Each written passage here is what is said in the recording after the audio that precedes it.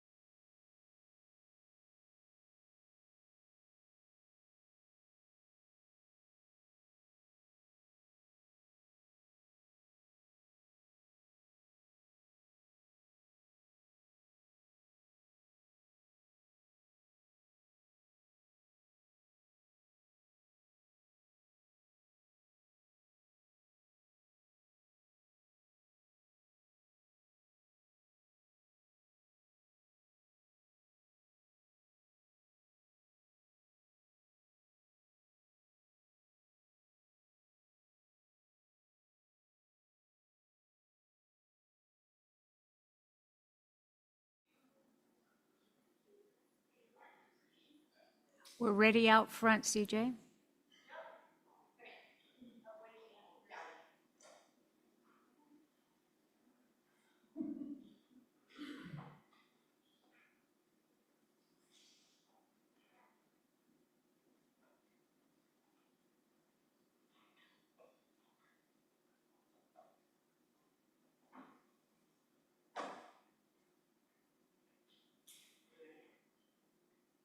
Are we recording?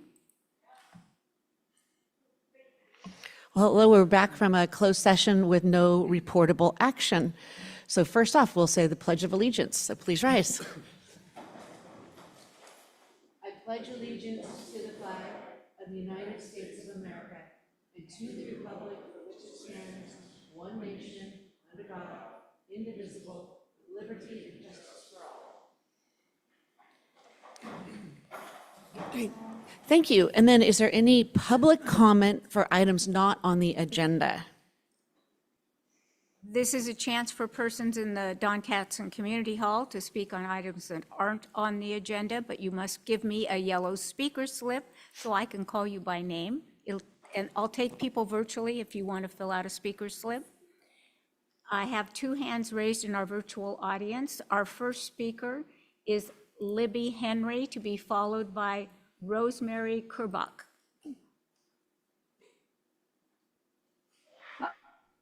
Hi, can you hear me? Yes. Okay. Good evening, Mayor Kendall and council members. I'm Libby Henry, 3812C Happy Valley Road in Lafayette. Oh, great. Sorry. I know that that none of you want to hear from me, and none of you think that I represent or have the same feelings as a lot of Lafayette citizens. And I know you don't even respect me as an equal human being, but I'm going to say my 2 cents anyway. Your withdrawal of the letter of opposition to SB 79 basically was the deciding vote for that bill to pass in the state Senate. Tim Grayson was the 21st vote, and that's all they needed. I understand that you worked very hard and you met with Tim Grayson and y'all, quote unquote, decided that the best for Lafayette, because supposedly somehow all of Contra Costa was exempted from the bill for now. But something that I think you all know are that 7 counties are going to be impacted immediately. One of those is LA County, the largest population in the state. And for you to withdraw your opposition and then therefore somehow allow Tim Grayson to vote, he was going to vote yes anyway. I think you all know that. And I'm sorry. Make no mistake, and any of you have dealt with California EMB or Scott Wiener, this is an attack on single family home neighborhoods all over the state, and an attack on democracy in California. Another thing that I know that Susan and I think the rest of you already know, you paid attention enough to know that Scott Wiener is not good for his word. He has gone back on just about anything that he's ever promised. He acts a lot like somebody in the White House that way. So I don't know why Lafayette keeps acting in good faith when HCD, Scott Wiener, the legislature, nobody does that. It's extremely disturbing. So in Can doing you wrap so, up, Libby? Can you wrap up? yeah. Well, I have a lot more to say, but I urge you please to immediately at least contact the governor to ask him to veto SB 79, because 7 counties are not. SB right, thank- 79 is not thank good you. for California. All right, thank you, Libby. And for the record, we honor and respect you, and in fact, take an oath of office to protect you. So please, I hope that you feel, don't feel like some of your words were saying from all of us. Thank you. One clarification? Yes. Just for clarification, the final vote in the state Senate was 21-8 in favor of SB 79. So that was the actual final vote. Our next speaker is Rosemary Kurbach. Hi, I'm sorry I can't be there in person, but I had foot surgery on Wednesday, so I'm housebound right now. But on behalf of Sunflower Hill and its affordable housing partner, Satellite Affordable Housing Associates, I'm thrilled to announce that our project at 949 Moraga Road has been conditionally awarded $19,542,000 What? in the most recent Supernova funding round. The awards were just publicly announced this morning, so this meeting is great timing. Saha and Sunflower Hill would like to thank city staff, in particular Naroop, Greg, Stephanie, and Mala, as well as council itself, for working with us so quickly and collaboratively to ensure we had a competitive application. This project would not have received full points or MHP funding if the land was not declared exempt surplus and donated. We appreciate the city's leadership and also want to thank Brian Griggs, who provided invaluable assistance with entitlements. We look forward to working together with the city to complete the project's capital stack, but tonight is a huge and important first step. We are grateful to HCD and the Office of the Governor for their tremendous support for affordable rental housing. Our entire team can't wait to create places and spaces where individuals with intellectual and developmental disabilities live and thrive. Thank you for your time. I'm sorry, I got to stand up and applaud you, Rosemary, and your team. All you guys, standing ovation for Rosemary. Woo! Well, it was a team effort. It was Saha, Kathy Lehman, our entire Sunflower Hill team, Brian Griggs. There was a lot of us, but thank you. Oh, of course. So for people in the audience, this is a 48-unit project dedicated 100% affordable for developmentally disabled adults. This is a win that we could not have imagined even 6 months ago. So we're just thrilled. So go ahead. And if I could chime in, two things. One is what she's referring to, this state funding, this 19 million grant. And I made the analogy earlier, it's like the Olympics, where one fraction of a point tells the difference between a gold medal and just being off the stand. They got the gold medal. But they're not done yet. Oh, no. No. So this, and the other analogy I've used, my tortured metaphors, is like the salmon run up the river to get to the spawning grounds. And so we've cleared a major dam, but there are still more. There's still work to be done. But Rosemary and her whole team have done remarkable work. Yeah. So I think that's why the council's up here applauding, because we were happy to be part of this, and they've done an extraordinary job in this really, really challenging field. Let me just say, we should be thanking you for bringing this project to Lafayette. Yes. Thank you. Thank you. All right. Woo, thank you. Wow, that's crazy. Okay. Okay, I see no more speakers. Dismissed. Kidding, joking. I was like, class dismissed. Sorry, we're going to go party. No more speakers in our virtual audience, but I do have a speaker in the community hall, Campbell Foster. Right there. That's a tough act to follow, Rosemary. We're at the beginning of our project, which is why I'm here. My name's Campbell Foster. I'm with the Siesta Valley Foundation. I'm a Lafayette father of two. I have an 8th grader at Stanley and a junior at Campo Lindo. So Siesta Valley Foundation is a 501c3 nonprofit whose mission is to protect, preserve, and enhance Siesta Valley. Who here knows where Siesta Valley is? Not one hand, one person. Who here has ever heard of Cal Shakes? Oh, yes. All right, so we had some hands go up. As some of you may know, Cal Shakes went into bankruptcy last year, and my group is working with East Bay Mud to take it out of bankruptcy. We're actually taking over the lease from East Bay Mud, and our next major milestone is to sign the lease. So the goal is to sign it on November 1st. So I'm here just planting a seed for city support and for support from the citizens of Lafayette. So the next milestone, sign the lease. After that, I think it would make sense to come back and do a longer presentation. Starting to get citizen support. Talked to John a little bit. I talked to Jim. Emailed with Narup. So I'd love to talk to all of you about the project and get your support and get your thoughts on what the city really wants in this performing arts center. So I'll be here talking to folks and would love to talk to all of you when the time comes. So thank you. Congratulations, thank you. Thanks.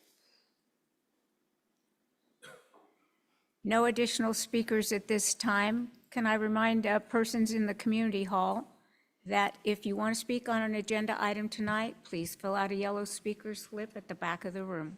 Thank you. All right, we'll go to city manager's update. What happened? Oh, one more, I'm sorry, one more public comment. Yeah, just as a point of personal privilege, during the public comment period, I'd like to recognize one of our most active residents who's celebrating a major milestone today. Today is Carol Singer's, it's a major birthday. Major birthday, and it is today. And for those of you who are not aware, Carol is, well, if not the most active, one of the most active residents. She is a longtime member of the Park Trail and Recreation Commission. She's not just a member of the current GPAC, which gave us the housing element, the safety element, land use element, but she was a member of the land use planning, or sorry, the GPAC that gave us the 2002 general plan. She also is the vice president of the Lafayette Homeowners Council and has been active with them for years and years and years. She's been active with the Friends of the Library. Actually, I can't really go on for all the things that she's done. She's also an expert in campaign finance, starting with the Gail Olkema campaign years and years ago. So I just want to say happy birthday to Carol, and thank you for all you've done for our city. Yes, happy birthday, Carol. Okay, now on to city manager's update. Well, Mayor, somebody just handed me another speaker's Sure. slip. I apologize. No problem. I'm going to call Anya to the podium, and if you could pronounce your last name for us, I'd appreciate that.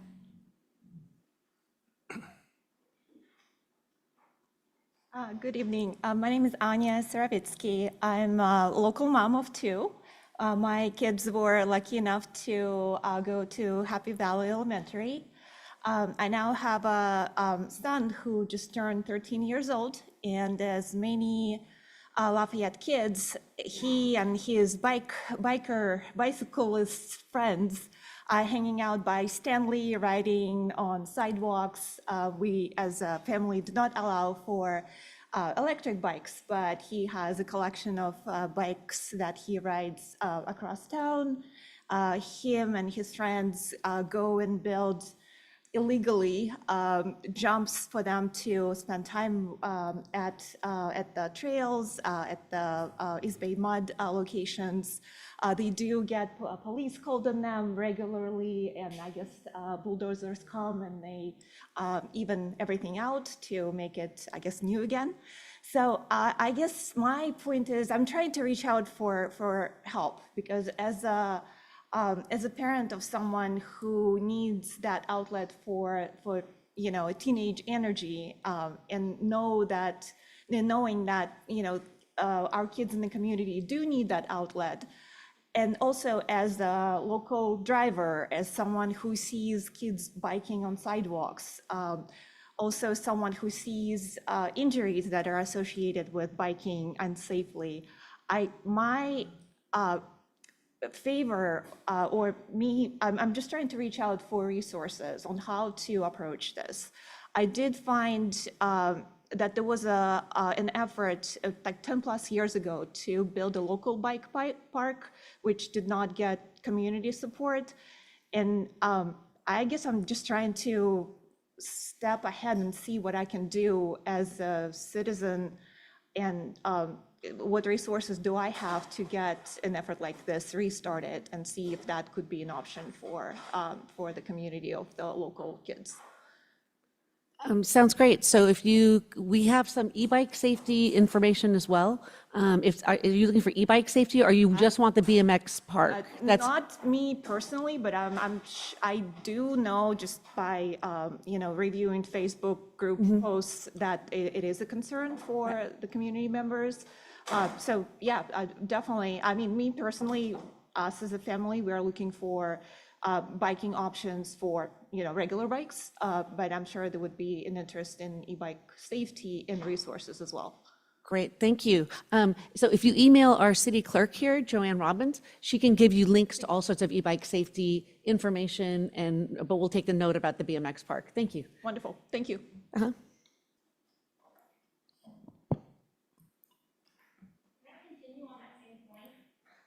If you put in a speaker slip, then you can speak for 3 minutes. Okay, we got some more slips.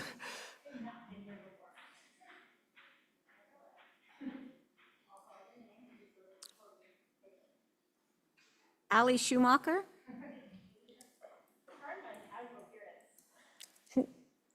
I'm also a mom of a kid, 11-year-old, and started the thread on Facebook where there's a lot of interest in this bike park.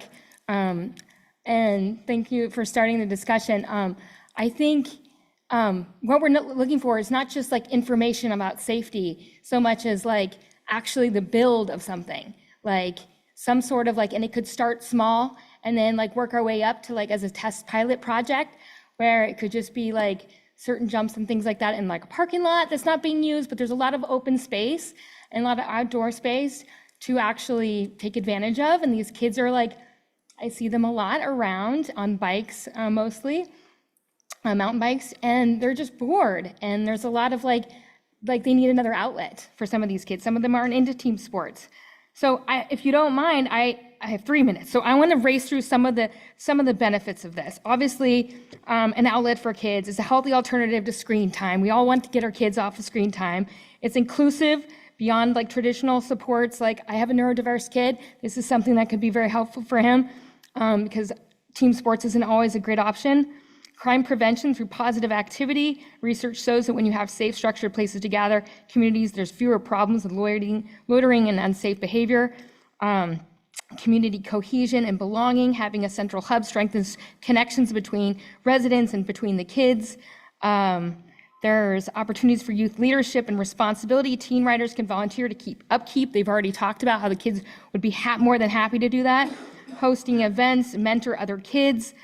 This boosts mental health, which is a major issue in our communities. Gavin Newsom even issued an executive order as of July 2025 on young men and boys, aiming to tackle rising suicide rates, social disconnection, and to expand access to education, work, and mentorship.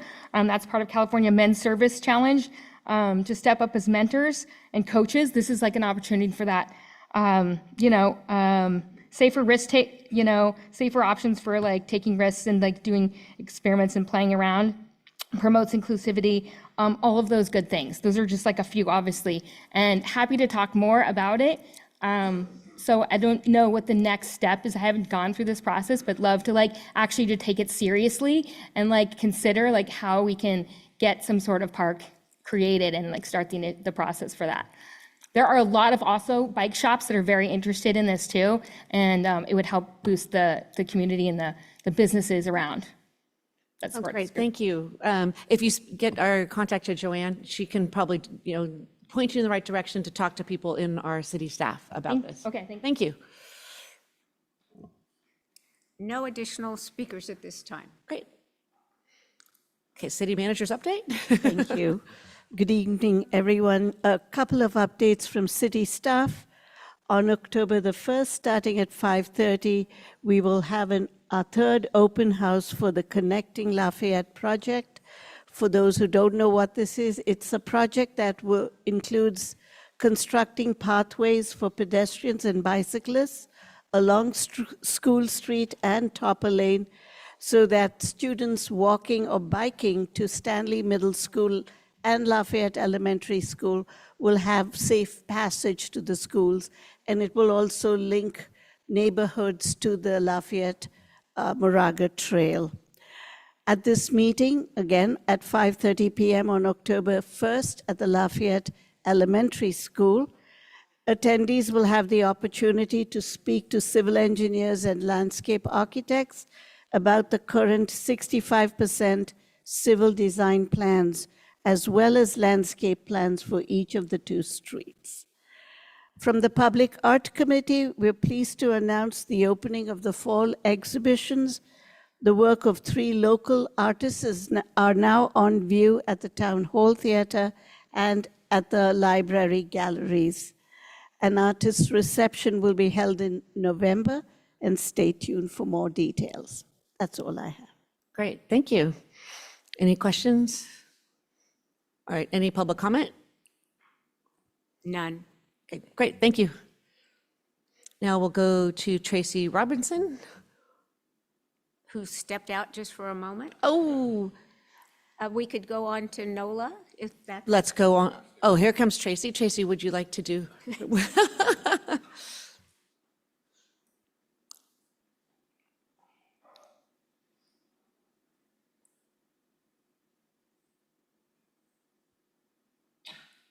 Okay. City Council, I would like you to be introduced to Tim Przybyla. Stand up. Tim is our new finance manager. He comes to Lafayette with over 23 years of municipal finance experience. He served as finance director for 22 years between 4 different cities. And before that, he worked as an auditor for a total of 5 years between 2 CPA firms. Tim's been providing temporary assistance to cities in California, starting with Union City, City of Lompoc, and finally the City of Lafayette. And we liked him so much, we offered him a permanent job, and he's fit in well with the Lafayette team. Tim loves the welcoming and supportive atmosphere that the Lafayette employees and City Council provides. Tim enjoys public service, photography, camping, motorcycle riding, and fishing. And he and his wife, Bev, have 2 sons and 6 grandchildren. And we're very happy to have Tim on board. Thank you. Great, thank you, welcome. Thank you very much. It's Feel great free to be here. say something if you'd like to, but don't feel necessary. Exactly what she said. Well, welcome, thank you very much. Please. I just want to say, I've run into Tim for many, many years at the California Society of Municipal Finance Officers, or CSMFO, and it's great to have you on board. I know you'll bring a lot to the city, so it's terrific you're here. Thank you. Thank you very much. Great. Thanks. And then you've got Betsy Barnaby. Oh, you, okay.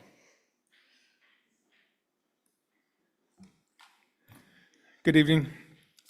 My name is James Williams. I'm the Chief of Police, and I just wanted you to please join me in welcoming our new parking enforcement officer, Betsy Barnaby. Betsy grew up in Lima, Peru, where she graduated from high school and completed 1 year of college toward becoming a dentist. In 2011, Betsy and her family immigrated to Pleasant Hill to live with her relatives. Betsy attended and graduated Carrington College in Pleasant Hill to become a dental assistant. In 2013, Betsy began working part-time with HKA Enterprise, cleaning City of Lafayette buildings, and transitioned to full-time under Brian Long's supervision. You've probably seen her around here in the buildings, and she's been great. In 2014, Betsy became a naturalized citizen. On September 8th, 2025, Betsy joined the Lafayette Police Department as a full-time parking enforcement officer. Betsy's been married to her husband, Joel, for 6 years, and they live in Antioch. You might recognize Joel. He's standing over there. He also works with HKA Enterprise. Oh my gosh. In her free time, Betsy enjoys baking special order cakes with fondant designs on them. And Joel enjoys eating her mistakes and leftovers. I've seen a couple of pictures of the cakes she's done. They look amazing. Betsy also enjoys gardening. And on behalf of Lafayette PD, we're super proud to have you here to join our team. So welcome aboard to Lafayette PD. Thank you.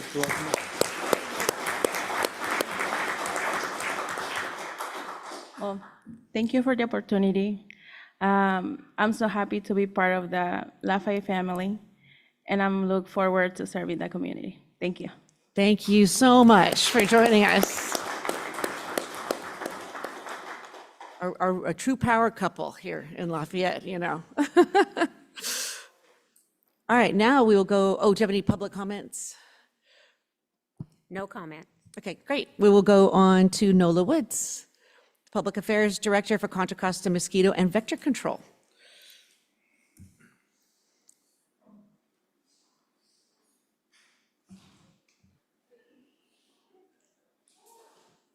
All right, I think I'm good. All right, well, thank you so much for inviting me here today. My name is Nola Woods. I am the Public Affairs Director for the Contra Costa Mosquito and Vector Control District.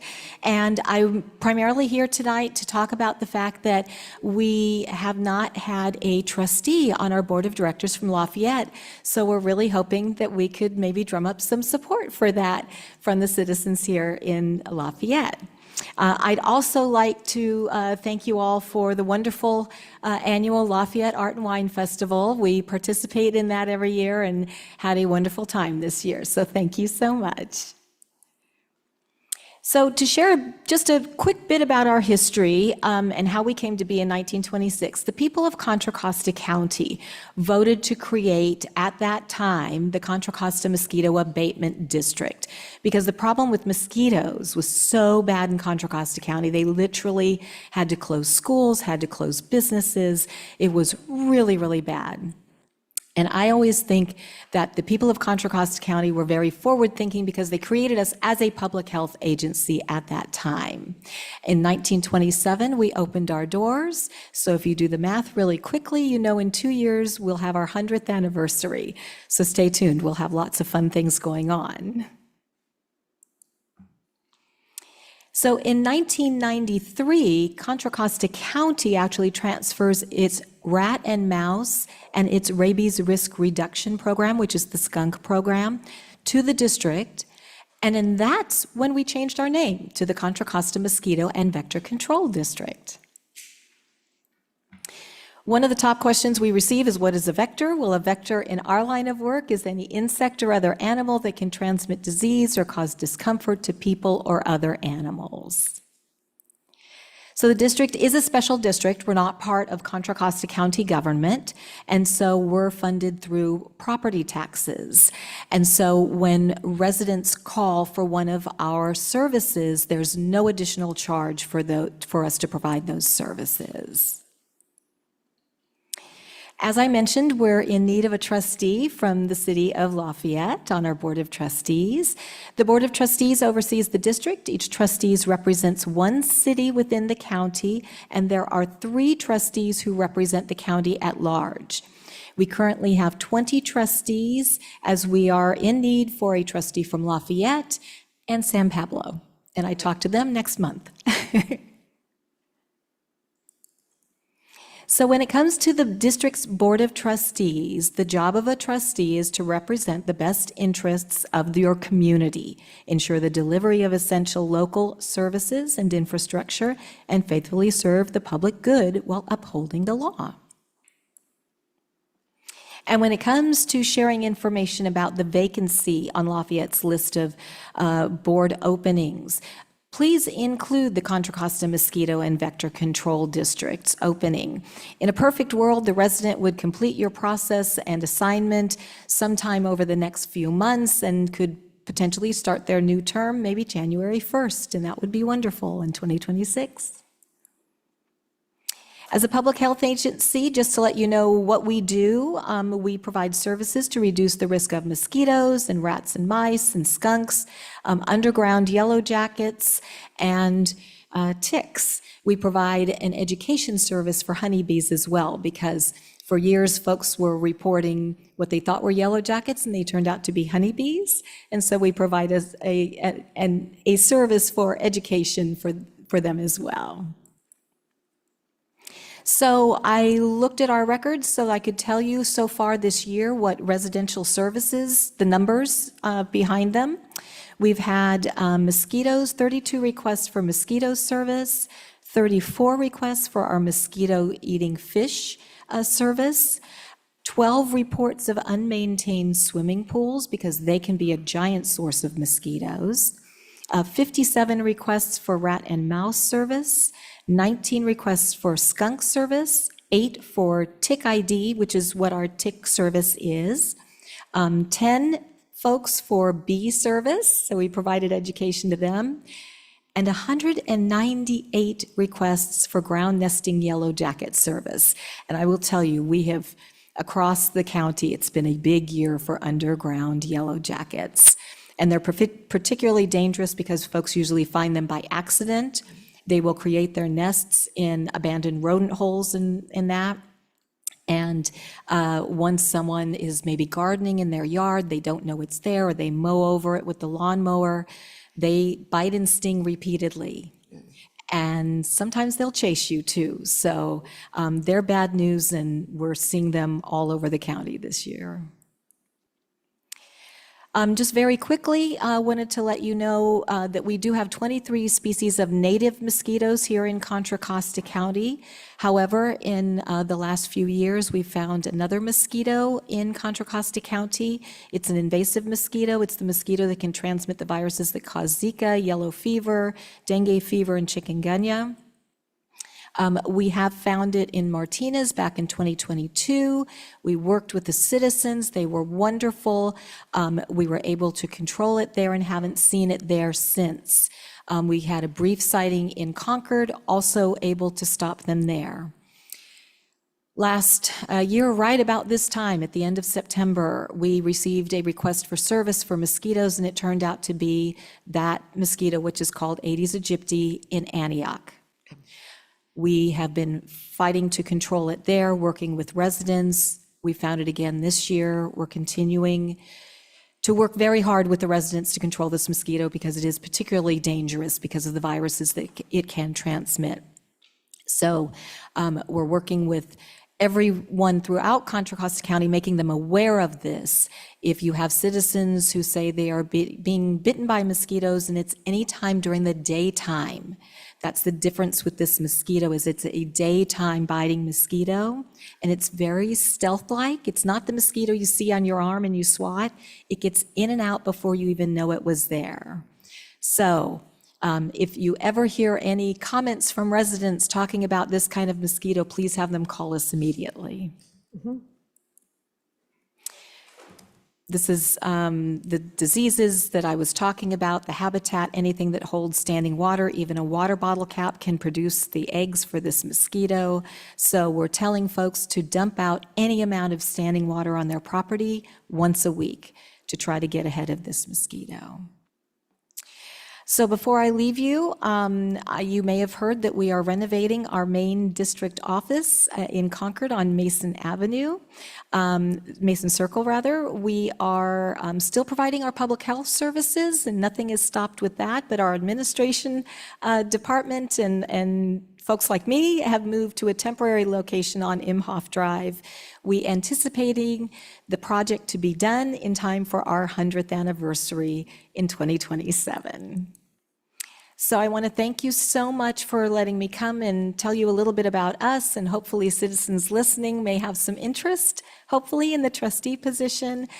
Does anyone have any questions? No, thank you so much. Very, very helpful. And definitely, do we have the job description and everything with us? We've got everything we need to go and try to recruit people. Okay, got it. Making sure that we've got all that. Wonderful. Right. Well, I just want to say thank you for everything that you do. I feel better with you guys looking out for our best interests. I can only imagine how bad the mosquito problem must have been 100 years ago for them the county to even to form it. So I think overall, you guys have done a great job. So I just want to thank you very much for staying on top for us. And yes, definitely let us know if there's anything we can do, and we will get the word out to see if we can get somebody to serve in Lafayette's behalf. Thank you so much. And I'll just give a quick testimonial. We had the ground nesting yellow jacket problem a couple months ago, called the district. Within 2 days, someone was out, very professional in taking care of it, and the problem was gone. And from past experience, I can tell you, yes, they do follow you to the house. They will come after you if you disturb them. And then I just want to say, Jim Fitzsimmons had been our trustee for almost 20 years, and we are now advertising. It is in each of the listings of open positions. It's in our weekly roundup as well as on the website. So we hope to find someone who will do at least as good a job as Jim did. Great. Actually, Mayor, quick follow-up. So maybe you can just briefly just say, what are the requirements for the position? I mean, is there a monthly meeting, or what would be required? Oh, thank you. That's a great question. So our Board of Trustees meet every other month, beginning in January. And they meet, right now they're meeting at Imhoff Drive, where we are temporarily. We have a boardroom set up there. They're not assigned to, but they can volunteer for some of the committees that we have. This evening, the executive committee was meeting, as a matter of fact, when I left the office. So it is not a lot of time commitment, but it is, I think, a very fulfilling Board of Trustees to be on, because we do important public health work and they get to be our advocates in their communities. So the trustee from Lafayette would be able to share what we're doing as a district with the citizens here, so. Great, thank you. Any public oh, go ahead. I just want to say thank you so much for this really important public health service. I appreciate it. I have a question. The Aedes aegypti, are they really common in Southern California, in LA? Yes. So about 15 years ago, they started finding them in Southern California. And one of the issues with this mosquito is, as opposed to the native mosquitoes in Contra Costa County that lay what are called egg rafts, it looks like a piece of brown rice kind of, and it's hundreds of eggs all stuck together, and that floats on the water until, they become young mosquitoes and develop into adults. The difference with Aedes aegypti is it's an invasive mosquito. It lays individual sticky eggs that can stay viable for 6 months or longer. They don't dry out. So the investigations into how did it end up in Southern California, there were plant imports that they targeted, that the eggs were probably stuck to the sides of the plant. When people watered them, it activated the eggs, and they've had them in Southern California for about 15 years or so. Okay, that's what I thought. Yes. I've been down there and have been bitten by them, and they're ankle biters, they're daytime, they're stealthy, you don't know you've been bit. They're horrible. In fact, actually, the Huntington Library and Gardens had big announcements on their video screens to tell visitors, douse yourself in repellent. Yes. Because it's such a problem. They're really not good, and I really appreciate your work in trying to keep them at bay. We're trying very hard. I mean, like I said, we've been working now for almost 2 years in Antioch to try to stop them there, because we were successful in Martinez and Concord. And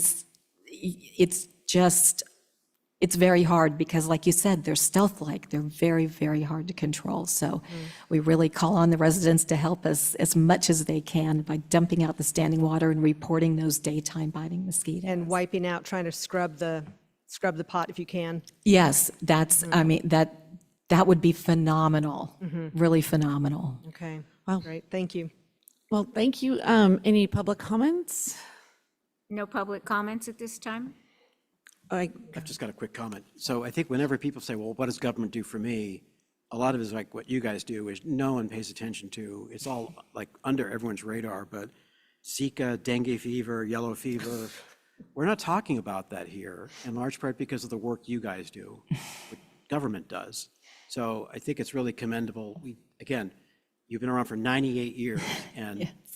Maybe a handful of Contra Costas know the work you do, but the work is critical. So thank you so much. Well, thank you so much, and that's my job, is to get the word out. Right. So thank you for inviting me tonight. I appreciate it. Thank you for coming.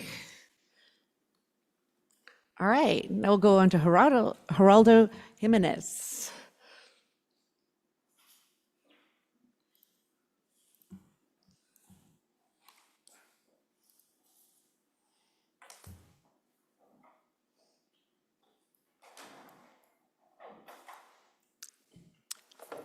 Hello, good evening.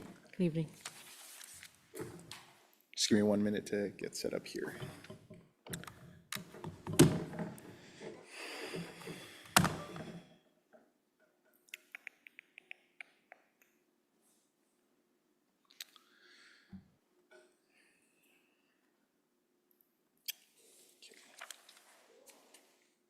Okay, there it is.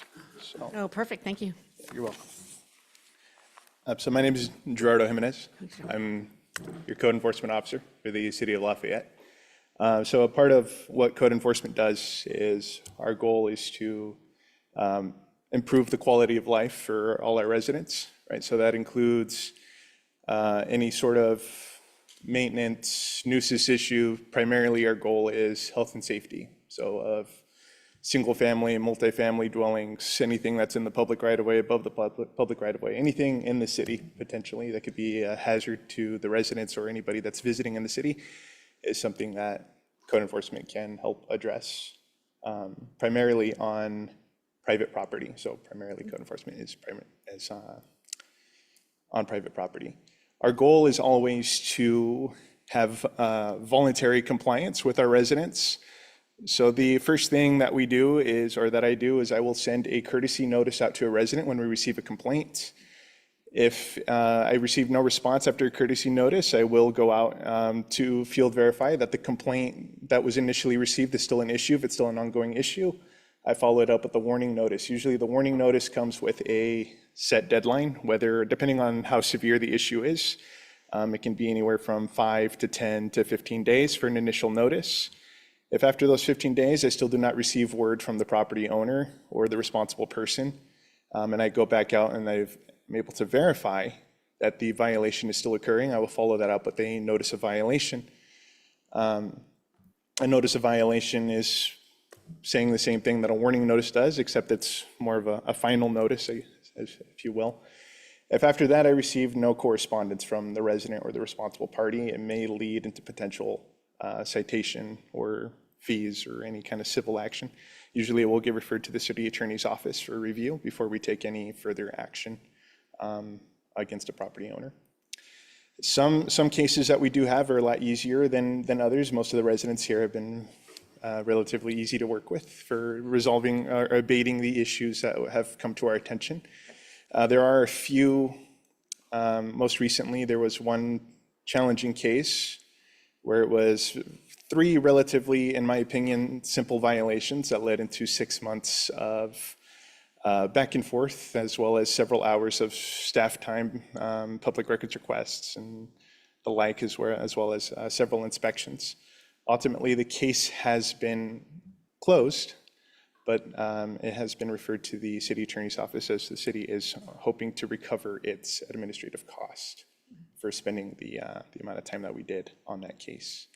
Attached to the staff report, I have included the statistics for last year to show the number of open cases that we have had. So in total, in 2024, we have, code enforcement has had 692 open cases. 681 of those have been closed. So I say we have a pretty good success rate at having these cases closed. So this is just a general statistic. So just in another exhibit that I included, it's a more concise breakdown of the kind of complaints that we receive, and I will go over that in a minute. So this is for 2024. In 2025, so just I started in March, so this is also including the previous code enforcement officers' efforts for February and January. So in total, for just this year alone, we have 629 open cases. So in my opinion, I feel that we are on course to having more complaints this year, now that I believe that word is getting around that there is a full-time code enforcement officer present and somebody that can actually address the concerns that the public has brought. And I feel that I've had a pretty good successful rate at having a lot of these issues resolved. So as well, so for 2024, this is just the one-year analysis from our system here that we use called GoGov that breaks down the number of cases that we receive. So as you can see, we have building and zoning. So that will include anything from somebody building an illegal shed to full-on remodel or construction of a new home without any kind of permits. So that is a complaint that we receive. In total for last year, it looks like we received like 26 of those complaints that have been opened for unpermitted construction. Our most received complaint from last year, totaling 486 complaints, is gas leaf blowers. Wow. which is still our number one complaint. So I won't go over the whole detail, but that's included in the statistic for last year. This year for building and zoning, we received more complaints for unpermitted construction than we did last year, totaling 113. I believe that is possibly due to like the new ADU laws, as well as like the, yes. So we're still on track with gas leaf blowers being one of the number one complaints that we receive in the city at 357 for this year alone. And I will leave that for you guys to review. So as far as recent accomplishments, in the past 6 months, I have had a lot of success in working with the residents here and abating a lot of the long-standing issues that have been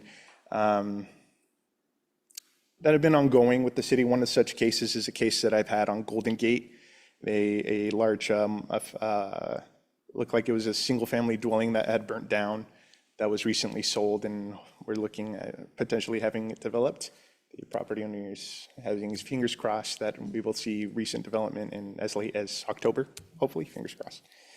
Another case that I was pretty proud of was one on Miller regarding an abandoned home that the residents were concerned about a potential fire hazard regarding dead vegetation, debris, and just the overall condition of the house. Working with the property owner, I was able to have the vegetation trimmed, the house painted, and just have the overall junk and debris removed. Another property on Old Tunnel that was open since 2021 had been resolved with cooperation with the property owner and having illegal structures that were built on the hillside completely removed. And so I feel like in the past 6 months that code enforcement's accomplished quite a few tasks, challenging tasks here in the city. As far as recommendations in the future, I would like to potentially update or even replace the software that code enforcement is currently using. I would like to have a laptop provided that would allow not only code enforcement, but as well as a lot of our inspectors in the engineering department to be able to work from the field remotely, as oftentimes we do have to return to the office when we have to type up like a report or something, in my case, like a case note or notice of violation. It would just be much easier to have that done on the field as opposed to returning into the office. And I would also like to participate more in community events, whether that's a national night out or a cleanup day or even a neighborhood watch, just to kind of make my presence known and to answer any kind of concerns that the residents may have at that time. So, thank you. Any questions? Oh, great. Thank you. Great report. It's clear that you're being successful, and that is wonderful. It seems like the gas leaf blowers is like the trend is going down, maybe the complaints, and hopefully that'll stay lower so we won't hit the 400 mark again next year. That would be great. And I really, really appreciate that you provided things that would help you make you work more efficiently. Thank you. That's always helpful to get a report where you get your feedback directly and with the things that you're looking to do. So I'm sure our city manager is reading this report and is probably able to take care of you. But thank you so much. It has really been a big difference. You can tell in our city that they know that there's a code enforcement person full-time that is going to hold people accountable. That makes me happy to hear. Thank you. Yes, absolutely. Any questions? Great. Thank you, Mayor. Thank you. Yeah, great. It's a great report. It's great to have you on board. Clearly, it's, I think it's, obviously I know it was kind of a patchwork before, and having you focused on it is good. I am curious, because I think the gas blower ban, of course, is obviously one of the big things going on. You are in the field. You are talking to the people that are getting, reported on or having to deal with kind of compliance issues. Do you have any recommendations to us or to the staff how we could get the word out? I mean, obviously education is the best way to do it, and you solving it one case at a time is great, but if there's any, do you have any suggestions on what we could be doing just from I feel that as far as the education goes, like the outreach, I do see, even on my patrol, I do see that a lot of residents have the little signs that they have on their front yards, right? A lot of residents are actually very proactive in handing out the brochures that we have in the city. A lot of the complaints that I receive actually include, I gave the landscaper the brochure letting them know that gas leaf blowers are prohibited in the city. So I feel like the residents here are very proactive about it, and it's something that they're very passionate about, and I can see that. So as far as that route goes, I feel the city is adequately doing what it can, as well as the residents, to inform the residents of the gas leaf blower ban. There was all the entirety of 2024 to have that. So I feel that's why in 2024 you see that there's such an increase in the complaints. So there was 2024 I feel like was more about education, whereas this year we're focusing more on actually enforcing the ordinance. Okay. So whereas, for example, if I see it out in the field, I am proactive about it. I will send a notice of violation. Where if it continues again, it just immediately goes into a citation. Great. Thank you. All right, any other questions? Okay. Yeah, I just have a question about the gas leaf blower process. Can you describe what happens, say, if someone reports a neighbor's house has a person using a gas leaf blower? Of course. So in my experience, we do have a lot of the residents or community involvement when it comes to reporting a complaint. We do ask that photos are submitted initially for us to proceed with notification. So without any photos showing the frontage of the property or an address or any kind of indicator of where the violation is occurring, the most that I'm able to do is send out a courtesy notice, which a courtesy notice, it's very friendly, nicely worded, right? Where we're asking them to comply, letting them know gas leaf blowers aren't allowed. And then usually the courtesy notices do get ignored.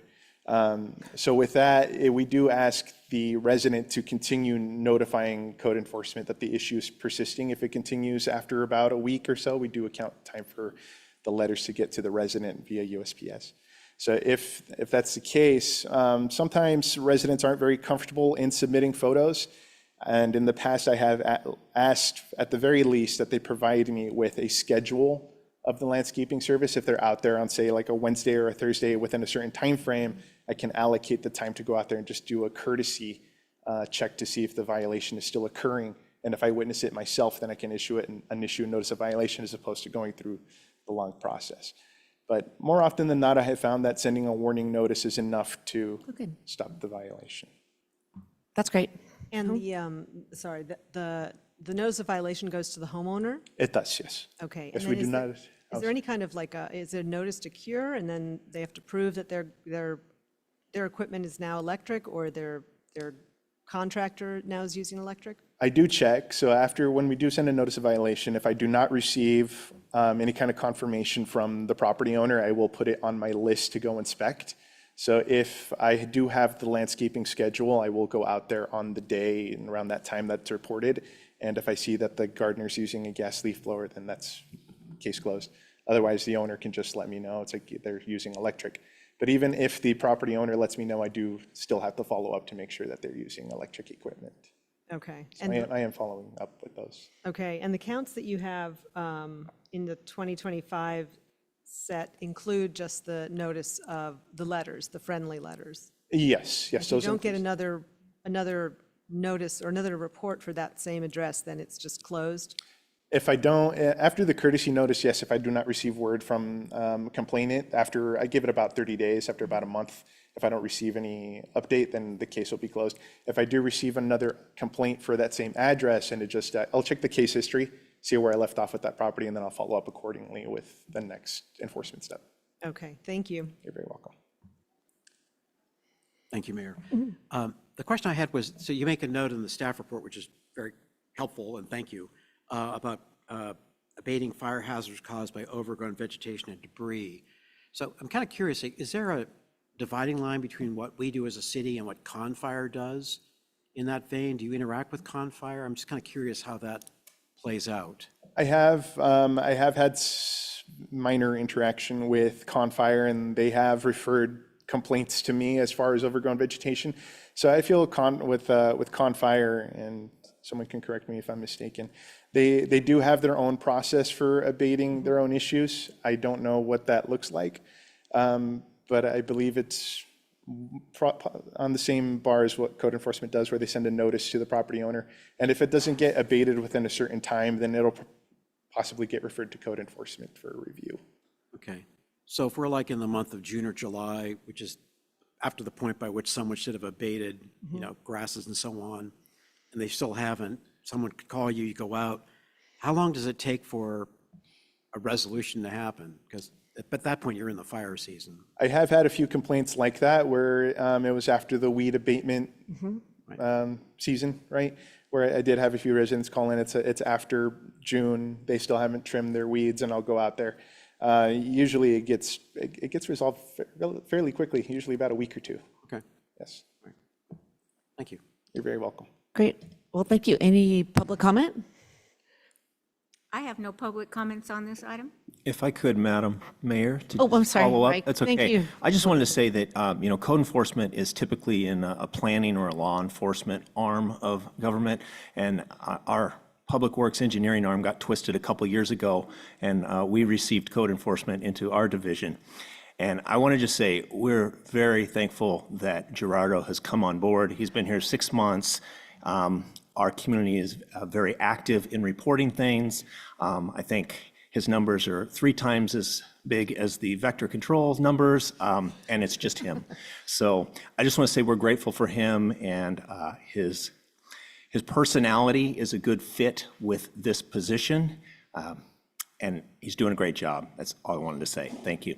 Oh, thank you. Yay, thank you. Thank you so much for great service to our community. Thank you, ma'am. Yes. All right, so we will go on to our consent calendar. Does anybody want to remove any items from consent? Yes. I'd like to remove 11A. 11A, okay, hang on. Write that down. Does anybody in the public want to remove an item from consent? I have a hand raised in our virtual audience, Mayor. Sure. And it's Cheryl. Cheryl, you'll be speaking on the consent calendar items. Hi, I would like to, if it's possible, remove 11B. I just had a question on it. Okay, great, thank you. So that'll come after our whole public hearing, so it may be a while. Okay. Okay, thanks. All right, so can I have a vote to adopt everything but 11A and B? So moved. Second. All in favor? Aye. Thank you. All right, so we'll go on to our public hearing.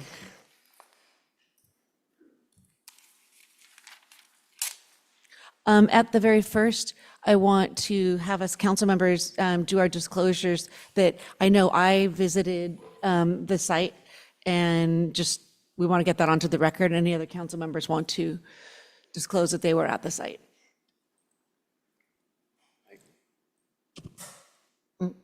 Yes, I visited the site twice with our planning director. In addition to watching the planning commission, or listening to the planning commission report and the minutes, I talked to Commissioners Radonich and Strum to better understand the situation. Yes, I also visited the site with Planning Director Greg Wolf, and also reviewed the minutes and the video from the Planning Commission meeting in June. Thank you. I visited the site many years ago when the trees were shorter, and most recently I visited on Friday and again today. I too visited the site with the planning director and reviewed the minutes from the planning commission meeting several months ago. Thank you.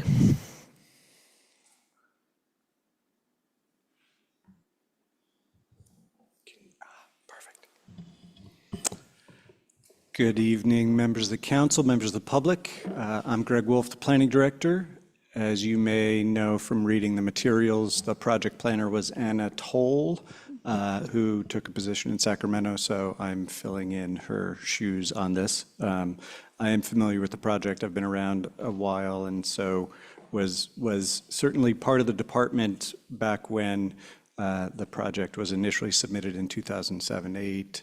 And more recently through the approvals. So I will do my best this evening. The location of the project is north of Highway 24 off of Sierra Vista at the intersection with Sessions Road. The red dot, the red pin on the screen indicates it. I also have Google Earth available so we can navigate using aerial imagery and a topographic model. Brief history. So as I mentioned, it initially came in as an application in 2007. And through following a study session and a phase 1 HDP. So HDP is, you'll see, an abbreviation for Hillside Development Permit in Lafayette when it is a vacant lot in the Hillside Overlay District. Phase 1 is figuring out where on the site and how big, so siting and massing, before the designer and the property owner get into full design of colors, materials, floor plans, landscape, irrigation, stormwater, et cetera. So all those things are part of a phase 2 application. Phase 2 can only follow phase 1. So that initial application was for a 4,200 and change square foot proposal. Through the review process, it was many meetings. It did get reduced in size down to about 2,600 and change, but it was denied at the time. The staff report speaks to that in more detail. In 2018, so roughly 9 years later, a new phase 1 application was submitted for a smaller house. And I think the Planning Commission at that time, PC as Planning Commission, found it to be more responsive to the comments that were provided earlier, more sensitive to the site and to the neighbor. And so the Planning Commission in 2018 did approve the phase 1 HDP. That thereafter in 2020, a phase 2 was submitted with all of the details. It grew by about tens of feet, and the Design Review Commission, through several hearings, approved that. Neither of those applications in 2018 or 2020 were, I apologize. The 2018 was appealed to the City Council, and the Council approved that. So the phase 2 application in 2020 was not appealed. Those initial phase 1 and phase 2 applications have a 1-year term, which can be extended for a second year with a request made to the department. And so those received extensions if they were granted for up to 2 years from the date of approval. Both of those in turn lapsed, so that property owner at the time reapplied in 2022 for a phase 1. They proposed no changes. That was approved, and there was no appeal. Similarly, the phase 2 expired. They submitted a request to approve it again with no changes. That was approved. There was no appeal. So the bottom bullet is where we stand currently.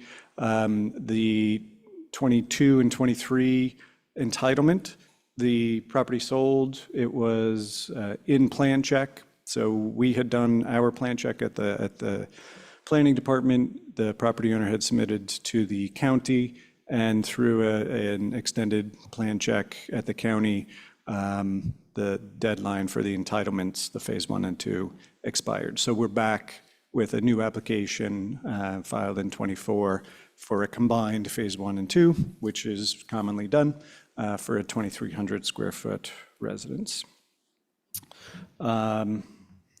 So as I mentioned, this is a combined phase 1 and phase 2 hillside development permit request. It was approved by the Planning Commission. It has been appealed by Jeff and Pam Swartz and others that are listed. There is a variance, which is a component of the overall project, which was previously approved and is part of the current request as well, the current project. The project would entail roughly 750 cubic yards of soil removal. You'll see one or more images in the plans that show that the house is bunkered into the hill, particularly at the, the driveway can only ascend so steeply, and the garage is well bunkered into the site and stepping up.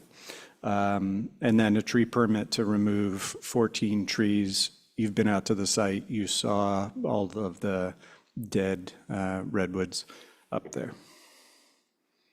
So this is a brief context diagram. So the site without a footprint on it and some distances to the neighbors. This will be further informed by the plans.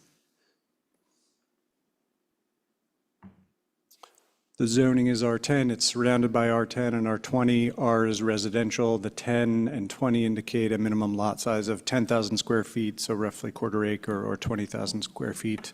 Roughly half acre. HPD is a hillside planned development. So planned developments are PUDs, planned unit developments. They have essentially get to ask for any sort of customized zoning standards internal to the project, which was Sessions and I believe Northridge beyond that up at the top.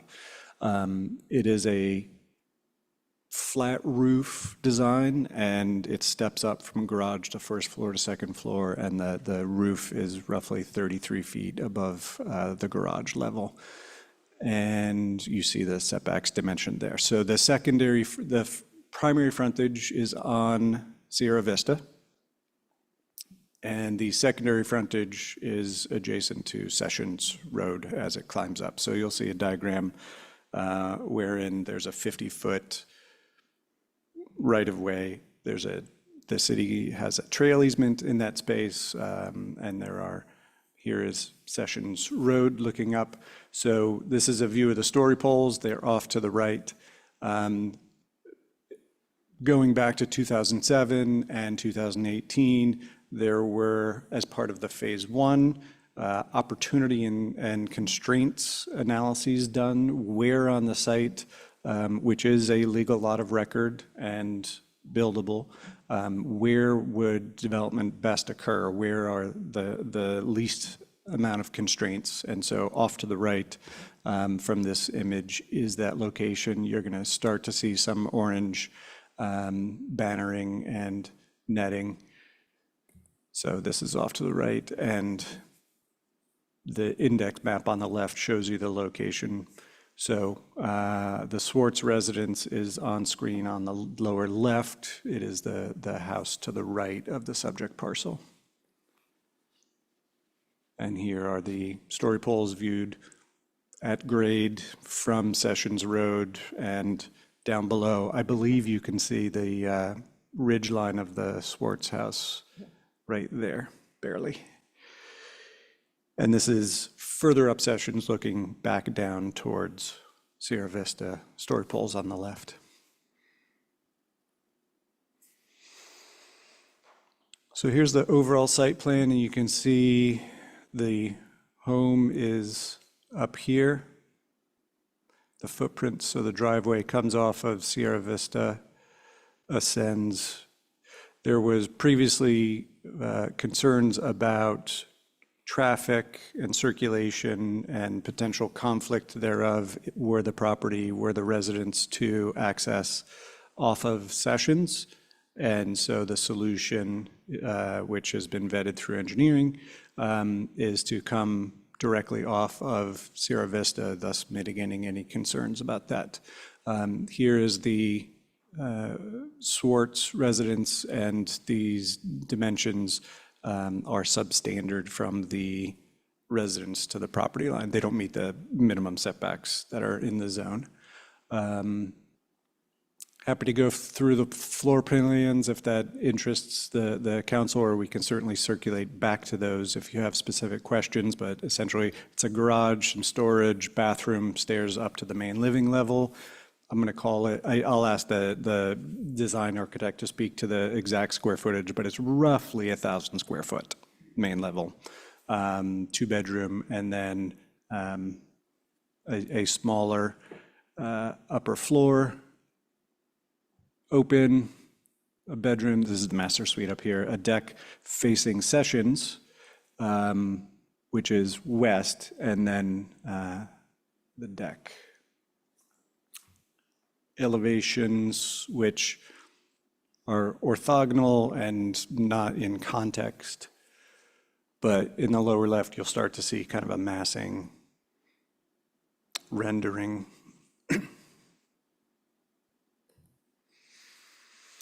So as I mentioned, there are trees proposed for removal. Previously, I believe 12 and now 14. They have declined in the intervening years. The current proposal has been evaluated by the city's arborist, and he acknowledges their condition. Previously, there were concerns expressed about the health of those trees, particularly given that there was proposed development or development that had been approved and the trees were declining. And so he inspected those and found no evidence of malfeasance or other indication that the cause of the demise was human caused. So the project will remove significant amounts of trees and vegetation, and then we'll build the house and then install new vegetation. This is the proposed landscape plan that the Planning Commission saw and approved. I will note that this circle towards the east side, it is a irrigation or a stormwater capture tank. So you'll see on the stormwater plans a modest V in the topography would have drainage coming together, rainwater, and then coming down, and then it flattens out. And I haven't seen it in a storm, but very possibly the low point is roughly in this location between the oleanders and the redwood trees. And so now the project will propose a head wall up slope from the house. It will convey that around the house. There was an intention to take some of that rainwater, put it in this tank, use it for irrigation. In discussion with the property owner, they no longer intend to do that. So while it's a remnant, and we can have them confirm during the presentation, that feature is now omitted from the project. So these are renderings which are somewhat informative. They're from the 2020 application. So it just shows the massing at the time in 2020. The architecture is not the final architecture that was approved, but it shows throughout the process kind of this stepping of the massing, but also how much the house is bunkered into the hill. So these stairs are essentially cut in and being able to traverse up adjacent to the house and not sitting above.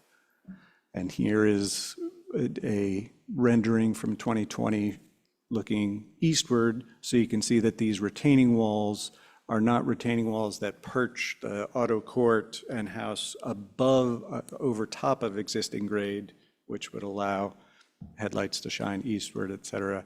Rather, they are cut into, so this is lower than existing grade. The auto court is lower than current grade, and these are retaining the existing grade closer to the eastern property line. Yes, of course, yeah. I have a question. If you could go back one. So this is the 2020 version. So if this is the south side, I gather we're looking at here on the right? Right, yeah.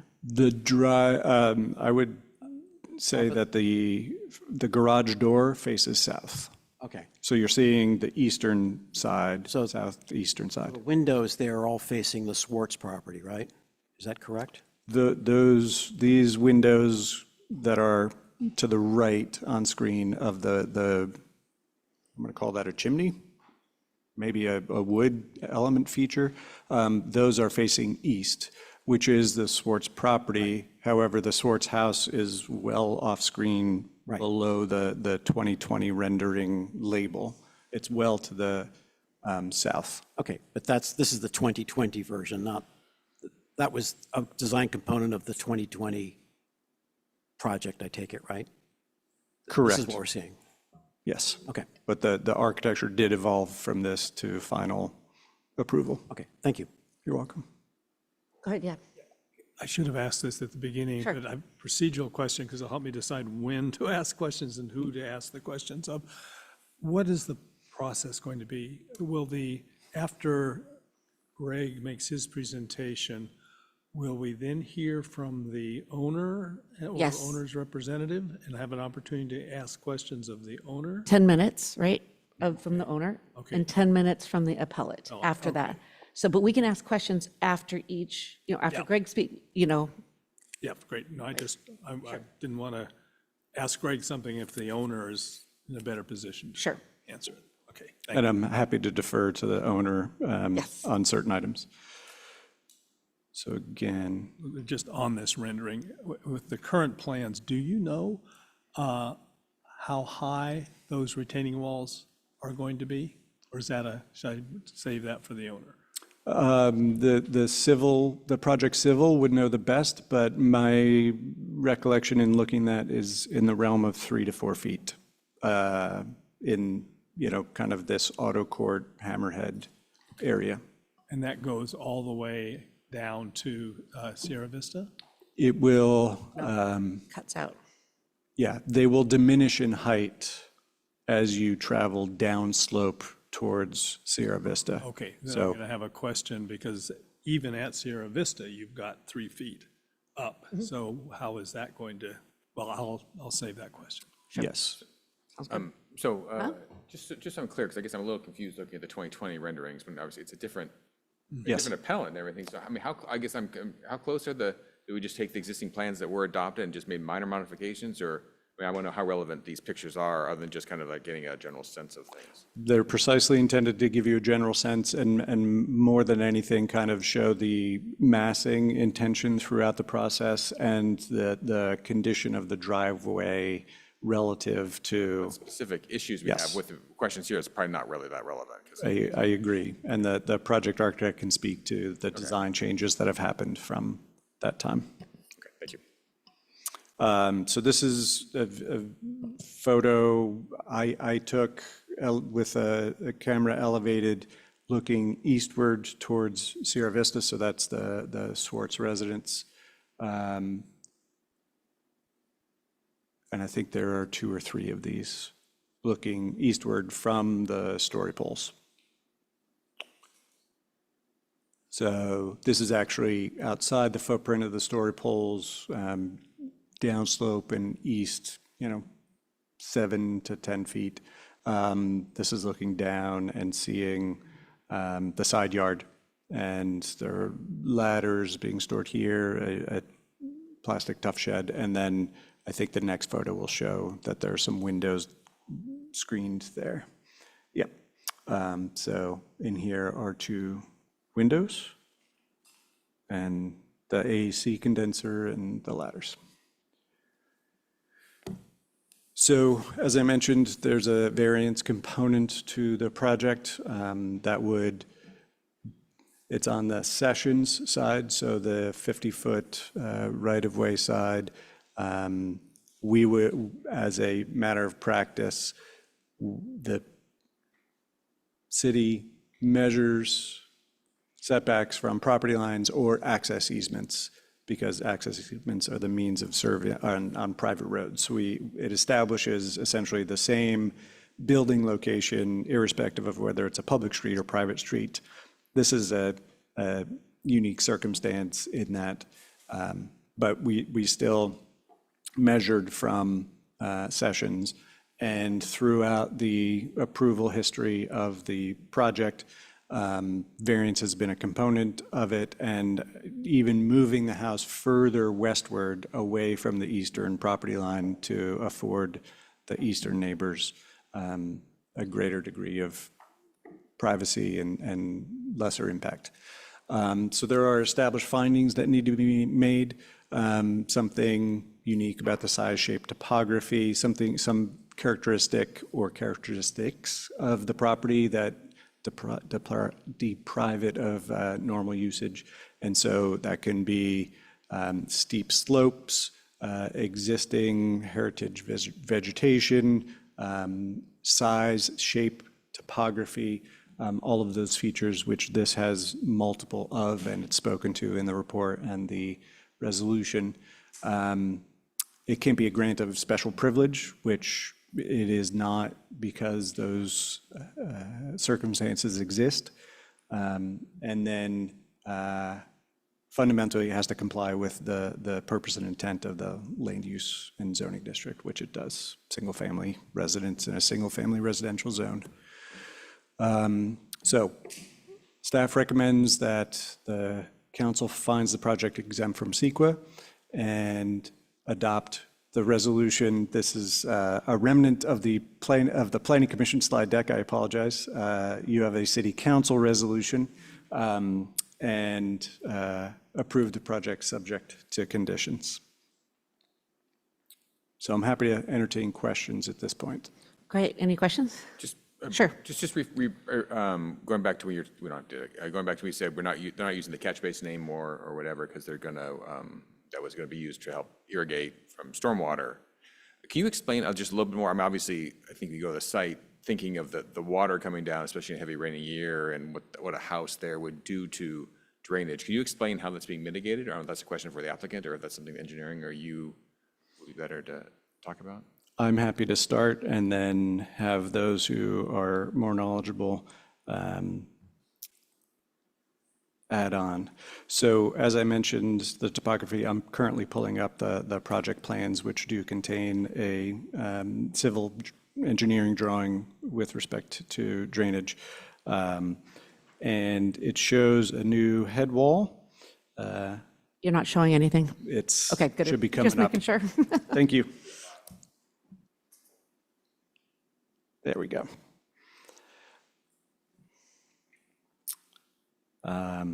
So let's go to the end, and you will see here the overall site, and I'm going to zoom in upslope from the house itself, and you see this new head wall constructed and a concrete apron. So this is that like a bioswale on the inside of it, or no, it's not. Okay. This 10-foot dimension is shown as concrete. There's a trash rack here to catch any debris which would be falling down or traveling down with the water so that it doesn't enter the system and clog it. And so these contours are going up and then coming back. So that this is where water would flow should it rain or when it rains. So it goes into a catch basin, storm drain inlet, and then is routed along the east side of the house and no longer containing surface, it's below ground rather than above ground. So it's being routed around. Once again, the tank is now eliminated, and then it comes out to the public stormwater system. Does that make sense? You're good. Okay. Mayor, can I ask a follow-up question? Of course. So you're saying the tank was an option for irrigation to just use runoff or use roof runoff to irrigate. It wasn't necessary for the drainage plan to function?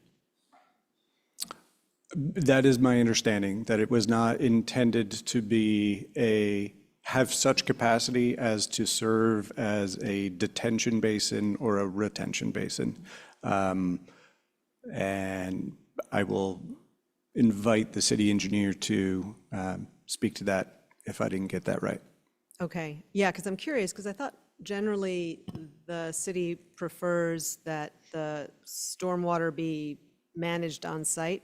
And it looks like right now it's all going to the storm drain through that 12-inch pipe. You're correct. Okay. And that was my question, if it was a bioswale kind of thing, but it's not. It's more of just a drain. Yeah. Thank you, Matt. Thank you, Mr. Luttrop. Thank you. I think you got to the part where I would be useful. You're correct that the runoff from the new development, we like to see that dissipated to landscaping to the fullest extent practical. The storm drain system, I'm going to call it a bypass system, really, that they've created there, is appropriate for what they're doing. The runoff, if memory serves, from the home is being discharged. I think there's a swale that runs, you can see the little arrows just downstream of where the basin is. So that's part of the trying to dissipate water over the landscaping that remains on site. So they are complying with what we like to see. There's also, I believe, a little swale on the upper part of the home as well. There you go, up there, that is carrying water to another drainage system, so it doesn't get to the house, but also gives a chance for more water to soak into the ground. So there is no dissipating, though. This shows you said swale on this eastern side? Yeah, that's kind of where they're dissipating water to that. Everything that's to the east is where water is being dissipated, and that's just where it ultimately ends up, is kind of in that, following those arrows to the south of the detention tank. So just to be clear, so dissipating but without that retention tank? Right. Okay. Okay. I had one other question about the trash rack. I don't think I saw a condition of approval in the package for clearing it, maintaining it. So if it, turned into basically like a otter dam, beaver dam, that it be cleared out to prevent unintentional diversion of water. Yeah, I think the applicant has a vested interest in keeping that clear, because if it overtops, it goes into their house. Well, I just thought if it goes around their house, that would not be ideal. No, it wouldn't. Could we add that as a condition of approval? I believe you could. Yeah, it's just a question. Yeah. Okay. Sounds great. I do have a follow-up. Okay, so with that water tank gone, it does show maybe a fence underneath that too. I'm assuming that if the water tank is gone, the water tank and the fence are gone out of the design. Because there would be no need to be all that grading, right? And so the need for, so basically there was gonna have to be grading to make that tank go in, because it's on a slope like this. And that's why I was assuming they were gonna put a fence up to guard the tank. But with the tank gone, the tank and the fence are probably gone. I understand the question, and we'll defer to the applicant Okay. team to address whether the fence, which is labeled as the N in parentheses fence, is now also omitted. Perfect, thank you. I have another question, Mayor. Looking for my chicken scratch here. Oh, parking, is the off-site parking required? The little pull-out on Sessions Road? Pull out on Sessions. I don't believe it is. I think they meet the off-site parking requirements in the proposed garage, and that was a feature added because of potential concern about guests visiting. What if people drive up Sessions and have not entered, then what are they going to do? And so I think that was an accommodation. Okay, so to make a paved pull-out. I believe it's gravel. Okay. Yep. Okay. Okay, and I'm just curious, from the prior application, how much did the house siting move toward Sierra Vista?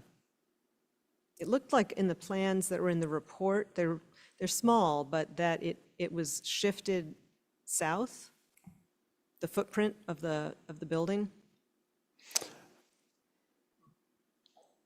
I'll defer to the applicant. I don't believe it shifted much. It's not in the number of feet, I don't believe. Okay, I was using the trees as the reference point, because they're marked in there and they're numbered, so. Right now. I could try to see if I'm given some time, but I think the applicant should be able to answer that. Okay. One last question. The stairs on the east side, are those required by any means? Because the first designs did not have stairs. They just had the stairs on the west. And now this design has west and east. They're not required for ingress or egress or anything for like safety evacuation or anything. Not from a local planning code. However, there may be building code or fire code, or just the practicality of having to circulate around your residence to maintain it. So I'll let the applicant speak to that. Perfect. Thank you. I have a question not pertaining directly to the house, so this may not be the right time, but away from this, there was an application filed or a permit or whatever for work on Sessions Road where it connects with Sierra Vista. I'm just curious, is that like, are there plans for that or cost estimate? There was a sketch provided, and I provided comments back on that. They wanted to widen Sessions Road, but that sketch was incomplete and didn't show the extent of what they were trying to do. Okay. I believe specifically the thing that was missing is, what are you doing with the existing curb and gutter? What's the extent of removals? How are you going to grade this? That sort of stuff. It was a very kind of rough sketch, and I haven't heard anything back. Because there's a 50-foot right-of-way, I guess Sessions Road is like there's a center line there and 25 feet on each side. So did it indicate if it's within that right-of-way? I don't recall. Okay. All right. Thank you. I believe it was, and I believe, my understanding is that the property owner has asked their civil engineer, who is aware of the submittal regarding the widening of Sessions Road for, I think, the stated purpose of making ingress egress for emergency vehicles and other vehicles easier, has asked her civil to look at that issue and has a potential design solution that wouldn't necessitate widening of the flare as Sessions comes down to Sierra Vista. So on that related note, I was talking with our city attorney and with on that exact question in terms of, can we still get the kind of improvements at that intersection without any other legal hurdles, or do we have to ask the applicant for an easement, or do we have to do anything like that? And the official answer was no. We should be able to do all the improvements without tying it to this development.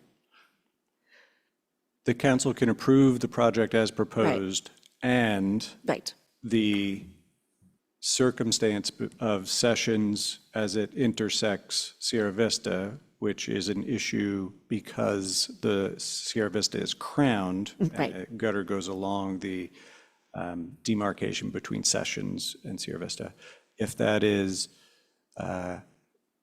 if the contours change and asphalt is added and drainage is adequately addressed, it can be done within the existing extent of asphalt, and you wouldn't necessarily need to widen, nor there might not even be any benefit to widening the existing paved surface.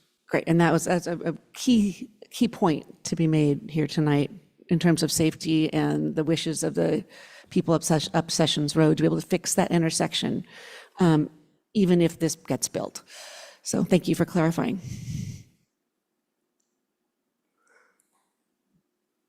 Any other questions? I guess we'll go to the applicant for 10 minutes. Thank you.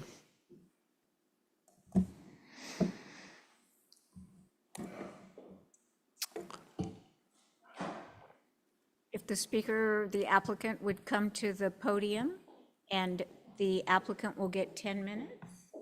I guess to the podium, unless you have a presentation, probably go to the podium, yeah.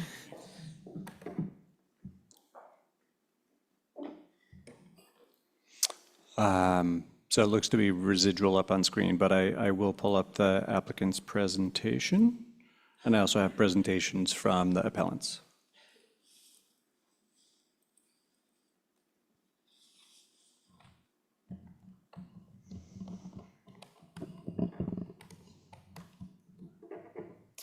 we go. If the meeting tech could just reset, there we go, thank you. All right, good evening, the Honorable Mayor Kandel, Vice Mayor Endery, and council You could members. speak a little closer. Yeah, Okay, thank you. hi. So my name is Nancy Pedno, and I'm the owner and applicant for 1133 Siesta Vista Way. I currently reside in Danville with my daughter, Sarah, who's here with me tonight. She just started a grade 7 at Charlotte Wood. And I've been working for 15 years in Pleasanton at a company that I helped start from the ground up. It specializes in designing and manufacturing advanced instrumentation for electron microscopy. So after being in the area for a long time, I am very involved in the outdoors. So I come up to Lafayette all the time for its hiking, for its biking, and rollerblading, even though that's not popular anymore. I used to race and enjoy that a lot. So I was looking for a longer term place, because I currently rent. I really wanted to live in this area. I just see it as a great long-term spot. It's I like the community, I like everything it has to offer, and I love the way it looks, and I love its events like the Art and Wine Festival and all of those things. So I come up to Lafayette and know it very well. So in the summer of 2023, I was looking for a house. There were not a lot of houses for sale, like in the area that I was looking, which would be something closer to downtown, but still with a semi-rural character, which is something really difficult to find. And then I came across this listing. You can go to the next slide. Anyway, everybody knows the location. Sierra Vista Way is essentially almost First Street, so the location is very great. It's very close to BART. The schools are very good. Acalanes High School would be like a great school for my daughter, who's very artistic, and I've heard good things about the school. And the air quality, the water quality, everything is just a great area to bring up kids with lots of activities, and it's a very safe area. So I came across this listing, and it was a vacant lot with pre-approved plans. I didn't feel so ambitious that I would want to start, from scratch. So I thought this was a good idea. The house was a good size, not too big. It says 1,760 square feet. It does come out to more than that with the garage. And so, next slide. So I started doing some background on the lot. I just, at first, it's just walking around because I go hiking up there. I talked to neighbors on both sides. They were unfortunately renters, so they didn't know anything about who owned the lot and why it was for sale. So it listed the name of the architects there. So I tried to go to that firm in Lafayette. They had moved and weren't around. Certain people on the project weren't in business anymore. But I asked my real estate agent to find out what they could. They found out that the former owner had passed away, so it made sense to me that they hadn't pursued to build the house. I went to the city planning office just to find out how this works, pre-approved plans, but for how long, what do I need to do? It said I just needed to make the construction plans and then go through conditions of approval and reviews, and I wasn't really sure how construction plans differed from the approved plans because they look similar to me, not being an architect myself. Next slide. And so it didn't sound too difficult. I bought it on August 1st, 2023, and the approval was good until February 15th of 2024 and extendable for another year. So I thought that was very doable. So I decided to go ahead with it, and I purchased it, and I wanted to use the same architect and the same people as much as possible because they would know about it, but unfortunately, I wasn't able to get all of the same original group of people on there. One of the original people is the arborist. I was able to get him to work on it, and the civil engineering firm, the Human Company, which is based here in Lafayette. I engaged with my architect who's here with me today, Kim Enkian, who's been really great and trying to make sense of, past approval and, how you go from taking somebody else's work and proceed forward. In addition to being an architect, she's a structural engineer, so it's very helpful. And I hired a general contractor with whom my architect works a lot in the area around Danville and Alamo specifically. And my architect also built her house from scratch in San Ramon. Next slide. So I proceeded to try to fill as many conditions of approval as I could. The initial start was very slow. We needed an updated soil report because it was really old. And that took basically until Christmas that year. So, and then after that, it just started to be that things took a long time. There's coordinating among different professionals when they have other projects, and then there has to be revisions, and then they go back to civil engineering, and then they go back to the arborist, and unfortunately, I did get through. There were 38 conditions of approval. I got through all of them. I got the plan stamped, it fulfilled all the conditions. I submitted to Contra Costa before the entitlements expired, but there's no way you can get through 6 to 9 months at the county level with the time I had left. So they expired. And so then I get to start all over again, which is what I'm doing. And so in June, I had a combined hearing and it was approved. And, and then of course it's appealed, and now we're at the appeal. And so I'm just wanting to proceed with the project. I just think it will be good home in the end. I know some adjustments might need to be done. I've since consulted with 2 of the appellants, to try to understand some of the issues, and I worked hard to try to address some of the issues at the intersection of Sierra Vista Way and Sessions Road, asking my civil engineer to work with the city engineer to see what can be done or how it can be improved, and calling the fire department myself to find out if it's a problem, what needs to be done, and they've worked on the issue as well. Next slide. And since then, I got Contra Costa County Fire Protection District, while it's being reviewed by the county. That was approved in January 2025. And then I also got Central Contra Costa Sanitary District approval. And next slide. That just shows my approval. That was January 16th, I got that one. And next slide. And I got that one on July 11th. That took some time. And then now I think it might be a good idea. I did retain a lawyer because there were some legal issues that were raised. And so if my lawyer, David Bowie, is raising his hand, he would like to just address those issues, which I'm not qualified to address. Okay, I have David Bowie here virtually, and I'm going to allow him to speak, and he has 3 minutes left on the applicant's 10-minute time frame. Go ahead, David.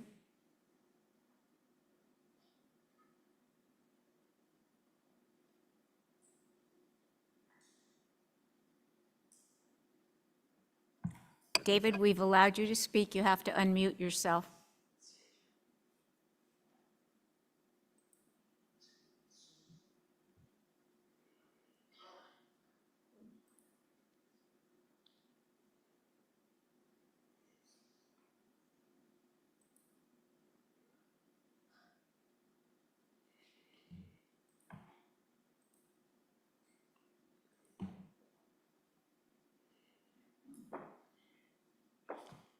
Would we like him to call in? He can call in, yeah. David, if you can't unmute yourself or somehow figure out how to connect, you can ring yourself. It's on the agenda, right? Yeah. I see a phone number here. This might be you. I'm going to allow you to speak. Go ahead. Oh, come on.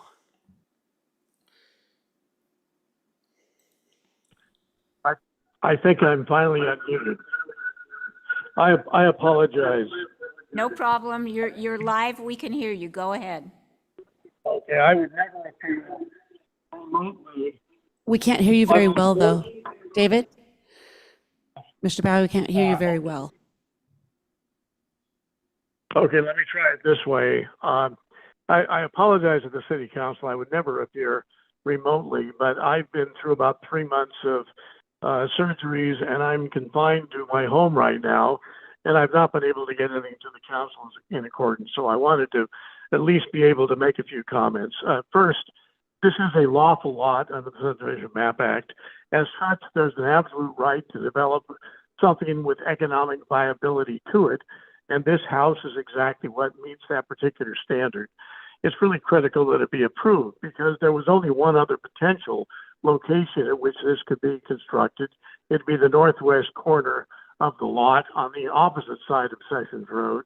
The problem there is that we know it's extremely steep, about 40% It's lots of topography limitations. There are restrictions regarding grading. All of those circumstances mean that basically the only place that we could build would be right where it's proposed.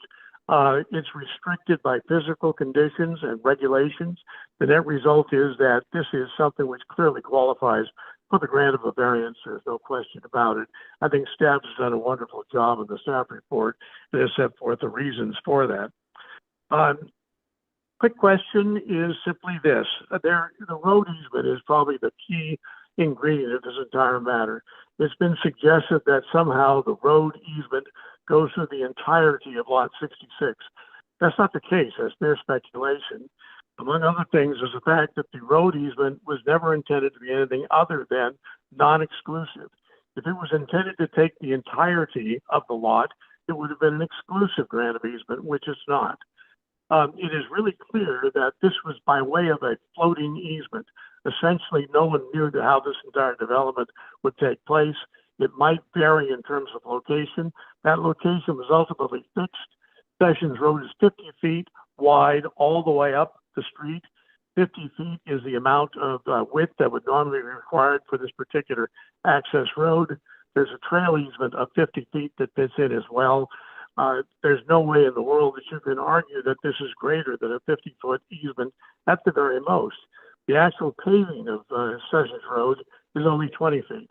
So there's actually a huge variation in additional area with which there could be further work done on the road, if and to the extent it was actually necessary. Black letter law in terms of easements clearly indicates that a fee owner is entitled to the full unrestricted use of that lot, with the exception of any actions that would unreasonably interfere with the actual use and enjoyment of the easement. And case law is very consistent that in the event there was an actual dispute of some sort, the restrictions upon the tenement or the easement owner would be very strictly construed because public policy favors the productive use of property. In this instance, there's absolutely no question but that the development of this particular property will not adversely impact at all the use of Sessions Road. And to the extent there's Will been you any wrap it up, uncertainty Mr. Bowie? about Sessions Road. Will you wrap it up, please? Yes, I will. Thank you. To the extent there's any uncertainty about Sessions Road, its long history of use clearly defines the extent and nature of the rights attended with respect thereto. So there was really not an issue. We do ask that you approve this project. Thank you. Thank you. All right. Any questions of the applicant? Go ahead. Great. Yeah, a question for the applicant. Thank you. You indicated, I think, when you talked about the history of purchasing the property and seeing the Zillow ad and all of that. So again, I guess the same kind of question I had for the planning director. So is this house, the plans that you inherited, it looked like you didn't really do much redesign, right? Did you take the plans that had been approved and move forward with them, or what changes were made? I'll let my architect. Thank you. My name is Kim Hin Nguyen. I help her with the architectural plans for this project. The only thing that we changed, agreed to you, there's floor plan approved by previous version. You can see it on the screen there. See how the angle on the rear of the property, how's the angle, the property, the building is kind of angle right there. In 4 angle, 1, 2, I think those are the 2 one. Yeah, the front one will still stay the same. So just kind of look at that and then go to the next slide. I think there's a next slide. Where we highlight what's changed right there. We just want to square out the rear of that building so that they can have a decent closet. So that was all that we did to change the plan. The other thing that we did was the garage. I think you mentioned earlier, Councilor Stella, the garage. Greg, can you zoom in? I think that's a 20 feet depth garage space. What's the approval on the other side? Go to the right. Yeah. So we moved the garage front door 2 feet to the front. So now from the 20-foot depth garage become a 22-foot garage. But the garage is offset 4 feet from the balcony above. So it's still inset from the farthest point of the building. Does that make sense? Great. Okay, and those were the substantive changes? Yes. Okay. Otherwise, I guess, just to clarify then, because your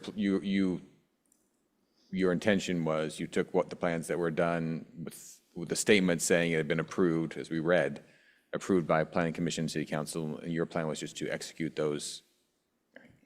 Thank you. Yes. Yes, that's correct.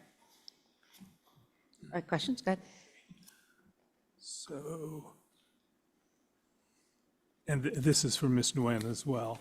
I'd like you, again, just going over, could you go over the window plan on the east facade? I couldn't match up the windows to the floor plan to see how far above the floor the windows start.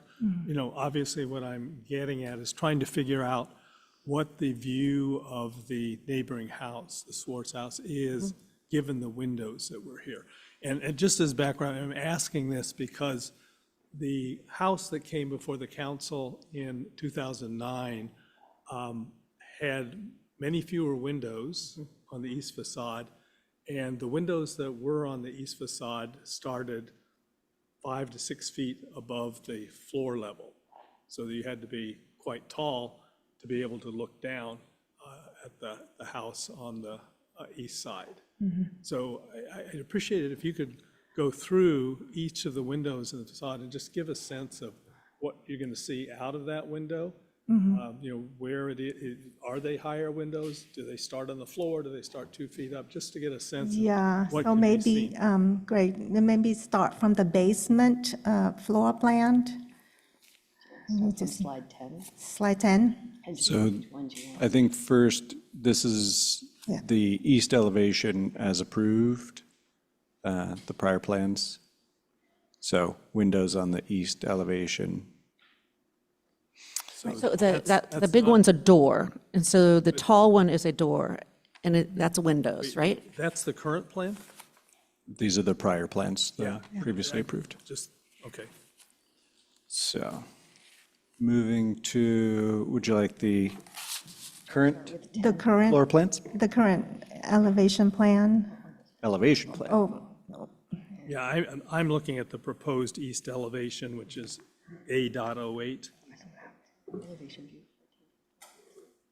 We can go to the plan set if you'd like, but if you want to stay in the presentation, we can do that too. I want to, That's his last one, section view. so you want to slide 14 maybe? They're not numbered, I'm sorry. Oh, the one right before that one. Prior one? Okay. We don't have the other side. Is there one before that? Yeah, maybe just zoom into that, right there. Maybe the isometric view right there. Okay? There's a door, that's where the kitchen come out, okay? And then there's windows right there where the sink is. Okay, well, just on the door again, what, I mean, outside the door, what do you, is there anything blocking the view from that door to the neighboring house? That wall right there is the retaining wall, so you can see the grade is probably going to be right underneath that, the grade of the property. Okay, I'm looking at, again, on sheet 8.08, and that door doesn't show any wall in front of the door to the I kitchen. don't have any paperwork here, so I don't know. Maybe you can put up Yeah. the plan set sheet. Can we pull up the sheets that Council Carl's mentioned? Yes.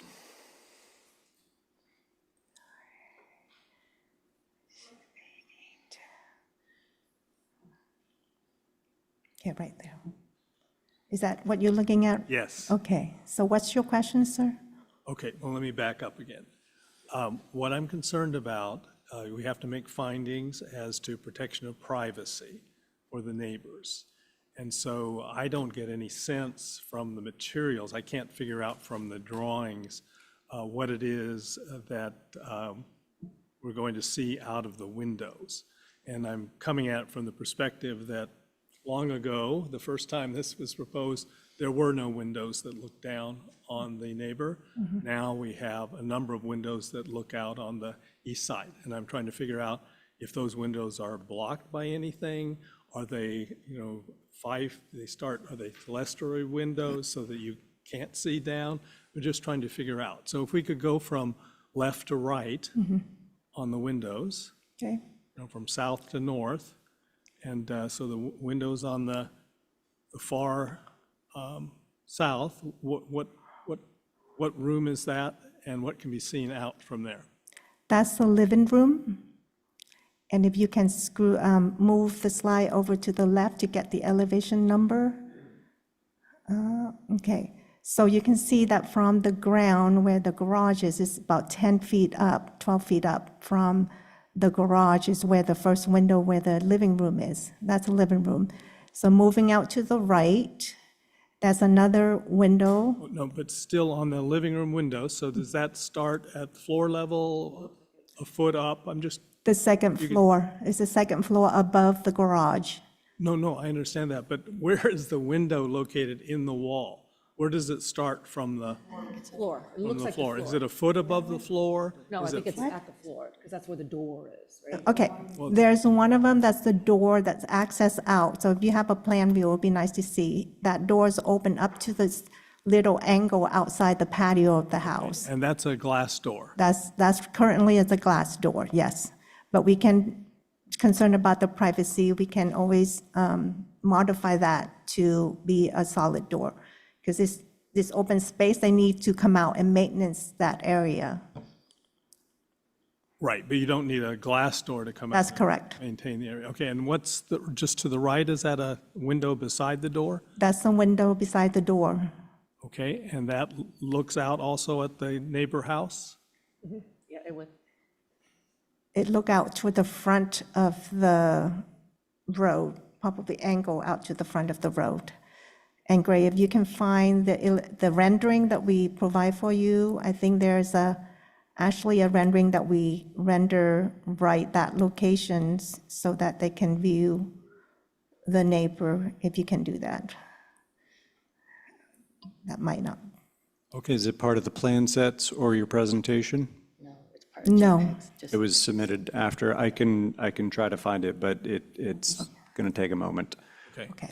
Can you then keep going? keep going. So going toward the right, that's the window for the living room. Okay, and Yep. how high is that? Or to Yes, put it it can- another way, somebody standing in the living room can look out that window. Yes, Okay, so, and that's looking right at the house to the, to the neighbor. okay, that's looking, you can see the neighbor's house from that window. Relatively. So remember, if you look at the site plan, there's a whole bunch of trees that we're putting up, and they are about 5 feet away from that property line, and they are higher. So you're actually going to see the roof of the neighbor, not any of their windows. Okay, and then the next, So the next one is, I think that's a door, that's a kitchen door where they come out to bring trash out and it's extra. okay, and there's no wall blocking that door. There's a retaining wall, it's going to go up, right there where Greg is Okay, how drawing. high will the retaining wall be? Judging from here, it's probably about, 3 feet. Okay. Okay, so someone this is the kitchen? That's the kitchen, yes. So someone in the kitchen standing there would look out over the retaining wall. Okay, and then the next windows? And then moving over, that's where the kitchen is. So there is a sink right by where that window is. Yeah. Okay, so someone standing at the sink would be looking out over this wall. Okay, so there's nothing blocking looking out from the sink. It has trees and it's high that they can see the roof of the neighbor. Okay, Because the neighbor house is down much lower compared to this property. Yeah. okay, So moving up, the gray there, so you can see the other, I think that's up in the level, which is the master bedroom. Yep, the master bedroom. Yes. Okay, is that a floor-to-ceiling wall? What is, again, I'm just asking, what's the elevation of the windows? I mean, where, do they start at the floor? Do they start 5 feet up? Where do they start? It's about 3 feet up. 3 feet up. Okay, and then the same is true of the next window? Yeah. Okay. This is, because the windows we provide is exactly locations as the previous approved plan. Okay, and those look out to the east, and can those look down at the neighbor? Down to the roof of the neighbor, yes. Okay, and you can't see the patio from those windows? I don't believe so. They're pretty high. You can see the roof of the neighbor between the trees that's going to be planting there. Okay, and actually, then can we go to the landscape plan? And can you explain what trees are going to be planted there? Yes, maybe a landscape plan. All that circle is where all the plants, the trees going to be. And what kind of trees are those? Because I didn't understand that those were going to be trees. Okay. You want to point to all the trees on the side of the property there, Greg? Yeah, all that tree's going to be. Are those trees or those look like bushes? Yeah, I didn't understand that those were trees. Because the trees are typically the bigger ones with the canopies? Mm-hmm. So I think those are bushes, right? Because Alpha they're berry, circles. yeah. It says oleander. I mean, it's a bush. It does say oleander or coffee berries, they're small. No. I guess they can be tall. I mean, They can be oleanders tall. are very Right. dynamic. Okay, so can we confirm that these are not trees? These are bushes? Right, these are bushes. Okay, and We can improve it by putting trees there to shade the neighbor as needed. okay, this diagram is showing the trees fairly close to the property line. So at the point to the south, the property line it drops down and it's about 5 feet from the house, the neighbor's house, correct?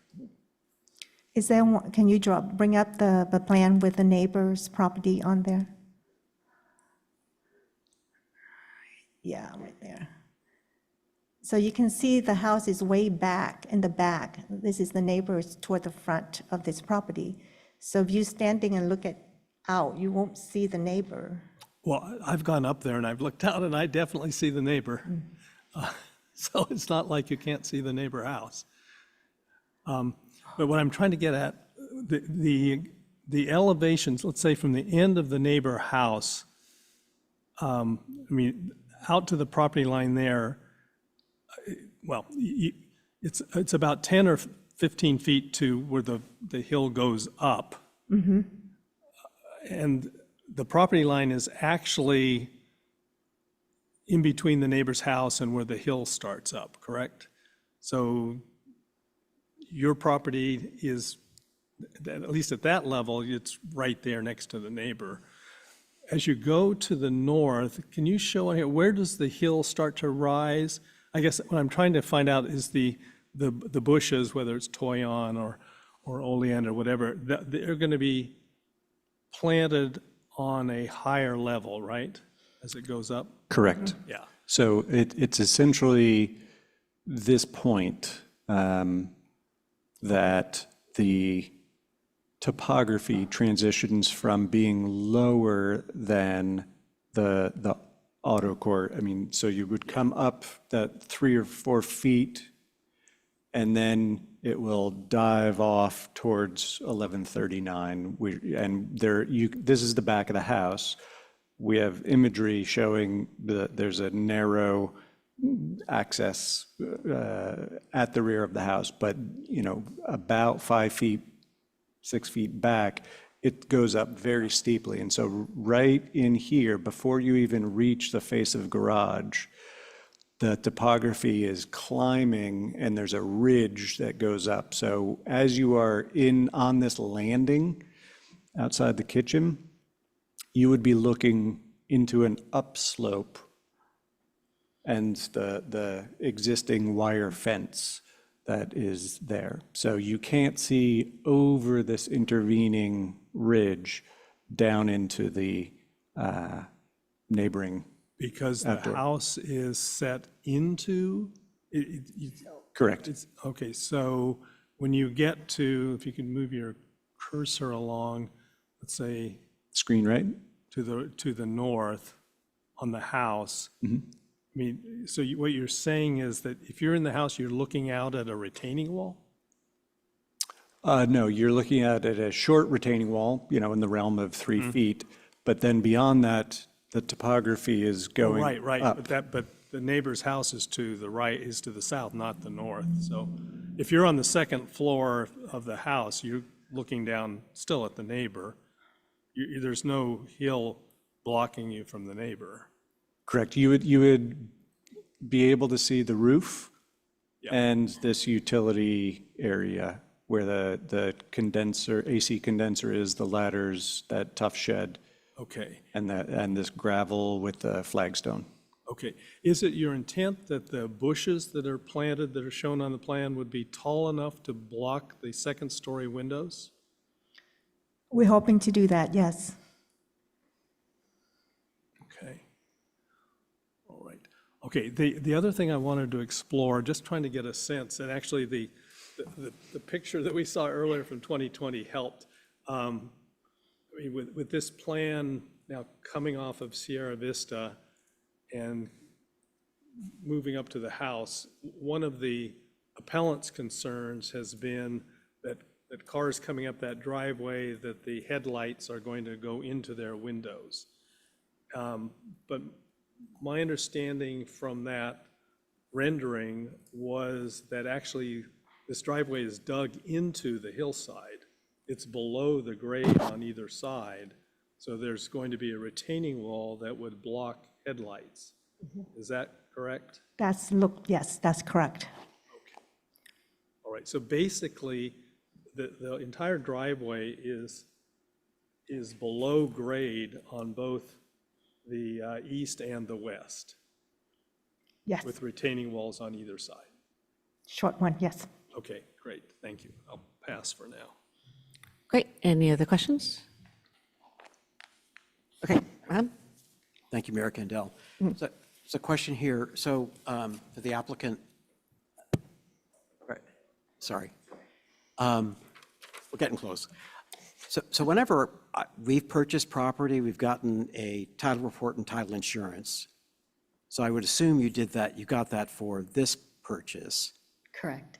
Okay, and those always indicate easements. So a lot of people have raised this, there's this debate, I gather, that's been going on since '07, that does the easement, the Session Road on the map there, did the title report indicate that roadway or the right-of-way, that 50-foot perimeter, if you will, are on Sessions Road, where the utilities are, PG&E and so on? Is that what was indicated on the title report? I provided the title report to the staff. Yeah, but it doesn't actually clarify that. Okay. It doesn't. But there's nothing there about like having easement covering the whole property. It doesn't say that on the title report. Okay. All right. That's great. Thank you. Great, one second, one more. So Carl got my questions on the privacy issues. I was going to ask those same questions, so thank you for doing that. The other one is the question about the water container that is going to be removed. If it goes, I'm assuming that there must have been a grading plan, and then there's a fence down below. I'm assuming the fence goes too?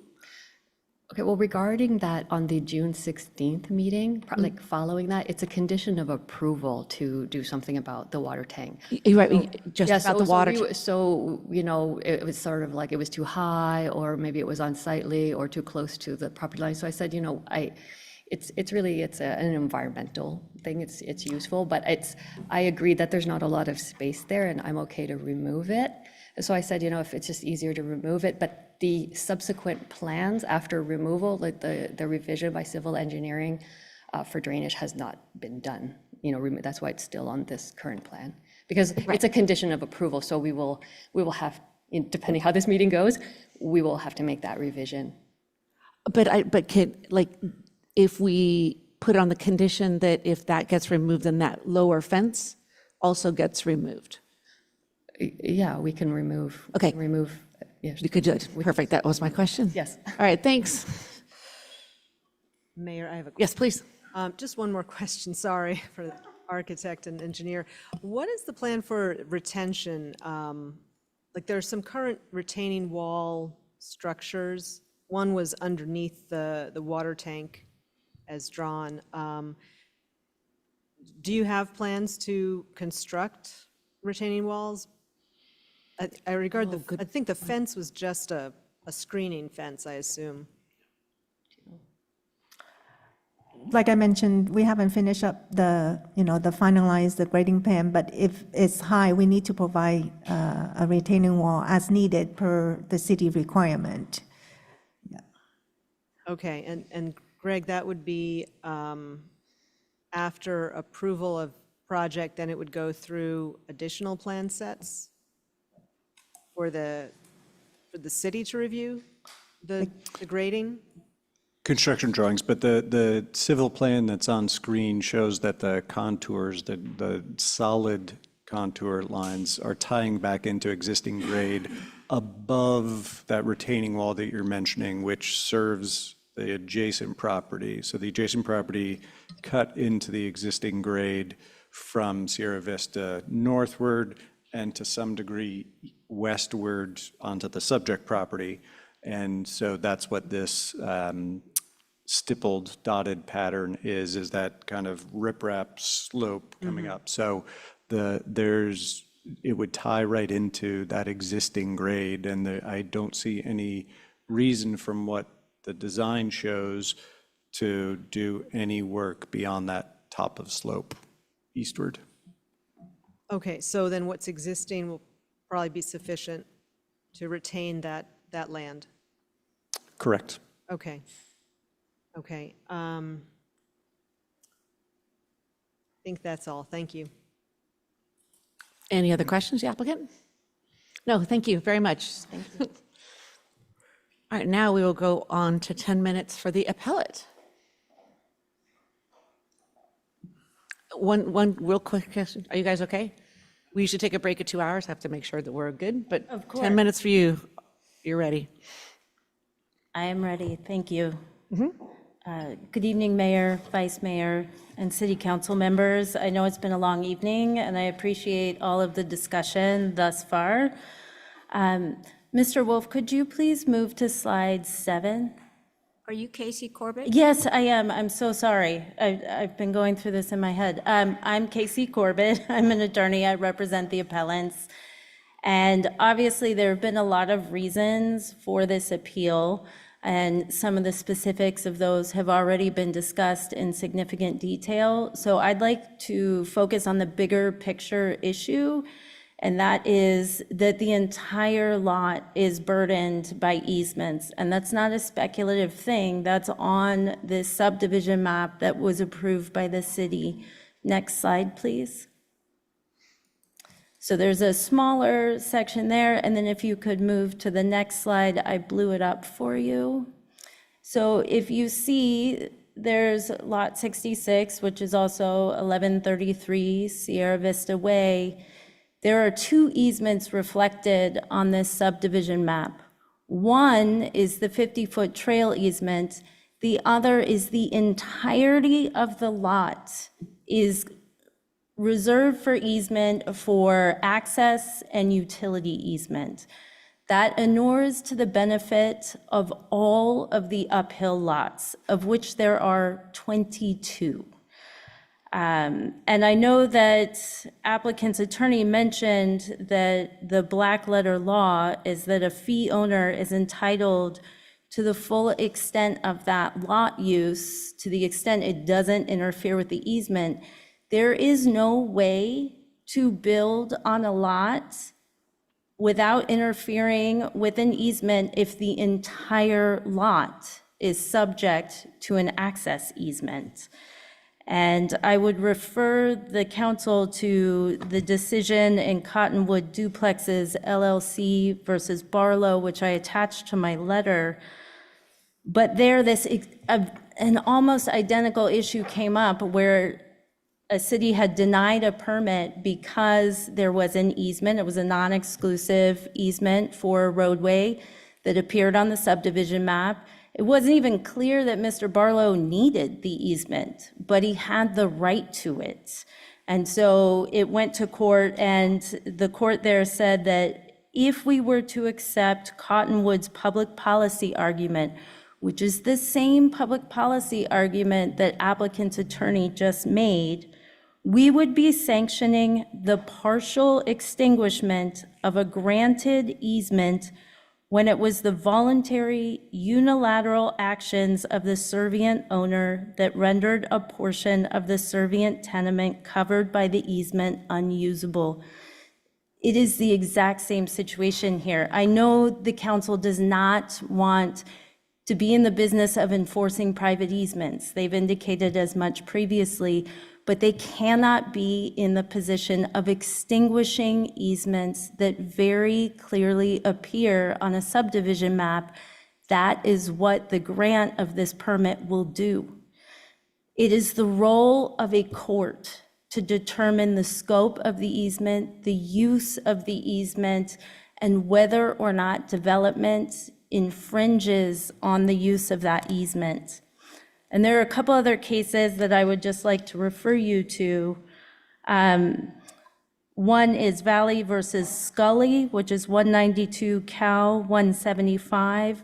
An easement does not terminate unless the owner also manifests an intent to abandon its future use. And in Winslow versus Vallejo, 148 Cal 723, on page 725, the court said, if the language of the grant in question, viewed in light of all the conditions existing when it was executed, clearly gave to the defendant a right in excess of the one actually used, such right would still exist, notwithstanding the exercise for a time of a lesser privilege. Whether or not Sessions Road is 50 feet or 20 feet is of no matter, because all of the uphill lots are afforded the entire use of the parcel. And while that may not seem a fair result, unfortunately, California law has set it out that these easements that appear on subdivision maps must be honored or they must be abandoned. And the applicant's remedy is to go to court and seek an abandonment of the portion of the easement that is not being used. But that is not the role of the city council to engage in. And so while there are privacy issues and drainage issues and all of this, the fact is every owner uphill is entitled to rely on what appears on the recorded subdivision maps. This isn't, a subjective belief about what they're entitled to. This is what the city approved years ago when Mr. Jacovina set up these developments uphill, and he was the owner of Lot 66 at that time. Okay. And I'd also like to refer the council to Tract Development Services, Inc. versus Kepler, which is 199 Calap 3rd, 1374.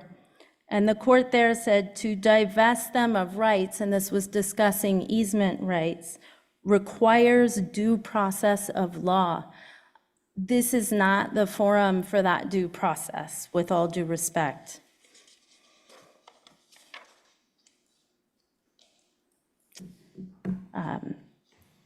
And then, once again, if we can go back to slide 6.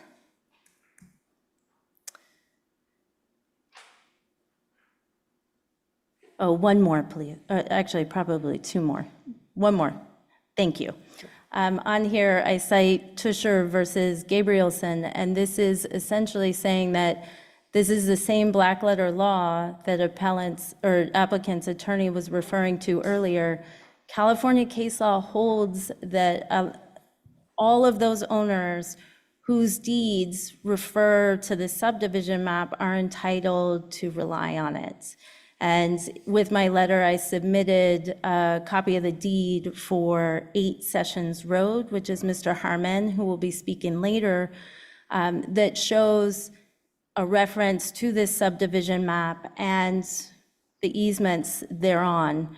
And Mr. Harmon is looking to take advantage of some of the new laws in California where you can add an ADU, an accessory dwelling unit, or something to provide more housing because of all the housing needs. And he will be foreclosed from that opportunity, which in and of itself is a taking. If the house and the development are able to be built in the way that they're currently being proposed, because he would need that access up through the side and actually including a small portion of 1139 Sierra Vista Way. So by making this decision to grant a permit and the variance with it, what the city council is doing is saying that part of the easement that appears on the subdivision map no longer exists, and you don't get to use that anymore. And that means Mr. Harmon doesn't get to use it, the 21 other owners don't get to use it, and whether or not they have been using it thus far, the black letter law that I've cited to you this evening and included in reference in my materials clearly says that they're entitled to those easements. But if we do want to talk specifics, you know, the architect just said that the plans hadn't actually changed all that much, that the corners were squared out and the garage was changed a little bit. But those windows, which many of you addressed, there are new windows there. There's a new staircase. The architect made reference to a patio out there. That is all going to be looking straight into the Swartz's house, and I'll let them address that in more detail later. But I thought it was important to raise the point that the staircase previously hadn't been approved, the extra windows, the patio, and the permit was allowed to expire and new things were added to it. And that's a particular concern to the neighbors. And on slide 12, there's a rendering of the differences between the two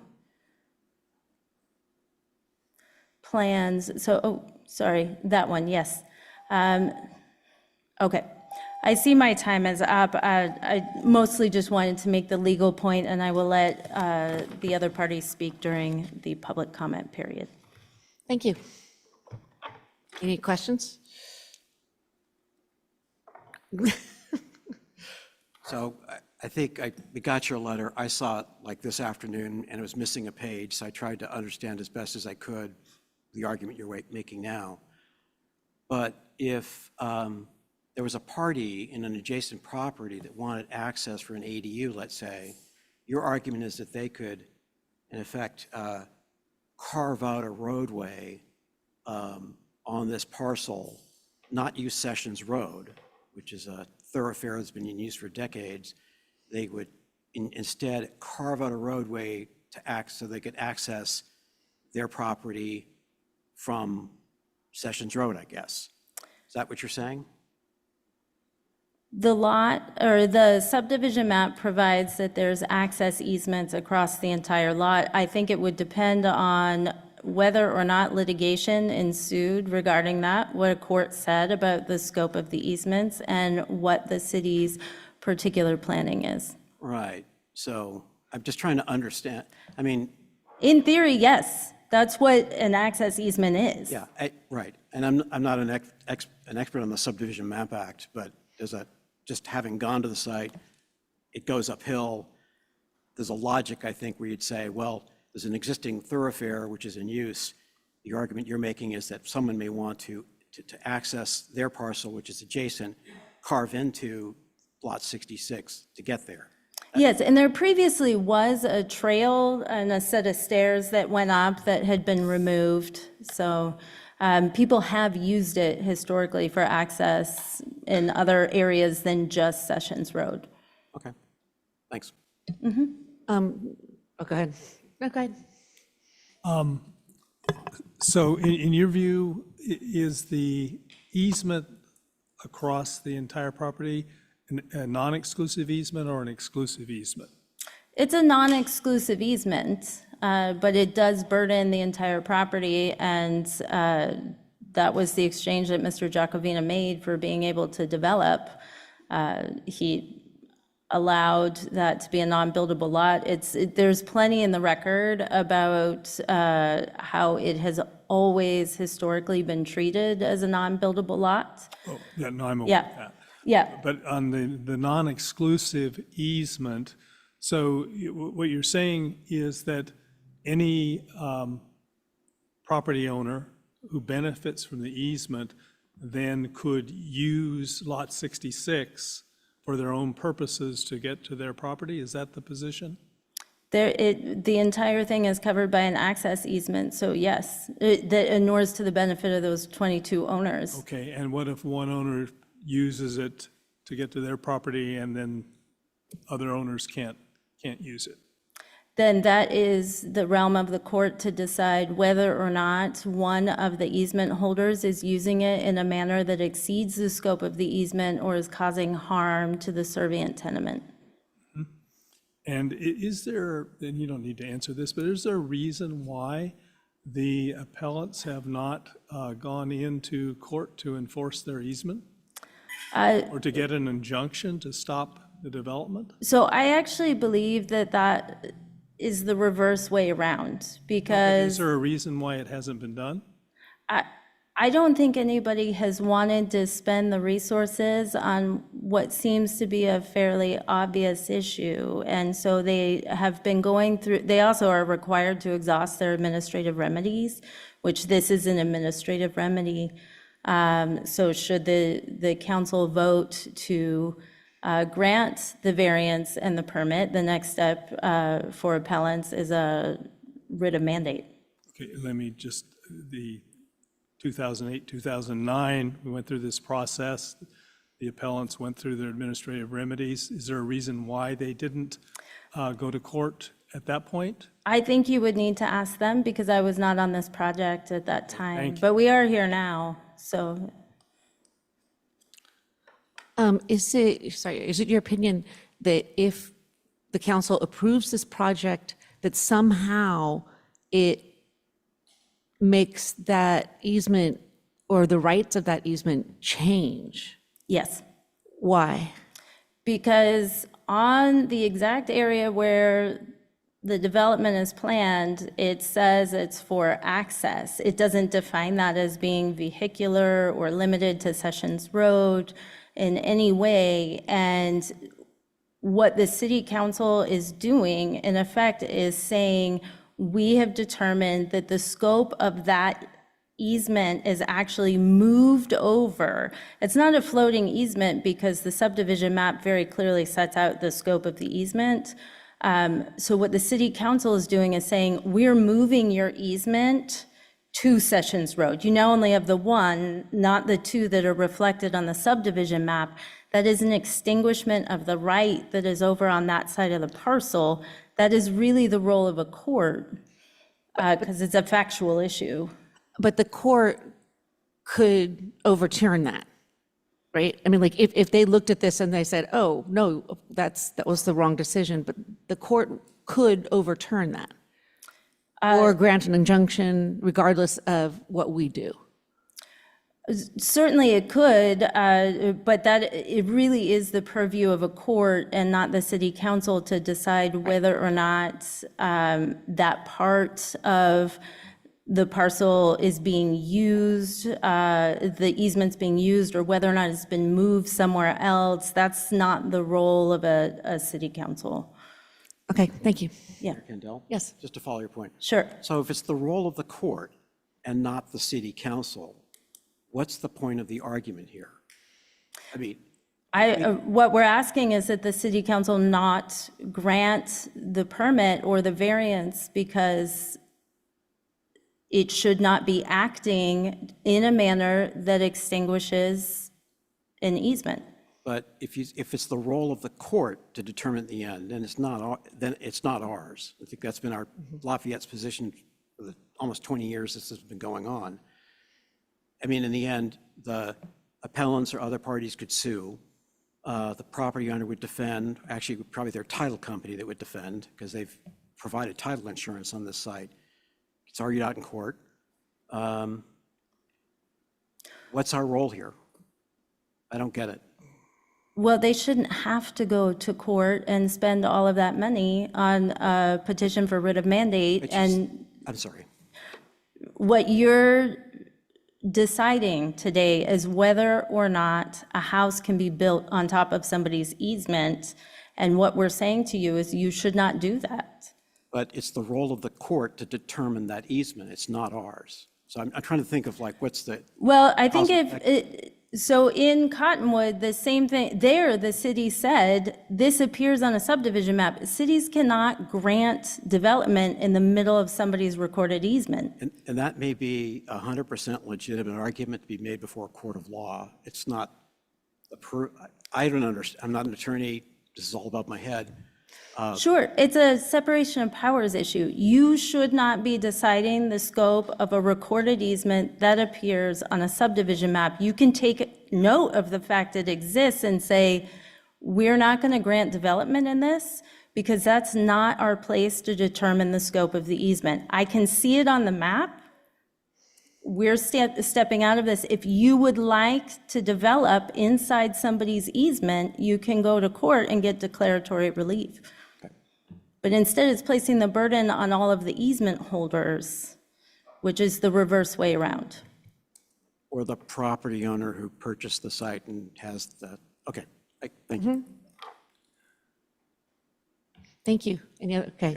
Just quickly, just my own edification, because I was looking through the history of this, where trying to establish, the original plan, and then it's changed, and obviously the permits have expired, but, there was the approval in 2020, then further again in 2022 and 2023, due mostly looking to as permits expired for substantially the same house, perhaps with some changes. Were those decisions appealed back then in 2020 or 2022 or 2023? Those were, I'm just kind of curious, the history. According to Mr. Wolf's presentation, they were not. Even though the house is in substantially the same location and substantially the same? My understanding is they were not. Okay, so if those permits had not expired, there would be a house at that property right now, correct? Quite possibly. Okay, thank you. All right, any other questions? All right, no, thank you. Okay, thank you. Do you guys need a break before public comment? Yeah, if that's okay, you guys, 5 minutes? Thanks.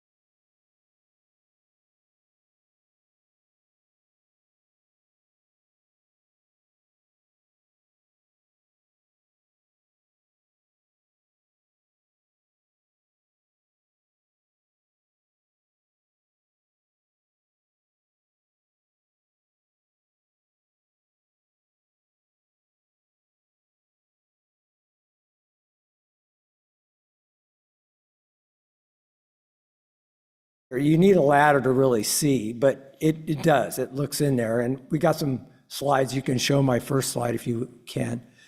And that's kind of looking at it from Google Earth. You can see the steep hillside going down to our home, and where those dead trees are, that's where the home sits.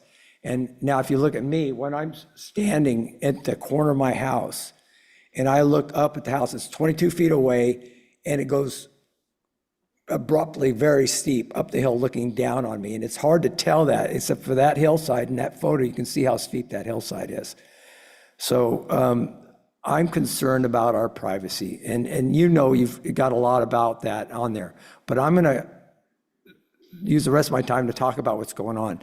There's 2 existing trees, the way that her drainage system is put in, that are going to be destroyed. The only 2 living trees on that east side. They're only 2.5 feet from a French drain system that's going underground to the street. So we're going to lose both those trees. Her storm drain, also the catch basin, through the years, I've been there since '84, I have cleared every time there's a big storm drain. I'll haul 2 to 3 wheelbarrows of debris that come down that, next slide please, down that mountain. And well, there's our privacy. Next slide, next slide. That's our property line, that red line. Next slide. That's our privacy thing too. Next slide. That's where you look up at the tree into our patio area. That's where I sit around and we eat. Next slide. Okay, that drainage area, you can see it's a catch basin. It comes down. Next slide. That street drain right there, storm drain, is one of the ones I clean out with debris.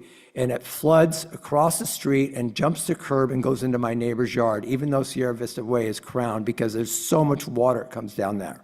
And she's putting a driveway right through the middle of that drain on up her driveway.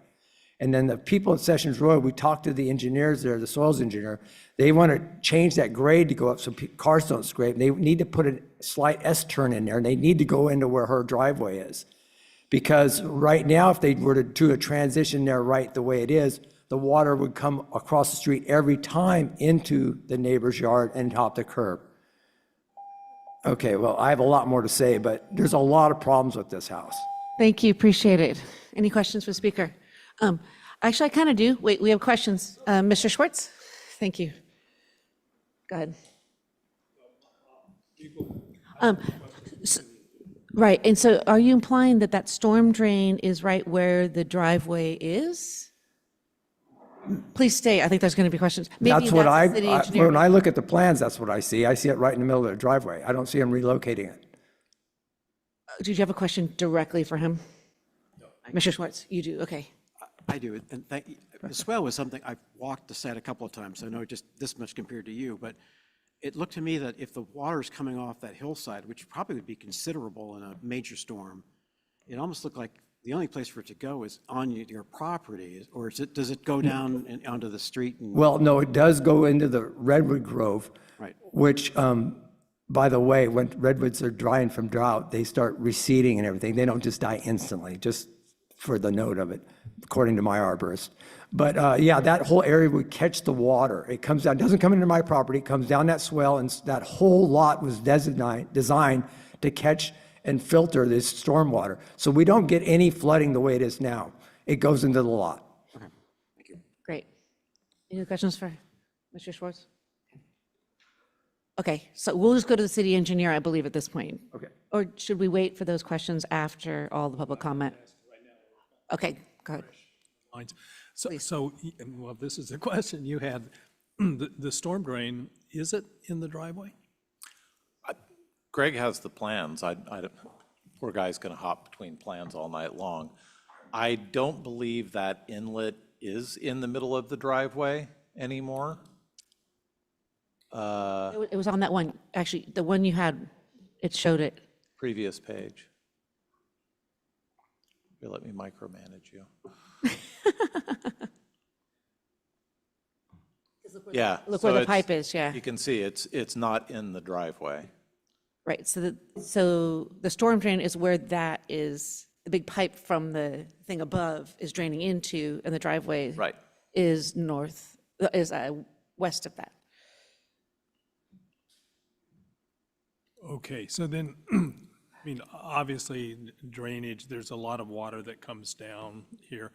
you have reviewed the drainage plan and it is satisfactory to you? Yes. Okay, thank you. And, I mean, if I could elaborate a little bit, one of the thoughts on how to deal with some of the bottoming out on Sessions Road, and I think Mr. Schwartz was alluding to this, if you change the profile on Sierra Vista to take it from a crown to more of a super elevated condition, the water could potentially come down Sessions Road and go across Sierra Vista, which I think is kind of what he was alluding to, is that when that drain gets overwhelmed, the water shoots across the street and causes a problem. If you start changing, thank you, Greg, if you start changing the profile of Sierra Vista, that is something you're going to have to look at as part of changing the profile of that to make sure that water coming down Sessions Road, which is probably where the majority of the water that is going into that inlet is coming from, it's coming from Sessions, it will need to be addressed one way or the other. It could be that you're going to need to they already have one drainage inlet on the west side of Sessions. They may need to put another inlet on the east side of Sessions to help catch that water.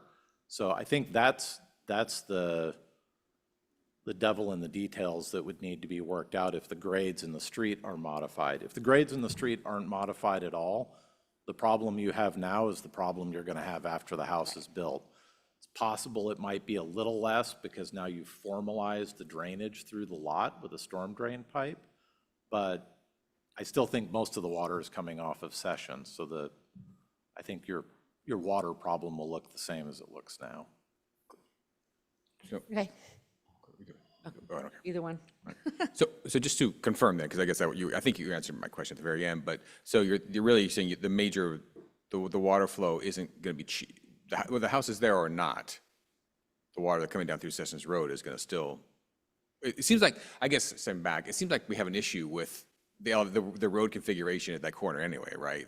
There's a couple of different things going on with the elevation change and water management. Is this something that, I guess, does constructing the house change when the city would do something there, or would you be more inclined to do something if the house is there or not there, or I'm just kind of curious what the current plans are. No, the construction of the house wouldn't change the city's approach to this. This is a problem for Sessions Road. If we were ever to reconstruct Sierra Vista Way, we would likely look at implementing what ISAT has sketched out here, which is changing the profile of Sierra Vista to improve access to Sessions. I don't believe we are looking at reconstructing Sierra Vista Way anytime soon. But the applicant and/or the people on Sessions Road could look at doing this as a project on their own.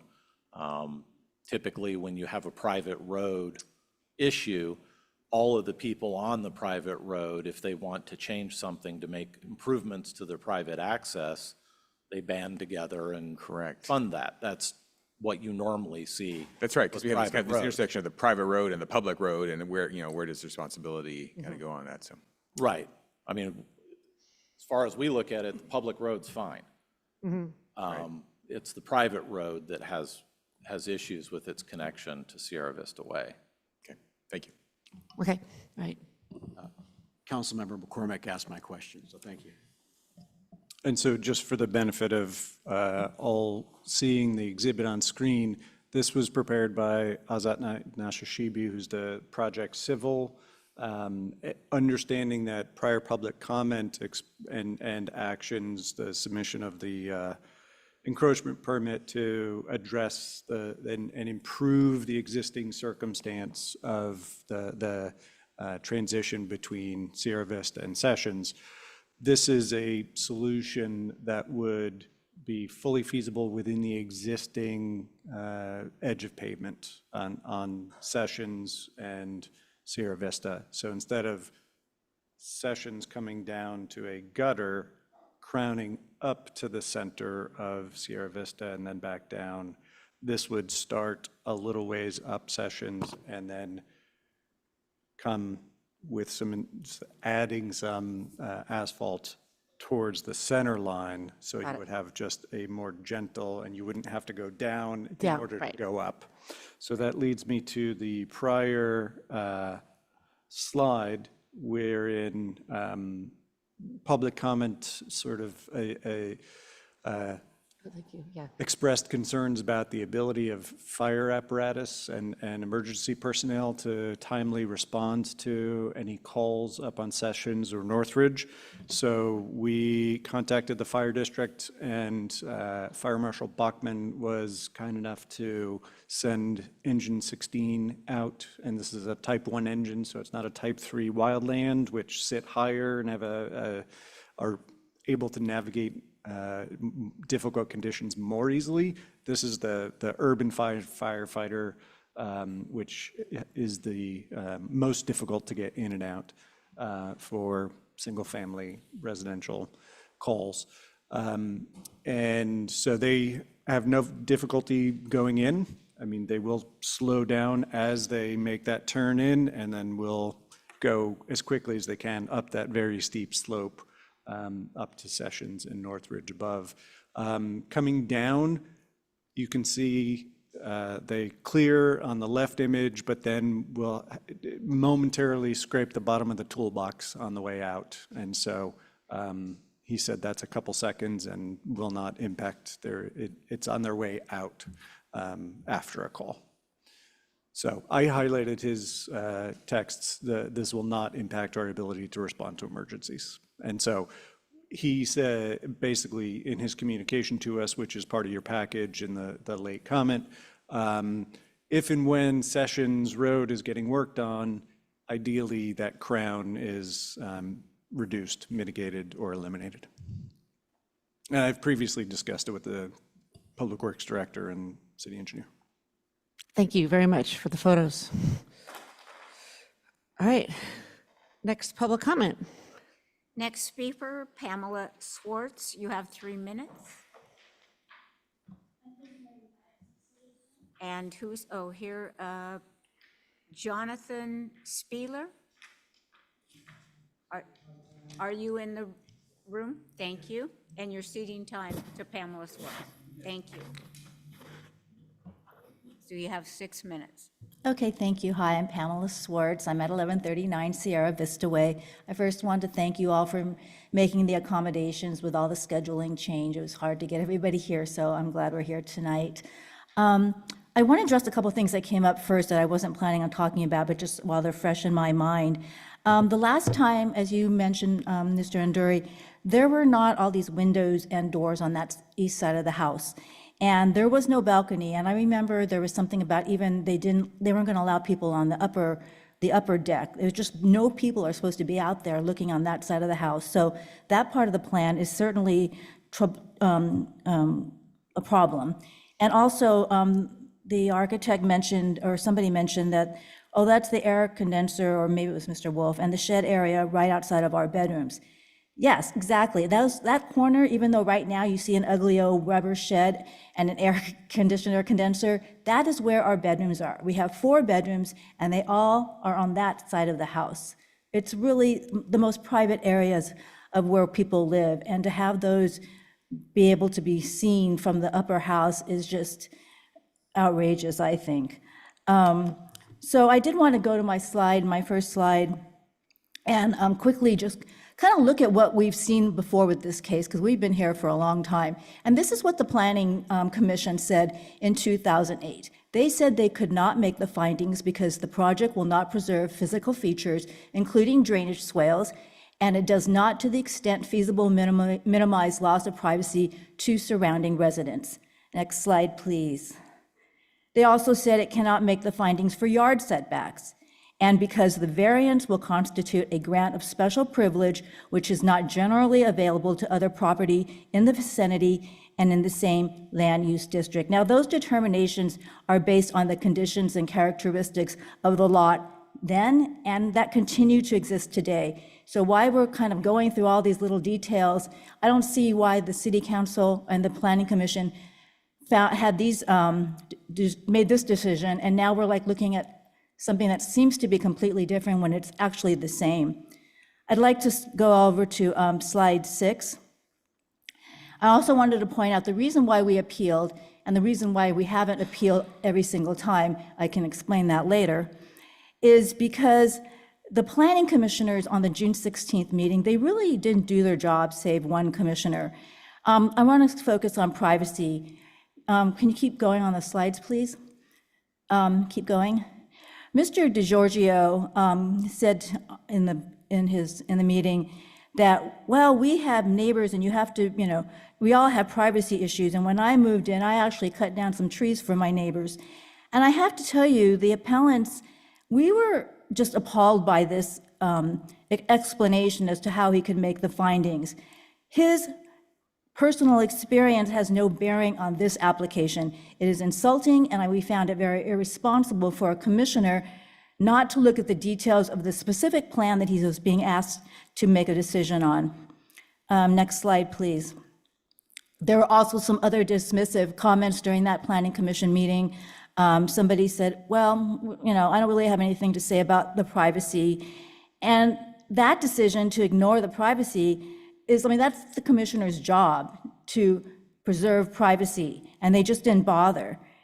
The only one that we know who did a wonderful job was Commissioner Christina Sturm, and I want to take some time to quote her, because she was the only one who used critical thinking. She's the only one who looked at the actual details of the application, and she's been on the Planning Commission for 10 years. She said, I understand that the property is a legal lot and the owner is entitled to viable economic use. The way I see it, it has been developed, a road was constructed, and 2 easements were established. I don't see the fact that it's been developed with a road down the center as a reason to hold it to a lower standard as we would other developments. And on the driveway, she said, it's a considerable continuous curve, so that does impact lines of sight for drivers. If it was a setback that impacted just one adjacent neighbor, that would be one thing, but this is an access easement for 23 other properties, and it's their sole entry and exit, so to grant a variance for one property owner that regards an easement that affects 22 or 23 other owners doesn't make sense to me. And finally, she said, my second concern is privacy. Having seen so many other projects, I've been on the commission for over 10 years. If this weren't this existing development, that Sessions Road's economic use was on the parcel, I don't think we would allow this driveway and the residents to be situated where it is in regards to privacy. And I should note that Commissioner Greg Mason also voted no on the project in the past, but he was absent at the June meeting.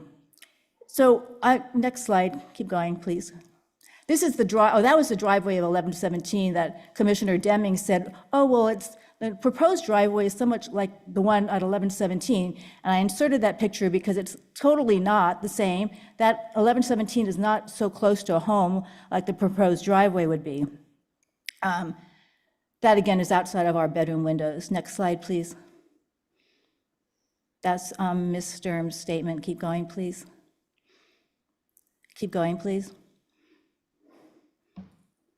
I also want to bring up a couple of due process issues, and in the interest of time, I'm not going to go through all of them, but I wanted this to be on the record in terms of how we've been treated by the city over the last 18 years. There has been roadblock after roadblock, and those are the details. I can get into them if you ask me questions, that have been trying to get us to let this alone. And so that's why appealing is difficult. It's expensive and it's difficult, and it's expensive to go to court on something that we already know is our right. Thank you very much. I hope you do the right thing. Thank you. Any questions for the speaker? I think one of the materials that you submitted noted or said that the headlights of the cars coming in would go into your windows. Do you still feel that, seeing the plans for how the retaining walls are going to be built? I think it's very likely they will still do that. Headlights are not like one little direct light. Headlights go like this. They're not going to just be one, like a pen light that goes right like this. Oh, it's going to go right into the retaining wall. It's going to spread and illuminate that entire area. Great, And thank there's you. also noise from vehicles. All right, thank you. Okay, anyone else? Thank you. Our next speaker is Jeff Harmon, and it looks like Diane Spieler is ceding 3 minutes to Jeff, so Jeff will have 6 minutes.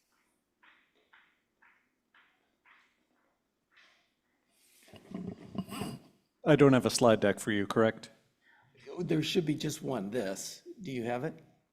I sent it That before noon. is in the report somewhere. I think I can find that and pull it up. I can just, no, listen, I can just pull it, if you don't take my time here. We won't, I promise. Is this the PRA response? No. Oh, okay.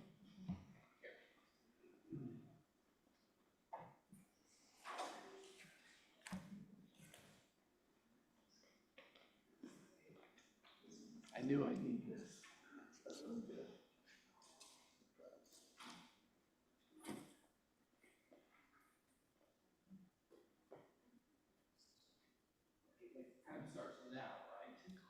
When you get ready and get going, let us know when you. Speak as fast as she did. Totally Tell you fair. that. All right. Greg, have you found that too, or? This is okay, I can speak to it from here. Okay. Well, thank you. I think you know I'm Jeff Harmon. I live at 8 Sessions Road. I'm going to answer some of your questions, Jim, that you had earlier. I was about screaming out of my seat about how split lot, how I would access that, but we'll talk about that later. I'm a 40-year resident here, lived on Paradale for about 20 years and been here for 20 or so. I hope you've had a chance to read my letters. I've written a lot of them, put a lot of time into them. I didn't get that feeling from the feedback from the Planning Commission. In fact, they even failed to reference this conflicting proposal that I have for fixing the bottom of Sessions Road. But it feels like you guys understand that issue well now and the need for it. I mean, what really prompted that were the Pacific Palisades fires. That scared the heck out of all of us. That and the fact, in response to that, we wanted to start a fire-wise community, which we did on Sessions Road. So fixing that road down there was all part of that whole initiative. So I applied for that encroachment permit with Mr. Latrop. We had a nice dialogue. And we were interacting, and he provided me some solid feedback. It was a very preliminary encroachment permit and preliminary plans that I'd given him, and he made note of that. But the interesting thing was, the day after we met, I think he had met with the city administration and came back to me, and he sent me an email that delineated some of the things he wanted me to do with the plans. But then it also said, it says, as I have previously indicated, I'm not able to issue a permit for this work until the conflicts between your plans and the property owner's plans are resolved. And I think he would admit that he sent that to me, and I think I've sent you a copy of that. Well, those, it's just very curious. Those are the exact policy statements that we've been citing for 20 years. The exact statements. And it's right here. I'm not sure I'm going to be able to read it. I can read it off of here, though. But it's a policy statement that was issued in 2004. It was involved a nearly identical situation where a private party was seeking to build on a neighbor's easement.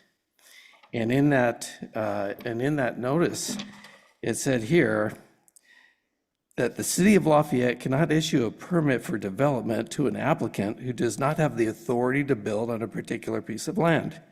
Then it goes on to say, the minimum we would accept would be a written confirmation from the holders of the easement granting you authority to build. I mean, it just doesn't really get any clearer than this. So, and that policy statement is corroborated by law. It is actually in some of the case law that Casey had mentioned, which cites that the inability of a county to issue building permits with easements in place. And And we also have letters that I've submitted to you from Ned Robinson and from Guy Atwood, prominent Lafayette citizens, former planning commissioners, who attested that this has always been the policy. And it is standard practice throughout California. You have to get authority to build. So I didn't leave it at that, just out of curiosity, and as another way of confirming, I reached out to eight other cities, including Danville, the applicant's home base, and I asked them. Specifically, I reached out, I said, would you ever issue a permit that allowed building over a private easement? Very simple question. It took a while. I actually reached out to 10 and I got through to 8. And without exception, they said none had. And they mostly just dismissed the idea entirely, like it was a crazy idea. So, and that's just what happened to Mr. Wolf 20 years ago when Planning Commissioner Holt came up to him. You can ask him in the question section about that. He had the same thing. He rejected it. So did the city attorney, but that turned over the years. So these findings are very consistent with the 2008 appeal meeting as well, where we were, I think the council was trying to find whether there's any possibility of circumventing this policy. Well, they had staff go back and check variances for 8 years, and they couldn't find an exception to it. Confirmed everything we knew. And during that meeting, Councilman Anduri, you said, in all my years on the Planning Commission and on the City Council, never encountered a case where a variance request would have the house in the easement. And the city attorney agreed and went on to say, it was a highly unusual situation, but this assumes that there's an easement over the entirety of the property. Can you wrap it up? I can if you just give me, so just to adjust the one list. I have one more big issue in here, which is that putting a house on that lot, say, it will block me from being able to split that lot. That's a new issue that's come up with Senate Bill 9. It's very lucrative for me. That lot would be a beautiful lot. And the only way for me to get to it is right up the side where all those bushes are that you guys were talking about early. That's the only feasible way to access a split lot. Great. Okay. Appreciate it. Thank you very bet. much. Yes, please. Questions? Sorry, I do have a question. So I remember this letter, I read it, it was in the Planning Commission package also. Yep. What I was unclear, there are all sorts of easements. On my property, we've got trail easement, open space easement, PG&E easement, and so on. And I want to make sure we're not talking apples and oranges here. Do you know what kind of easement was referenced in the Van Gilder letter from '04? Is the same as what we're talking about here? No, I can't answer that. Okay, Sorry. all right. Okay, thank you. Great. Thank you. Sorry, Joanne.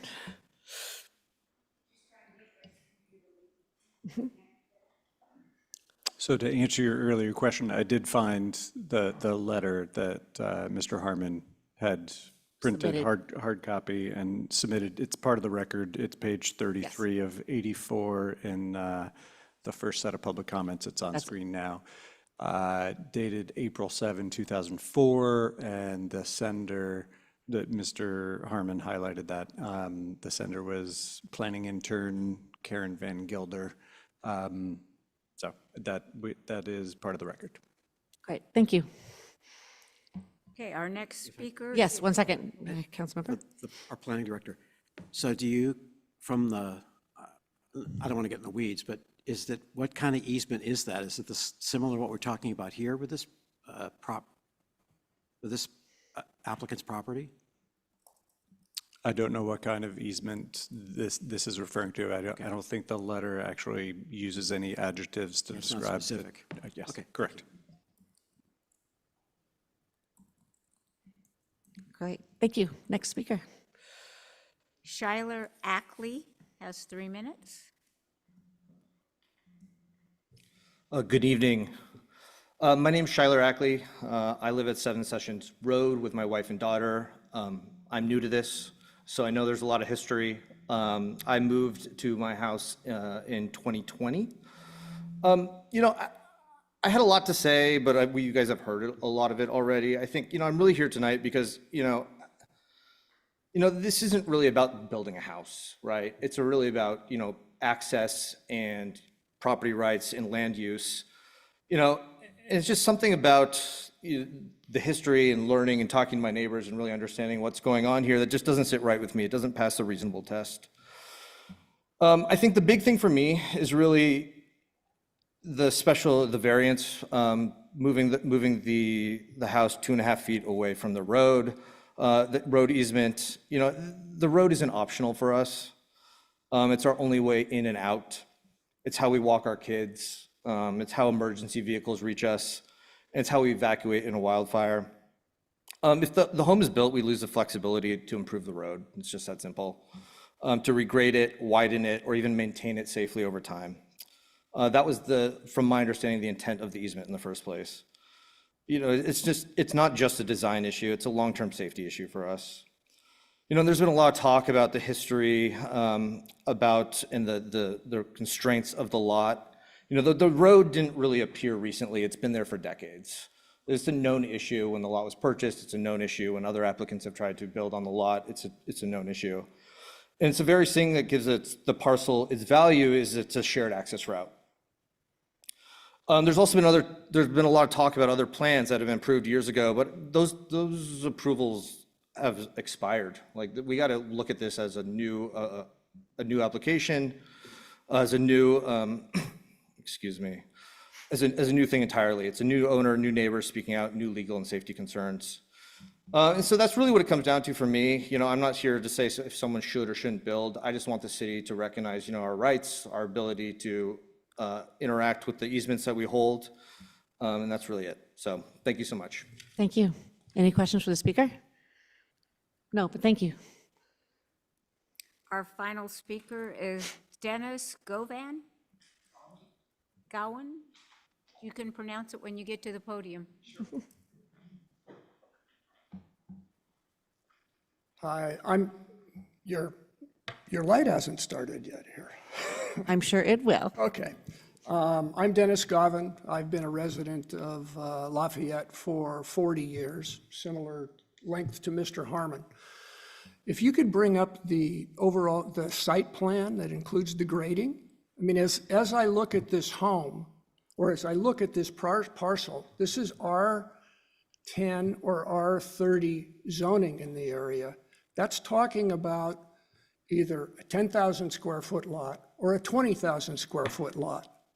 When you look at this lot, it's cut in half by the road. So you really don't have a full lot there. In fact, you have you're building on, a third of the lot? On the uphill side. If you look at the drainage plans, there's a swale that comes straight through the center of where that house is now. And what you're doing is you're going to be altering those drainage patterns. Some of that's coming off the hill. There's a lot of water that comes off that hill. It presently goes through the center of the lot where that house is going to be placed. I don't know that a 12-inch line is going to take the water from that hill across that property. I don't know if it's going to divert it onto the neighbor's property or down the road. But basically what's happening is somebody bought a lot that probably shouldn't have bought it. You're going to use a third of the property for a house, and then you've got an easement on there that basically encumbers the whole site. I just think it's a bad idea. It was a bad idea in 2007. It was a bad idea in 2008. and it was a bad idea and has continued to perpetuate this idea. Somebody made a mistake and sold somebody a lot that they shouldn't have, and it's not the city's responsibility to solve that problem, nor is it the residents to have to bear the burden of that mistake. Thank you. Thank you. Any questions to speaker? No, thank you. I don't see any hands raised in our virtual audience, and I have no additional speaker slips. Mayor Kandel? Okay, great. So now we have 5 minutes from first the appellate, right? Or the appeal piece, the appeals? Is it applicant first and then the, It's the appellant. I thought it was the appellate first and then the applicant. It goes opposite, right? So yes.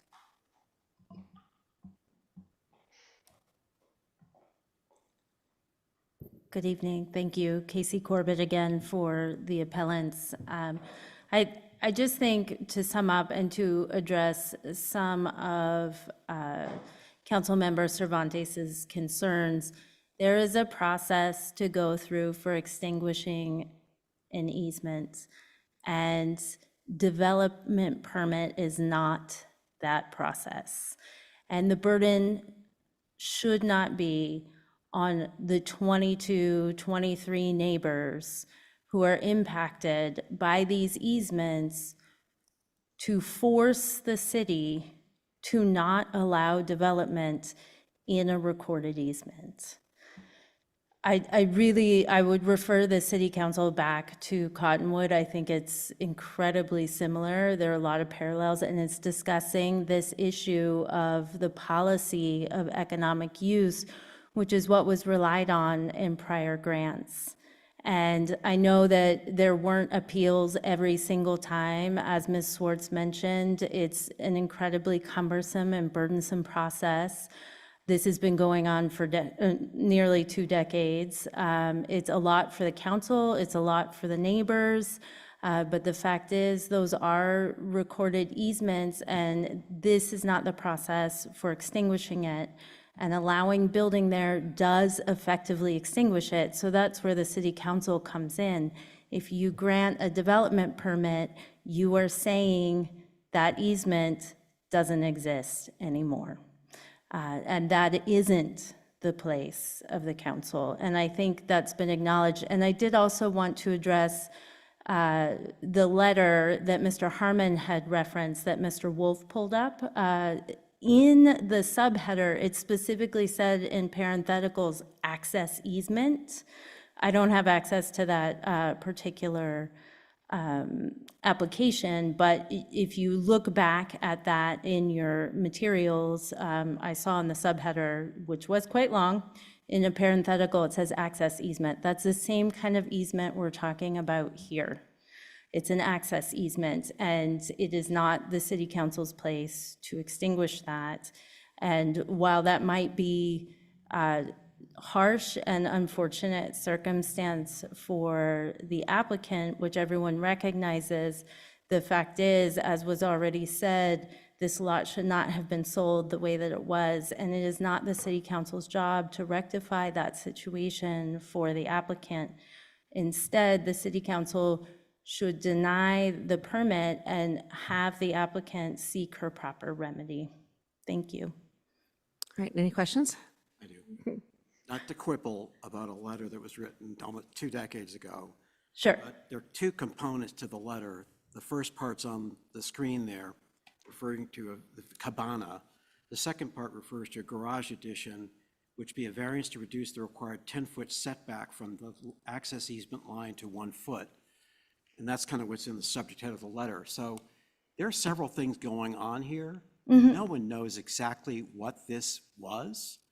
So the question I had for other parties was, is it an apples and apples we're talking here, or apples and oranges? I have no idea. So it's like, I think that hanging our hat on this letter, written 20 odd years ago, I'm a little bit leery of that, to be honest with you. Just Oh, and I completely respect that, and I don't think you need to hang your hat on that because the case law specifically says that you should not be building in these, and that there's a proper process. which, in my view, would be good fodder for a court of law, with the ability to really discern the case law and the facts. Yes, I agree. I just think we might have a disagreement about whose burden that is, because the city should not be approving development in a recorded easement that appears on a subdivision map and in deeds. Any other questions, or I'll step thank you. down? Thank you.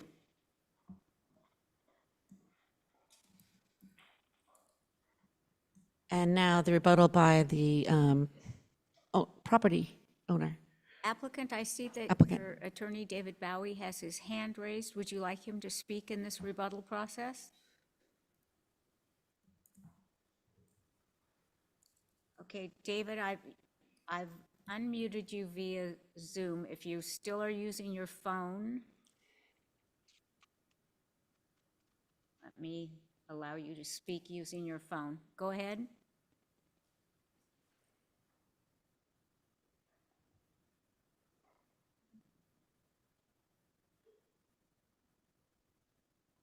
David, this is the 5-minute rebuttal. I believe I'm unmuted now. Yes, we can hear you. Thank you. Thank you very much. And again, I apologize for my inability to attend personally and my lack of facility with technology. There are just a few comments that I think are really important to make. And one is to simply acknowledge the difficult situation in which this council finds itself. You are constantly being asked to balance the interests of competing homeowners and determine the rights and privileges of various neighbors in a whole series of matters that are submitted to you for decision. That's not easy. What you have to obviously rely on is some of the subsidiary commissions that hear matters and make recommendations to you, and your staff, which considers matters in detail and makes recommendations. In this instance, I would urge you to be very cautious about disregarding the staff report, which is exceptionally thorough and carefully addressed all of the issues posed with this application, and also to give credence to the prior commissions, which of late, over the last few years, with an application that's essentially the same as the application that you're looking at this evening, went ahead and approved without question this particular application. So they made those determinations, unless clearly in some fashion wrong or incorrect. It would be bad policy, I would think, for the council to simply ignore those decisions and then go ahead and make its own determination. So I guess the next question is a fairly simple one, and that is, what in fact is the role of the city council in hearing an application like this? And I would submit that the role of the city council is to apply the city's procedures that exist to the facts of the application before it and decide that matter as a matter of the city's own regulations. I think you're being asked to sit as a court of equity and make determinations regarding quiet title, injunctive relief, declaratory relief, whether or not rights are impinged, and everything of that sort. That's not your role. And the city attorney in the past on this application has quite properly said, that's not your role. What you're supposed to do is decide matters which are within the city's jurisdiction. If someone wants to go to court, it's up to someone to go to court and adjudicate those rights. And I would point out the council has misstated the situation in numerous times. Whatever you do is not going to eradicate or extinguish the rights, such as they are, which the various parties and neighbors might or might not have. Those rights are not going to be impacted by what you do here. If they have rights that are impacted, they have a right and a duty to go to court and have those rights clarified and adjudicated. But it is not up to you to make that kind of a determination. You simply act on matters that are within your jurisdiction. I would also point out to you, as I think you've already recognized, that this is a lawful lot, which means my client is entitled to develop that lot. We need a variance. Well, why do we need the variance? We need the variance because there were concerns over privacy to the adjoining property, and we were asked to push that entire house farther to the west. So the primary reason for the variance happens to be to accommodate the privacy concerns of the adjoining neighbors who now object to the variance, which seems more than slightly circuitous to me. The issue of privacy with the neighbors is important. We recognize that. But Mr. Wolf's photographs, the staff report, and the comments of the architect make it rather clear that the views into the neighbors are really at best filtered, can be fully screened by conditioned landscaping, and in any case, there's a huge difference in elevation between the two properties, and they're offset against each other. So as a result, the comments made repeatedly by both staff and the architect that we're primarily looking at a rooftop happen to be accurate. I would also mention that the neighbors themselves do not observe the setback requirements imposed by the zoning district. So to the extent there are concerns about privacy, their own situation arises from the manner in which their own property was actually constructed and developed. But to go back to the legal issue, which I think is clear cut, my client has a legal lot entitled to go ahead and develop. If you were to deprive her of any ability to develop that lot, she has a clear entitlement to just compensation. If you approve this project, you really don't extinguish any rights of the neighbors. If they have rights, they're free to go ahead and litigate them. And I would say that I've litigated numerous cases involving the interpretation of easements. They're complicated factual issues, and they're not at all as clear-cut as counsel would suggest. All of our cases are distinguishable, but this is not a court of law, so I'm not going to make an attempt to do so. I realize I'm about out of time. I apologize again for not appearing in person, and I thank you for your attention to this matter. Good luck in making this decision. Thank you. All right, thank you. All right, any questions for the applicant? All right, no, thank you, Mr. Bowie. Thank you. Okay, so we are done with that. Do we have any other questions we want answered before we start talking about making findings?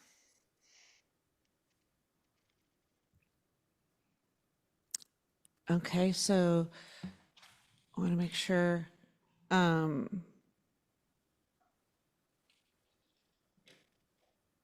Okay, so let's go to the actual part where we making our findings.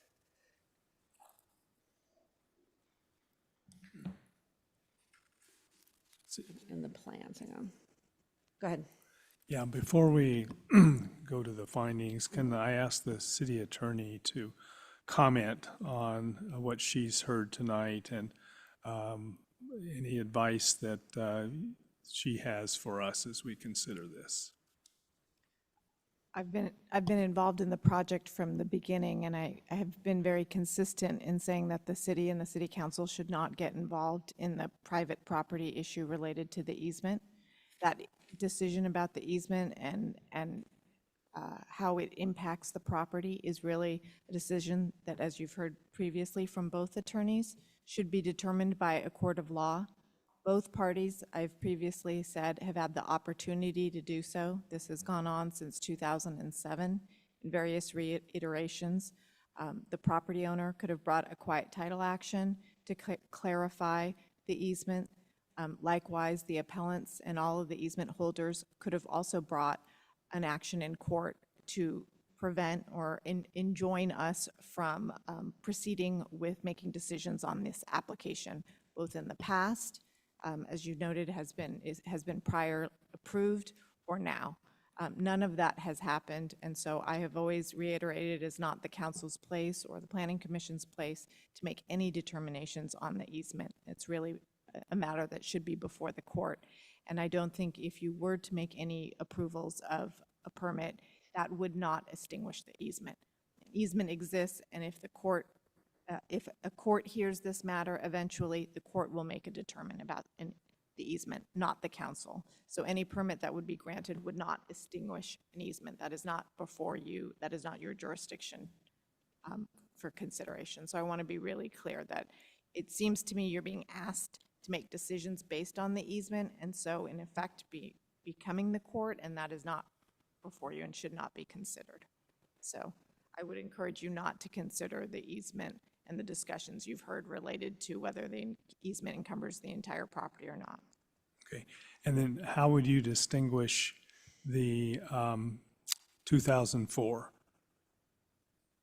I'm not, as similarly mentioned by Councilmember Cervantes, I don't know the details of that application. And so I can't opine as if it was a similar situation or not. I can say that we have been consistent in this application in saying that the council and staff and planning commission should not consider the easement, and the parties could privately litigate that matter, and we would follow what the court said. If the court enjoined us from considering the application, we would follow that, and likewise, if any approval was made and that was overturned because of the easement, we would follow that as well. Okay, so what you're saying is that there is not an established city policy, as was stated in the, possibly stated in that 2004 message, but basically the policy, as far as you're concerned, is, and recommending to us, is that the council does not make decisions about the easements. Correct. That we do not recommend, and you've seen that consistently since 2007, that we don't recommend that the council and planning commission make any decisions on private easements. Okay, thank you. Okay, are there any other things we want to talk about before we go to the findings? Go I ahead. have a follow-up question. When Sure. did the stairs on the east side of the project enter the picture? At what stage, which plan had the staircase on the right-hand side? I mean, that obviously was not in the 2008. No, but I think it was in the 2022 from my What was the right-hand side? Can you clarify? Is that the east. East? East. Yeah. Near the Swartz house. The stairs that are cut into the grade, Well, there were On no the east. stairs on the east in 2008. Now there's a staircase on the west and there's a staircase on the east. yeah, I would have to go back through the sets of approved plans to ascertain when they were added, but they are certainly part of the current proposal. Yeah. Okay, thank you. Any other? That was why I asked that earlier. If, for privacy, what's the limits of the things that we can ask for in our conditions of approval? Could we ask, for example, to get rid of the staircase on the east side? How much can we ask, or is that a full design change? I guess there are two elements of that. To what degree that staircase impacts the privacy, I don't know that staff sees a material difference. I think the contention is around the glazing, the windows, and in evaluating the site, we have taken that vantage point, and you will see the roof. That is the extent of the privacy impact as far as staff can discern.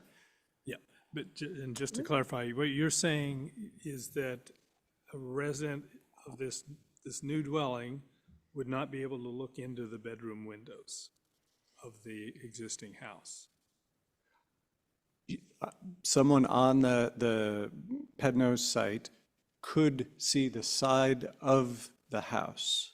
Whether or not you can see into the windows and through the windows, I think, is a function of whether there are curtains or not on those windows. But you would definitely be able to see the windows on the side of the house. Those two windows that were in the illustration, the photograph that both I presented and the Swartzes presented. So yes, they would be able to see the side of the house. I think talking about the privacy part, I think we should acknowledge the fact the house has moved significantly, or as significantly as you can within the lot, the constraints of the lot, to help with the privacy angle is notable. I was a little disappointed. I thought that the landscaping didn't directly address the privacy issue. It felt like the applicant and the architect didn't, it wasn't a conscious issue. They weren't really kind of aware, and there's so much you can do with the landscaping to help with the privacy that would seem to be in probably the least expensive thing you can do in the construction side of it. That if we were to consider conditions of approval to mitigate the privacy, I would not necessarily be in favor of a structural change like stair removal or even retaining wall thing. I would certainly be highly interested in really specifying trees, thick foliage, staggered trees. I think there's something that could be done in that area that would help guarantee kind of privacy initially and far in the future.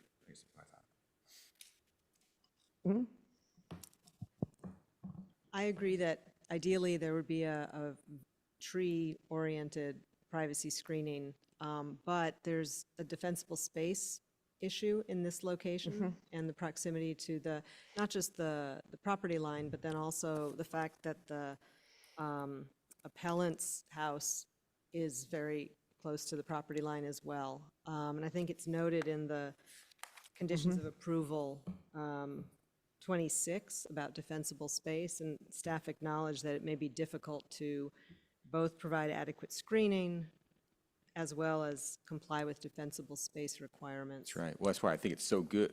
Well, it's only possible because the variance, the side, the additional variant space in the setback we have now on between the Schwartz house and the applicant's house, right? 11 feet, I believe. What's the setback now? 10 feet, right? Oh, no, now. Now it's 2.5. 12, 8. no, it's 12 and feet. 12, oh, Right. 12 and a half. So if conditions obviously should exclude zone 0 for anything that we would specify. Right. I mean, other than trees, I'm not really sure what other kind of privacy methods there would be, but that would be my thought. But I agree. I think obviously zone 0, we would not want to impact that. Okay. As we're talking on the privacy issue, I kind of think you could deal with it structurally. I think the landscaping approach to me seems a better way to mitigate the privacy concerns. I guess I look at this and it's pretty close to what was approved back in 2020. Right. I mean, there's a few nips and tucks, but that's about it. And I think the biggest way to address privacy has kind of been done because it's all been moved, further up away from the neighbor's property. So I think that's the big lift in my view, in terms of privacy, which is the whole building got moved away from the neighbor. And I think we could mitigate, or they could mitigate, maybe with some landscaping of closer to the property line. Right, and if we could coin up a condition of approval that would satisfy that, would that be enforceable? Even, to me, it's doing that, but also knowing that a bunch of those trees are dying, right? And so they're thinking that the trees are going to be there, but things may die, and so how do we put conditions of approval in here sufficient to mitigate the privacy concerns with a changing landscape from what we're being presented today? And is that possible? Sorry, it's not a back and forth at this point, but thank you. We will ask you questions, though, if we come up with some. Yes. If the condition were as straightforward as the property owner shall plant 5 15-gallon or 24-inch box coast redwood trees on the property line, or 5 feet off of the property line at 10 feet on center, that is absolutely something that could be executed. We could require that it be irrigated for the first 2 years or in perpetuity, and those are things that can be checked and affirmed, and the condition could further go on to say that if a tree were to die, because things do die sometimes, notwithstanding people's best efforts to keep them alive, that it would be replaced in kind. Okay, so we have to get that specific. That- Can't that- say that- something like- That is clear. That is clear. Good point. So it has to be, I think, straightforward and achievable and clear. It should not leave open to interpretation, because then you are inviting an argument between parties. Okay. We had a similar discussion, we're talking about the tree protection ordinance, I think, and how do we kind of prove, try to guarantee that people actually do what they are supposed to do, and yeah. True. Yeah. And perhaps the one difference I would say, if the trees are dying, presumably the trees are in the current property are not being tended. So it's hard to know, right. how to. I think the city manager has got a point. Okay. No, the city manager and I were just talking about the point that Mr. Wolf was making is we do have a condition 24, which is a standard condition for our landscape maintenance agreement, which once you decide what trees need to be planted, that maintenance agreement is what is the hook that gets recorded against the property to require the trees to stay and to be maintained, particularly ones that are related to privacy. If I'm mistaken, please correct me, but I believe that's how we've handled it in the past, and that's why it's a standard condition of approval. Okay. Correct. Yes. So I feel about as unqualified to talk about landscaping as I do the Subdivision Map Act. Fair. Fair. And the one concern, if we're talking trees, one thing I'd be mindful of is that trees do fall. We had a 100-year oak that dropped on us last week.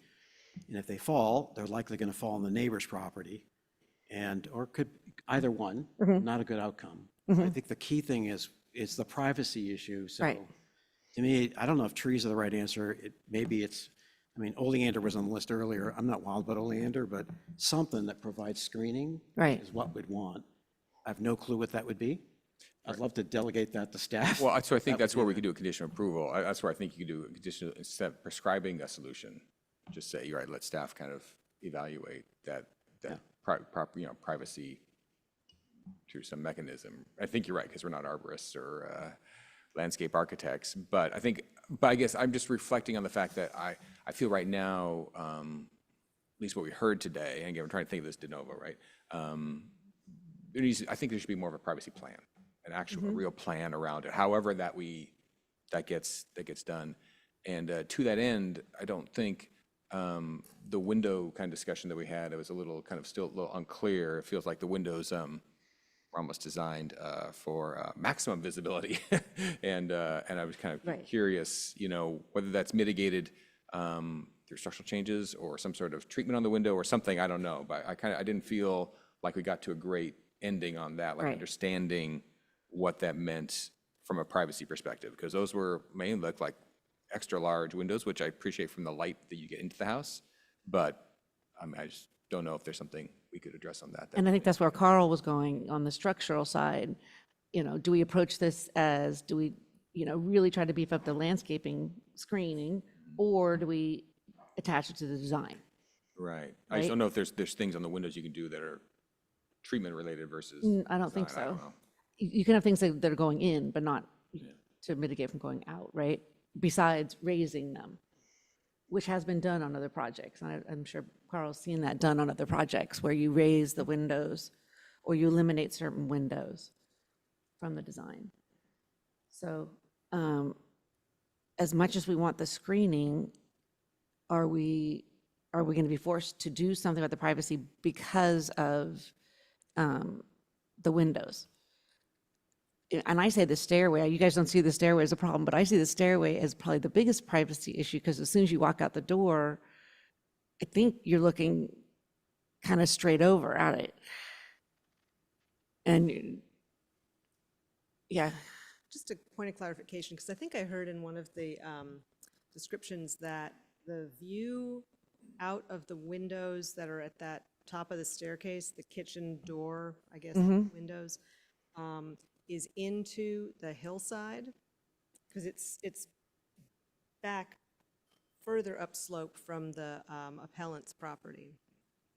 Correct. So if you, our assessment is that if you are standing interior to the building, looking out through the glass door, seeing the landing, the retaining wall, you would be facing an upslope Okay. going away from you, and the topography continuing up towards Session, towards the houses that are addressed as Session. So it would be rising. If you look obliquely on an angle, Like the ones on that corner, Yeah, that's what I'm wondering. those are the ones that are looking that way, right? you would be able to basically you would see what lies well beyond the Swartz property, the distance, so sky, trees, houses further away, and looking down, you would see the Swartz's roof. And that's from that Triangle thing. Yeah, the Yes. triangle above the garage. Yep.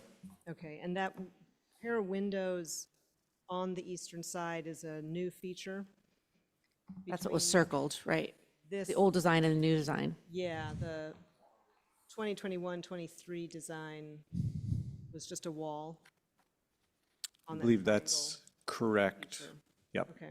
So treatments that the Design Review Commission and other commissions and council have used previously to address privacy concerns, which are generally, direct line of sight when they're kind of at the same elevation and not offset laterally. So this is offset laterally and vertically, but nonetheless, you could have those, as Councilmember Anduri mentioned, have a high sill so that light can still enter, but you don't have a vantage point to look down onto the roof or onto the neighboring property for those. Or you could treat those as like bathroom windows are generally done, which are mottled glass so that it is light can enter, but you can't see frosted. with clarity. Frosted, yes. Interesting. Okay, thank you. Or it does they could be removed outright. I mean, that's an easy So solution as well. I think what I heard from the applicant is that those were added and the door was added because that little triangular area, and it looks like from the design, is cut off from everything else. Like I mean, right now it's not even showing a deck on the side. It's just a drop off. Is that true? Is that, sorry, architect, is that true? It's just like there's not even a railing there from the render. I think it's a door.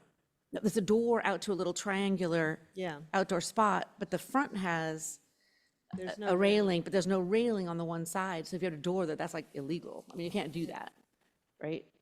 Oh, in the isometric drawing. Here, it's just drop off. Yeah. This is on page 9 of the staff report. And the comment was made, well, they need to end somewhere, was like, they needed that door there to be able to clean up that little area.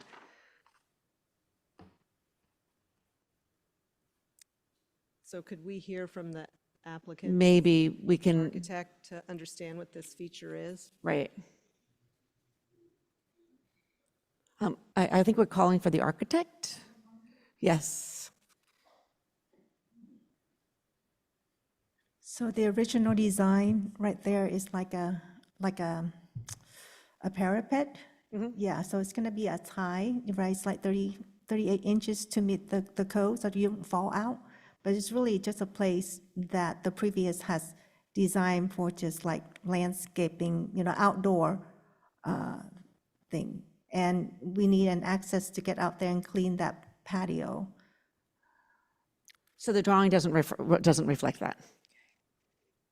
There, Right here. okay, you see that right there, where it just like, looks Okay. like it goes to the So- edge and then just drops onto the stairway below. I think it's missing a rail, so that rail that goes around, I apologize.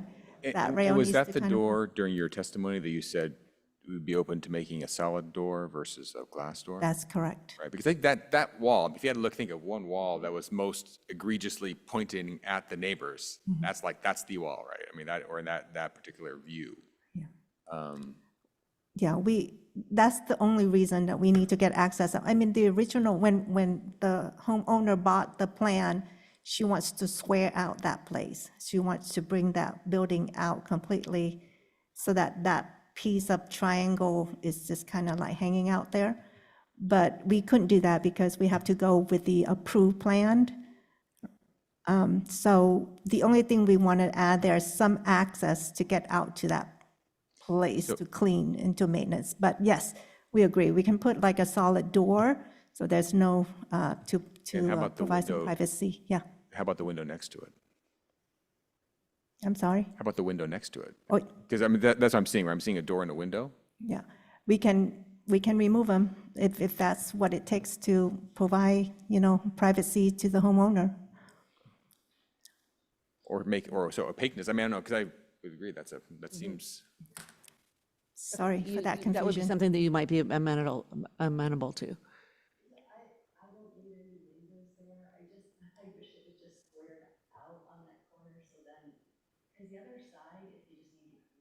I think you may need to be at the microphone, I'm sorry. Hi, thanks. I had no desire to have windows there. I didn't request them to be windows. I actually had just requested my architect, and we didn't review. I didn't know because I hadn't really looked at a 3D rendering on that side. I don't need any windows on that side, and I don't even need access there. I just thought it was a strange design. We don't know why it was done so that there is a place where debris would collect and things like that that you can't clean off. So if it was just squared off and there's nothing and no windows and no doors, that would be perfectly fine, because from the inside of the home, that's your only real living space. So you have windows angled west-south, and that's fine. And then you have a kitchen over there with some light, coming in from the east, which is really all you need. And then inside you'd be placing something else there, a TV or something, right? Or but anyway, if you just take everything off, it's okay, but it leaves that, it's just a weird design Right, element. it is, right. That's my only thing, but we couldn't make any changes. We just, not like that. Apparently we could square out the back, but not that front. I don't know the reasons why. So if they remove or make a contingent of improvement, that is now a solid door or a frosted glass where there's no, opaque or semi-opaque, and get rid of the window? Could we make that a condition of approval? You could make a condition approval, and as I understand the proposal, eliminate the window and door. And I heard the property owner ask if this could be squared off. So this wall would, instead of diving from the outside edge to the center line of the house, it would continue up to this corner, turn, and come back to this point. Would So that be okay as well? It would be squared off. There would be no windows in this. Okay. I think to respect the privacy, I think it would be better, because a door means there is a spot where you can stand right on that corner. And I think Agreed. when I see the original home, which was actually aesthetically more appealing to me when I see it was just sort of facing straight on, because this is a little unusual, and I think it was turned so that the windows are facing away from the neighbor, and having a door there, I agree, doesn't make sense, and having to clean there doesn't make sense, or having to be there for any reason. So if it was just sort of squared off, I think it might look okay. Without a window there and Yeah, the no, windows. like no window and no, yeah, and then no need for anything to collect there, little animals, debris, things like that. Okay. Okay, I would just note that we're going into the council's worst nightmare, designing a house in a live. That's what happens when you have an appeal like this, right? Yes. Yeah, but just on this then, what we're saying is that we're okay, or we can square off the east side of that room. And get rid of And that, but leave it, so it's not going to be symmetrical from a front view. So we're changing the way the house is going to look from the front. And the applicant's okay with that?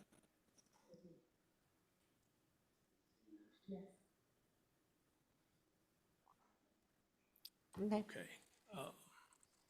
We don't have to approve that, we can still discuss whether we want to do that or try to come up with a shielding method for the privacy, right? That's what the concerns that we have. So this is one method to solve the privacy concern. Yeah. It's just to get rid of that whole thing. Yeah. Let me just say generally, Yeah. I agree with what the city attorney is saying about the easement. I'm concerned about upsetting existing precedents, which I know this is a de novo hearing, but the public is entitled to a certain ability to rely on what the past councils have done, and there has been action on this house. I mean, in 2008, the council took a different action. More recent councils have taken different actions. But to the extent that this resembles what was before those councils, I think we have, even though it's de novo, I think we have to, just for stability, we have to give some guidance to that. But this was not in any of the previous ones. Yes, well, what I'm getting to is Right. the privacy Right. that really does concern me.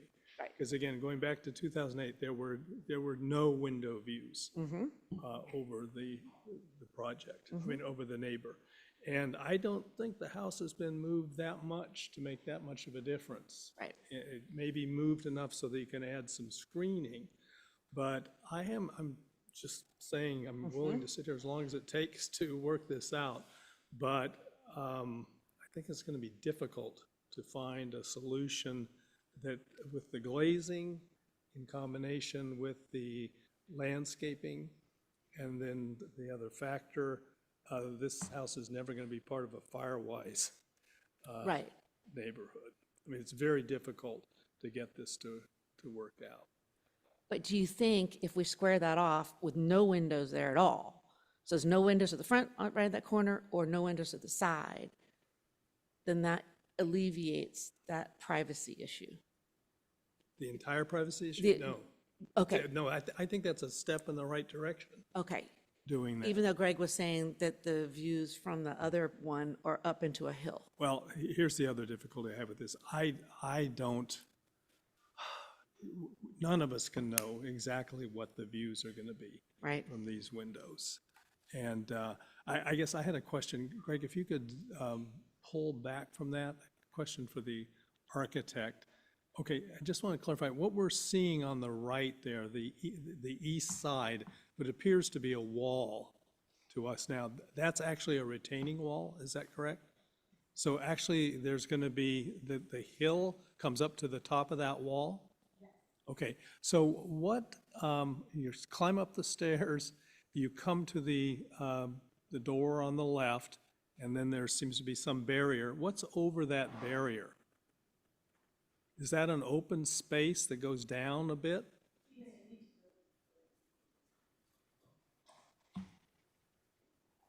Yes, there's a window down there so that It's a when what? you open up the windows, you can get some air in. Oh, no, No, on the wall, outside of the retaining wall. It's a well. No, it's a well. It's a Okay, light so- well. And how far down does the well go? And how do you access the well?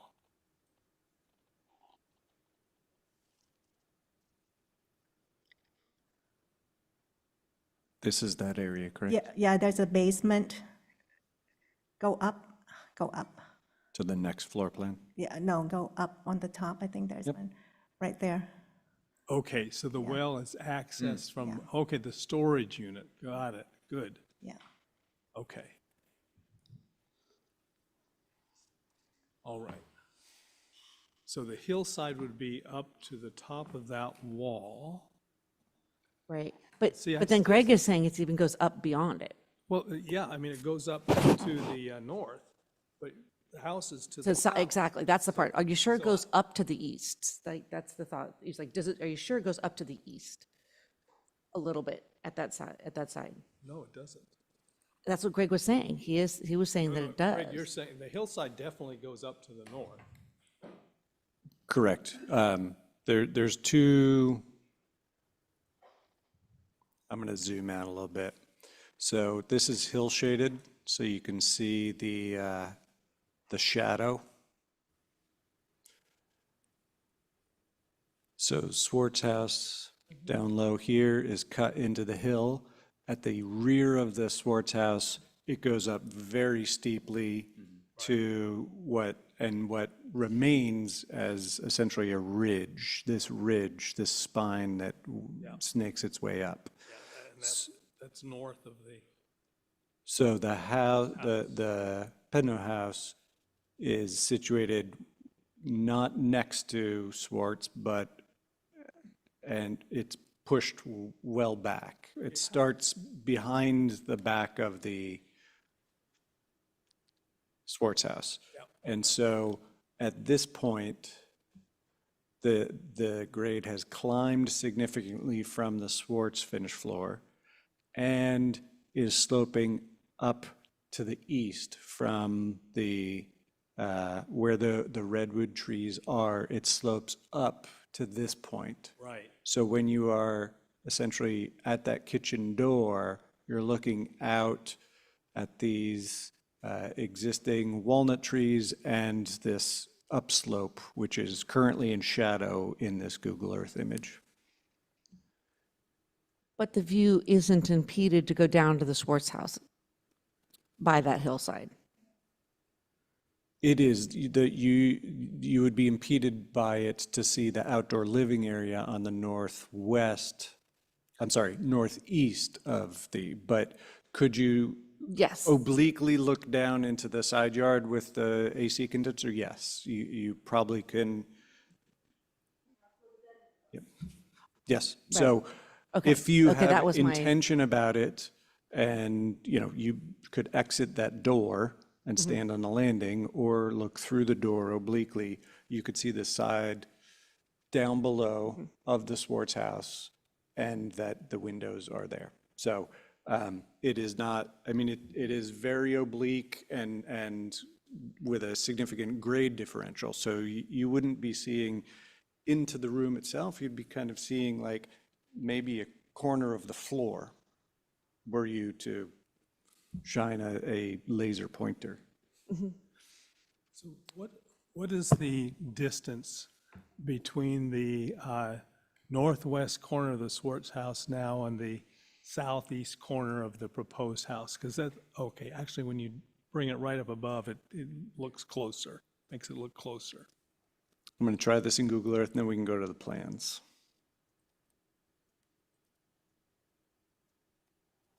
Yeah, it's about 25 feet.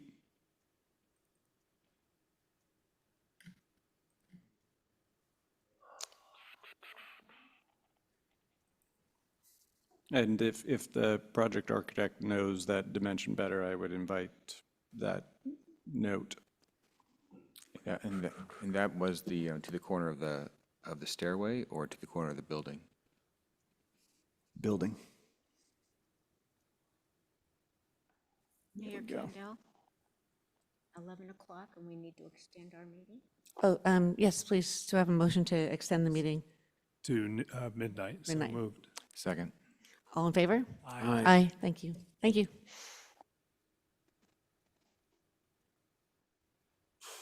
Yeah, easily 25 feet from this point to this point. That's my call on it. I can try to measure more accurately, but nominally 25. Okay. Councilmember Cervantes. Thank you, Mayor Kendall. Uh-huh. I think I would take the view that by moving the house up the slope, that is, by just its placement, has mitigated a substantial part of the privacy concerns I would have. And by either putting in a solid door or squaring off the corner, that's like the one part where you, I think, theoretically could look down to the neighbor's property and down below. I think that's the heavy lift here. It's just like the movement of the house up the hillside. And Squaring off that corner, squaring fixing off that the corner. or just putting a solid door in, I'm indifferent as to either one. But, it's like, yeah, I guess if you're coming down the stairs and you look off to your left shoulder, you theoretically could be looking down on your neighbor, I suppose. Right. As opposed to looking down the stairs. Right. But, I think that, I've said this before, the perfect is the enemy of the good sometimes. And I think this is good. And the only way you get to perfection is, I suppose, we just eliminate the whole thing, but that's not the issue here. Right. So I think, to me, it's good enough. I guess I'm going to echo, I guess I would support that point to Councilmember Dury's point. Is like, I think moving the house to, sideways and back as far as it can, I think you're right. It feels like if you're going to have a house there, it's getting pretty close to about as good as you're going to get. I mean, I guess I would concur with that assessment. Okay. Yeah, I concur. I think that making a modification to that eastern part of the triangle to make the door opaque, perhaps, so light still can pass through. Frosted, translucent? Yeah, frosted, yeah, or, something. Yeah, I guess I would say I'm a little hesitant about like designing the house from the council. So I guess I'd rather give general direction and we can kind of let the architect and staff work out the best solution, sure. right? Because I think direction is pretty clear. Yeah, I mean, I'm open to it being light transmitting through. Through, But- or the corner gone and nothing through, because they wouldn't need it, Yeah. right? Sure, yeah, exactly. Yeah.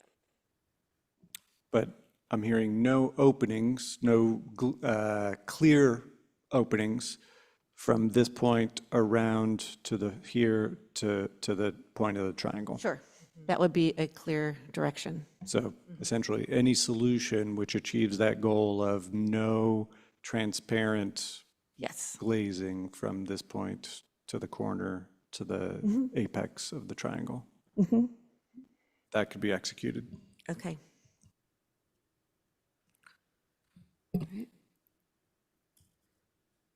Mayor, Okay, yes. as much as I love talking about the privacy issues, if we're done with that, Mr. Vice Mayor's got a point. Yeah, well, actually, just the other part of that is the landscaping. Right. And if what we're going to do tonight is to give direction to staff to work with the applicant to address these issues and then bring something back. Is that possible?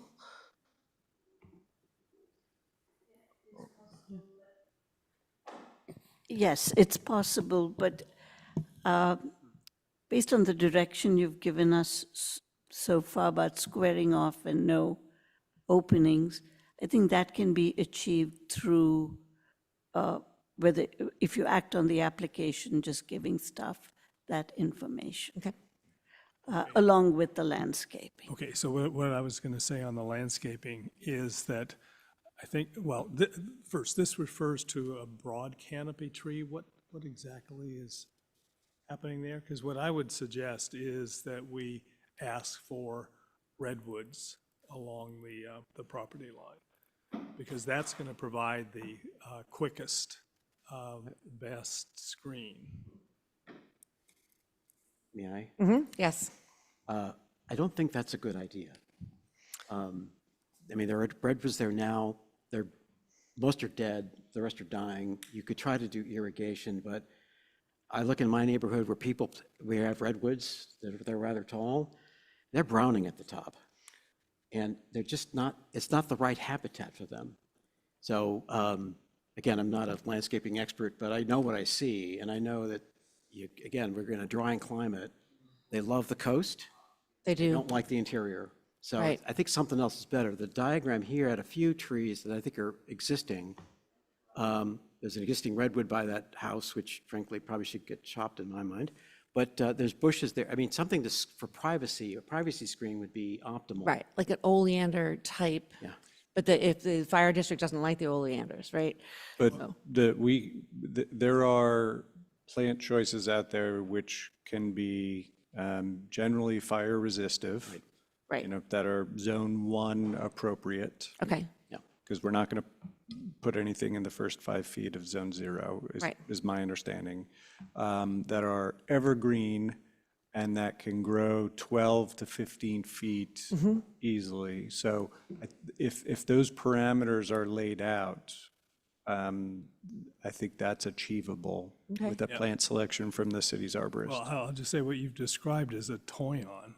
I mean, the toyons will, I thought you said you weren't a, no, I'm kidding. no, I mean, the toyon will provide screening, but it'll take a while to get to that, that height. I mean, I would certainly feel more comfortable with the broad parameters like that and let Yeah. experts exactly. determine Me too. Yeah, but species what is our and- parameter? I think I was liking what Greg was laying out, some sort of, drought tolerant, fire resistant, not in zone 0, fast growing to 15 feet within so many years. I mean, I think that's the kind of thing that's the kind of thing Yeah. I But couldn't discuss anything more than that, in a really. continuous line. In or- it, well, Yes, a in a line or screen, staggered, in but a however you screening can pattern. Screen. to prevent, to have maximum privacy, and I would let the arborist figure that, Yeah. or whatever, Okay. figure that out. That'd be my, Would that be sufficient? I believe so, and I think that largely is what's on screen, but we can ensure with the city arborist review that, like, there's not a better choice out there. Right. Because of those parameters, the fast growing might be the most challenging, but if our goal is long-term screening, an addition, a little longer growth period, would seem a fair compromise to get the kind of drought tolerant, fire resistant, evergreen. I wouldn't presume to even say what. Height what and would height. work Well, for- that's the toy-on. You don't even have to water it once it's started. That's the And drought there tolerant. are toyon on the landscape plan, and these plants, the coffeeberry can be replaced with those. I'll defer to the city arborist on that. Okay. Okay, so are we okay on the privacy issues? In terms of believe the we are. findings? I am, I guess. I'm satisfied with given parameters. I am as well. I am. Okay. If I might then? Can we go, we're going to go through the findings? Well, actually, I was thinking, there's like this existential question on this Right. project, which has to do with the easement. Okay, sure. And we've had discussion, but I think it's like a time for a fill or kill order on that, to me, in that, Get some sort of agreement on that, yes. yeah, I think we're in agreement, but it's like, as our city attorney's articulated, and I would take the view, it's a matter for the courts. It's not our purview to decide that. And if the neighbors want to sue, they can sue. There's title insurance. The title insurance provider will likely have to defend, because it goes right to what they reported. So I don't think that's something that, I would let that one go. It's not our issue. I just want to be explicit on that, though. Wholeheartedly support that approach. Sorry. And as much as I hate to do that, I agree. And to me, part of my decision was because there's been so much time. Because there has been so much time, it's not like we didn't give them the opportunity to do it. And then the fact that our applicant didn't do it doesn't reflect on us, right? And so is that the right way to look at that? Correct. Okay. And you're not required to enforce a private easement, which I think is what you were being asked to do. Right. Yeah, this issue was first raised in 2007. Right. Our kids have all gone out of school and college then, so it's like, it's history. And so, yeah, so I don't want to be callous about that. I just want to be very thoughtful that this was a process that had a lot of opportunity, and there still is opportunity. Even if we approve this project, there is lots of opportunity. The other piece that I really do want to touch on is making the improvements to the roadway. It was great. Thank you for getting Chief Bachman to drive up there today. That it just makes that whole piece go, okay, we're not putting the people up the road at risk today with a decision like this. Can we make that road better, and should we make the bottom of that road better? The answer is likely yes, because trucks getting stopped there and getting stuck there is clear. They do. And that is a hazard. And so I would encourage whatever process we can get moving to help, try to make that issue of Sessions Road and how it was allowed to be built there at such a grade, knowing the shape of Sierra Vista, should have been able to anticipate that the trucks were going to bottom out there, in my opinion. And I think we should try to pursue something there that would It doesn't have to help the fire trucks as much, but all these delivery trucks that clearly are beating up the road. I guess the question I have is, when you say that we should work to a solution of that, is your suggestion that the city fund this? I would, Because Sessions Road was Sessions built Road is- long after Sierra Vista was built, and in my mind, this is a issue that was created by the developer that installed Sessions Road. This is not a creation by the city. I completely agree. Okay. But the fact that the city didn't bring up the topic that maybe this is not a great design is, yeah, it didn't, and, right.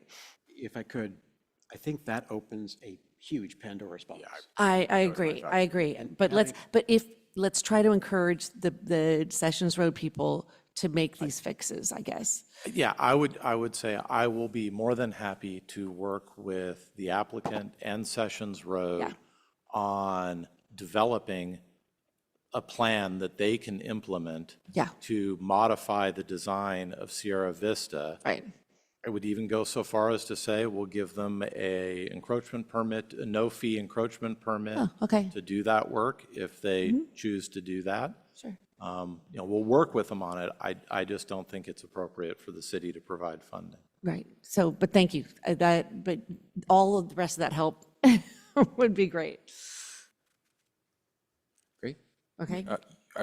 Okay, I just want to kind of address another topic just to make sure that, because something when I was looking at it, when I was at the site, drainage was certainly a big concern of mine, certainly with the house. I mean, we've had drainage issues with our house, and we're like basically a flat lot. So I was just, I guess I would say I was encouraged by the report. I'm relying on that report to say that the civil engineering that's been done on the thing to say that the drainage is being taken care of in a professional way, and I don't think there's anything we need to do on that. And one confirming question, because one of the speakers raised the question whether a 12-inch pipe is going to be satisfactory, and in your view, it is? I can go back and double check with IZAD on that. I believe, if memory serves, he did hydrology on it to make sure that a 12-inch pipe is appropriate for carrying the water. Mayor? I would like to request a trash rack cleaning condition of approval. I just can imagine that just filling up with branches and twigs and debris, and it's there to capture water, and so I wouldn't want it to be diverted. I'm a little, how would you implement that? I'm not sure. I mean, I guess insofar as maybe you have like the landscape maintenance. Would that right? But who? This gets in kind of the weeds. Some of the same issues that we have with C3 type improvements. With C3 improvements, we have a requirement that the property owners provide inspection reports every year saying that their C3 improvements are in adequate condition. We have a devil of a time getting them to even do that. So I'm wondering what the mechanism and how that would play out for the requirement. Well, I see what you're saying. But you had a, apparently Greg doesn't like my conversation. No, Matt, you had a practical comment earlier. You said that actually the main beneficiary of cleaning it out is the applicant. I just want to confirm, though, as someone, I don't know if you're familiar with the rack on McGraw. Which filled up, and the water, what used to be a stream that was underground resumed its overground, and it wiped out swimming pools, it wiped out all sorts of things. So it's a big problem. If the water comes up, will it stay on the applicant's property, or is it going to flow to the east? To the I don't recall the topography exactly. Greg has shown all sorts of pretty pictures. And I think when you get to the back of the house, you are still very much in a V. So if that gets overwhelmed, it goes through the applicant's house before it does anything else. So again, that's where I look at it. Trash racks, as you know, are they can go from fine to not fine in the middle of the night when there's a heavy downpour. So a condition of approval saying you must keep your trash rack clean, Okay, so there's no way to check on it. there is, but then how are we going to get paid for that? Right. It's staff time to go out there and check on this trash rack. How often are we going to check on it? Every storm? Yeah, Once a no, I year? understand. I mean, that's what I mean by it's That's why I'm not like, the devil's in practical. the details Yeah. on this are a little, Yeah, so maybe just more of an advisement, as has come up in this conversation, that it's Yeah. good to make sure your trash rack is clear of trash. Okay, thank you. One question I had that I didn't bring up, but it's just more like during construction, because obviously I'm assuming during construction, all the trucks and everything are going to be parked on Sessions Road for most of it, right? Because that's the access. Or I just don't know. That it's kind of interesting when I first kind of went into this whole project thinking, that's where I thought the biggest choke point was going to be, because if you were staging dump trucks and staging along Sessions Road, if there was a wildfire, are we making a choke point across all the neighborhoods? I don't know if that's already kind of part of the standard conditions of approval that construction equipment has to make sure that they're off property. I just don't know if that's a concern or if it's wide enough that we don't have to worry about that. I'm not entirely sure they would be parked on Sessions Road. I would expect them to be parked on Sierra Vista. Okay. Because Sessions Road is uphill and really awkward to get to the site. We would tell them that traditionally, if you want to stage or store any equipment in the public right-of-way, we tell people you need an encroachment permit to do that. If it's going to be for an extended period of time, you need to pay us. And 3, you can only park in legal parking spaces. So you are right to ask the question of how are you going to do this? To be honest, I envision that they are not going to stage and store a whole lot of equipment here because there just isn't room for it. They're going to bring 1 2x4 at a time kind of thing in a pickup truck, is how I would expect them to do it. That would mitigate the concern. Thank you. Okay, great. So how do you guys want to go through this? Do you want to go through the findings? And just make sure that we've gone through each one of these? So that starts on page, 20 of the staff report and 5 of the original staff report.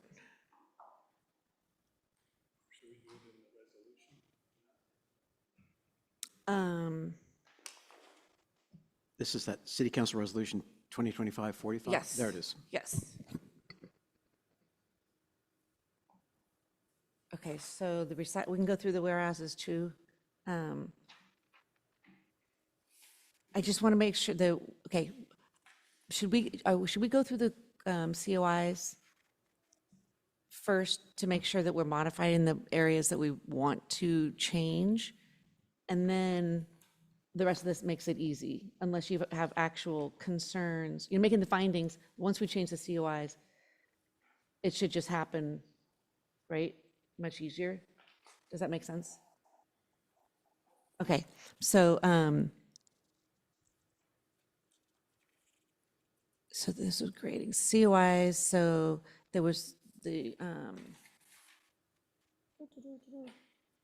sorry, going down. So the water, for mine, I had a COI 17, which was where they had the water tank and stuff.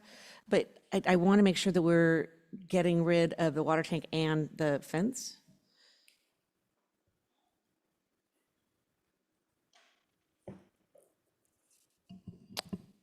We can revise 17 to include both the water tank and the fence. Right, and then so then number 18 is where we get into the description of they say oleander may be a substitute for native or natural. This is where we want to make it expanded, right? COI 18? This looks like it's trying to do 2 things. One is It tree is. protection. It's protection. So maybe we can break it out and do a tree protection We could do tree protection and then also the screening protection. Privacy. Privacy Privacy protection. plan or privacy landscaping plan or something And I like think that. we've talked. Would that be about okay? What we want. So either one of those, we'd like to, instead of having 18, have it be split into the two pieces. The 18 split into tree protection, and then a separate one for the screening. So the last sentence would effectively start a new condition relative to screening? If you need a new condition for it, great. If it's a separate part of 18, Yeah, it can be you and Mala can figure that out, right? Yeah, I think we want to say the property owner is going to work with staff to develop a privacy plan, with Right. conditions of, outside, just so the whole things we just talked about, right? Outside zone 0, drought tolerant, fire resistant, Right. provide screening, to a height of whatever over a certain number of years, however they do that. Okay. Is that in So, the direction? As the essentially design parameters that we discussed earlier, the characteristics. The characteristics. Okay, well then, The protection. as and the- we're doing that, we've got 26 defensible space. Do we want to keep that in there? Or do we want the defensible space considerations to be incorporated in the plan that's being developed? that's being Yes. Called for. So Yes. basically, we combine this with Sure, I mean, you can the other move it, I condition guess. of approval. 26 defensible space. But we still want to keep the I defensible was going to space. say, I don't know if defense, does that really change at all? I mean, maybe we just say, this has to be done In accordance, can we in refer? accordance with, under the, to comply with the goals of the privacy or something. I mean, isn't that more what it is? Because I feel that everything there looks good. I don't think we'd want to remove any of that. Right, because this applies to everything. And then the screening part has the screening and make sure that that complies with this, maybe. Okay, but all this is talking about is the screening for 1139 Sierra Vista. That's why. Well, this is that's in there. true. That's a good point. So I would combine it, All right. Okay. and you're going to take this into consideration. Yeah, in the- no, the that's fair. plan. That's fine. We can do that. We can move the defensible space aspect of this into the third bullet of the landscape and recognizing that putting in vegetation to screen needs to be done cognizant of the defensible space. Perfect. Okay, then I'm trying to find the one that would do the design, the privacy design. Do we need just a whole new one for that? Because I didn't see that. Yeah, no, I think that. Right, that would be is a new. one. That'd be That's next. a new one. Yeah. I don't know, I think it goes into prior to issuance of a grading permit.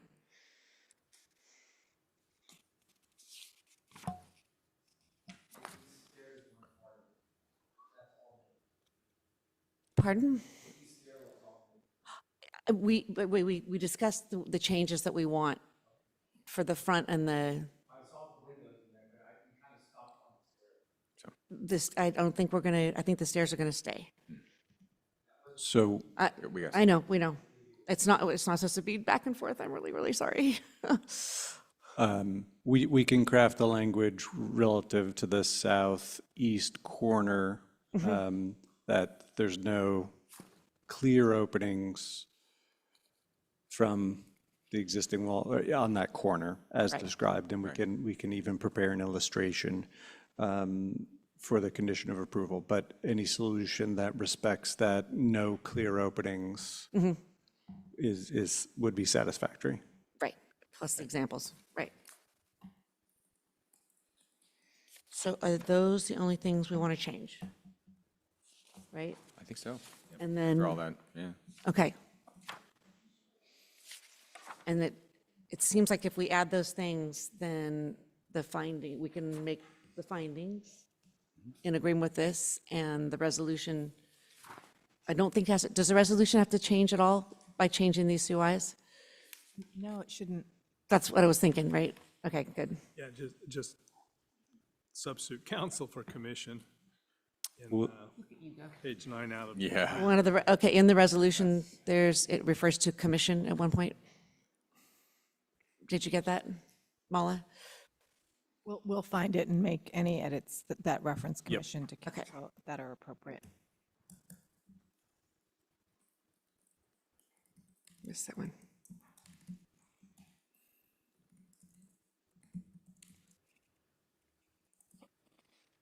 All right. Right. So Are we, I think that is, doing the COIs kind of covers. I think so. changes. Are we feeling?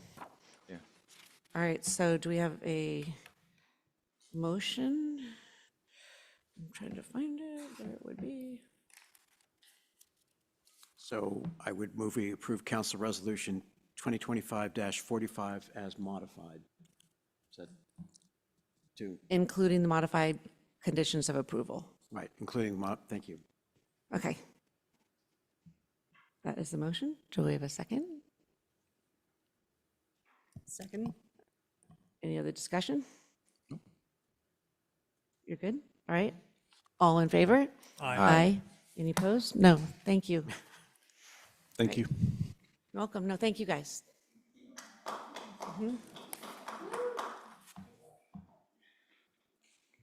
Thank you, everyone, for being here so long. Good evening. All right. Thank you both. Thank you, Matt and Greg, also. And now we go back to remove item 11A from consent. That's a minutes. So that was my item. And I made some changes. I actually sent them to Joanne earlier, but I want to just hit them so everyone's aware.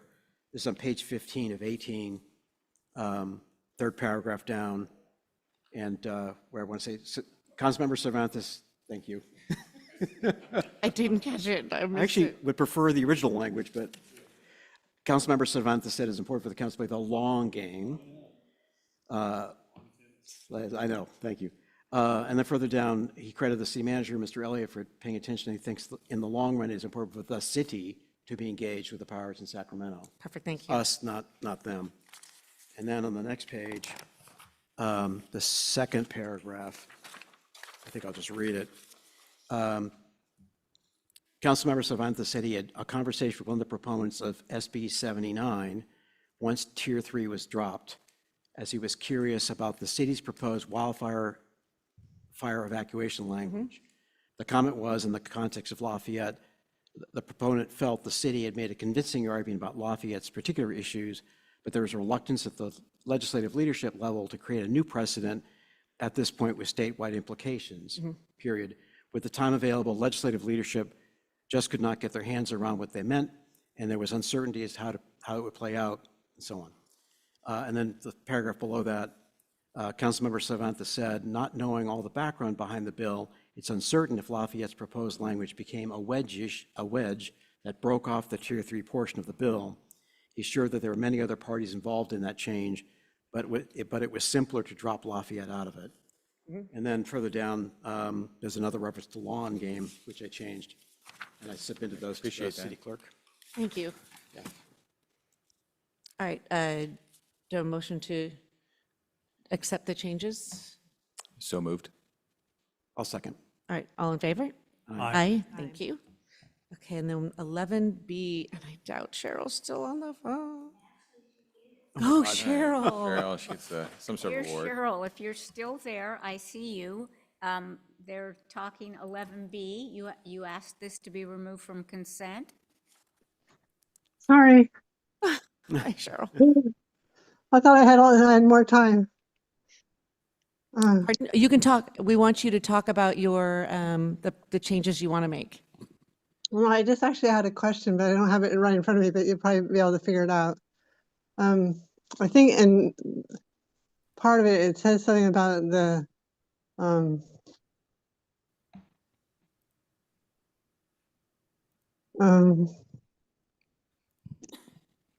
see, it's 11, B. 11C, 11B.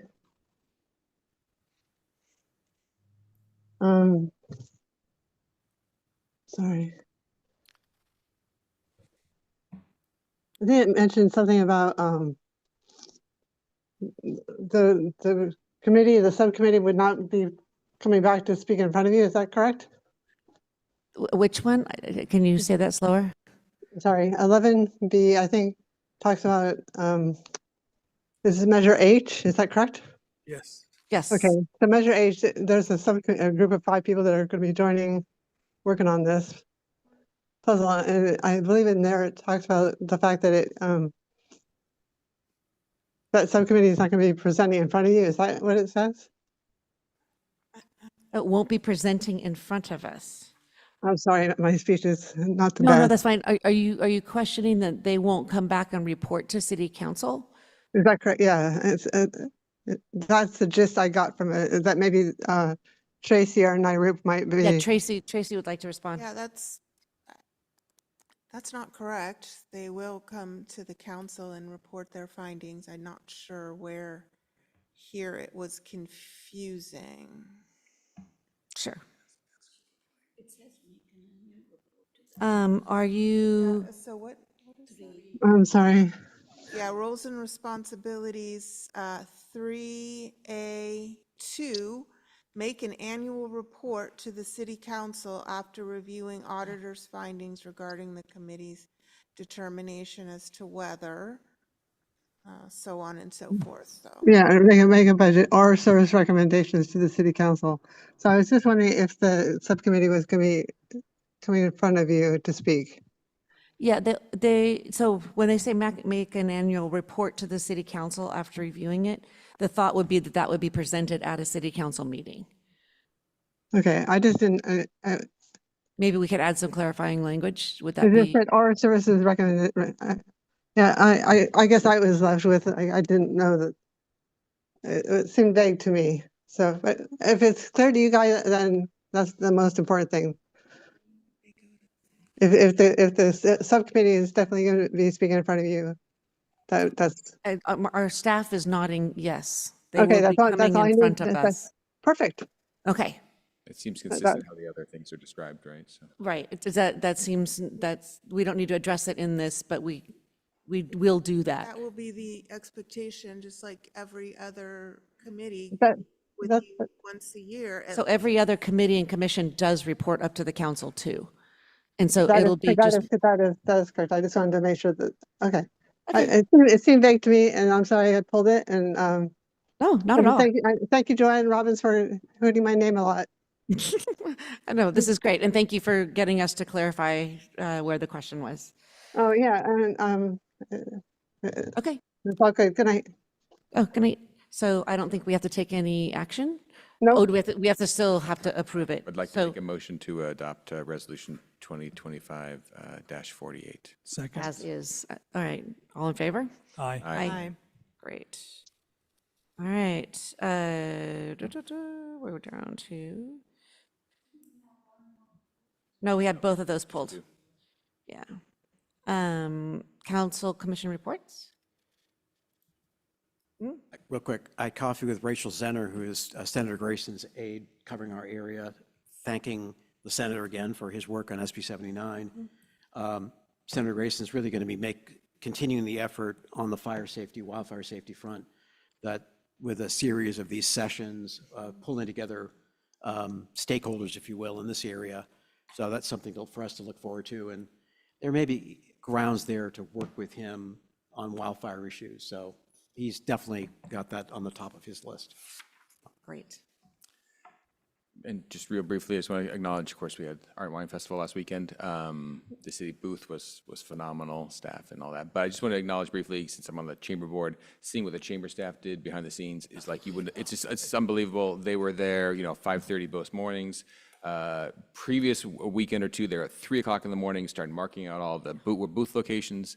They manage a volunteer team of hundreds that get it all done, both setting up and of course taking it down so much that this morning when we drove through downtown, it was like it was never there. It's just it continues to boggle me. Even though I see it happening, I still know how it happens. So I just want to acknowledge their contribution in making a great event. Yeah, no, it really is amazing that we have this event, that people come from all over the Bay Area. I mean, people from all over were coming to the booth. It's just, the chamber just does an incredible job. I talked to a couple from Lake Tahoe that had come down, and I was thinking, Okay. What? Okay. Well, nothing going on there, I guess, so why not? right? Anything else? Agreed, it was amazing. Yes. All right, anything else? I don't have anything. All right, so we are good. We are adjourned. Thank you, guys.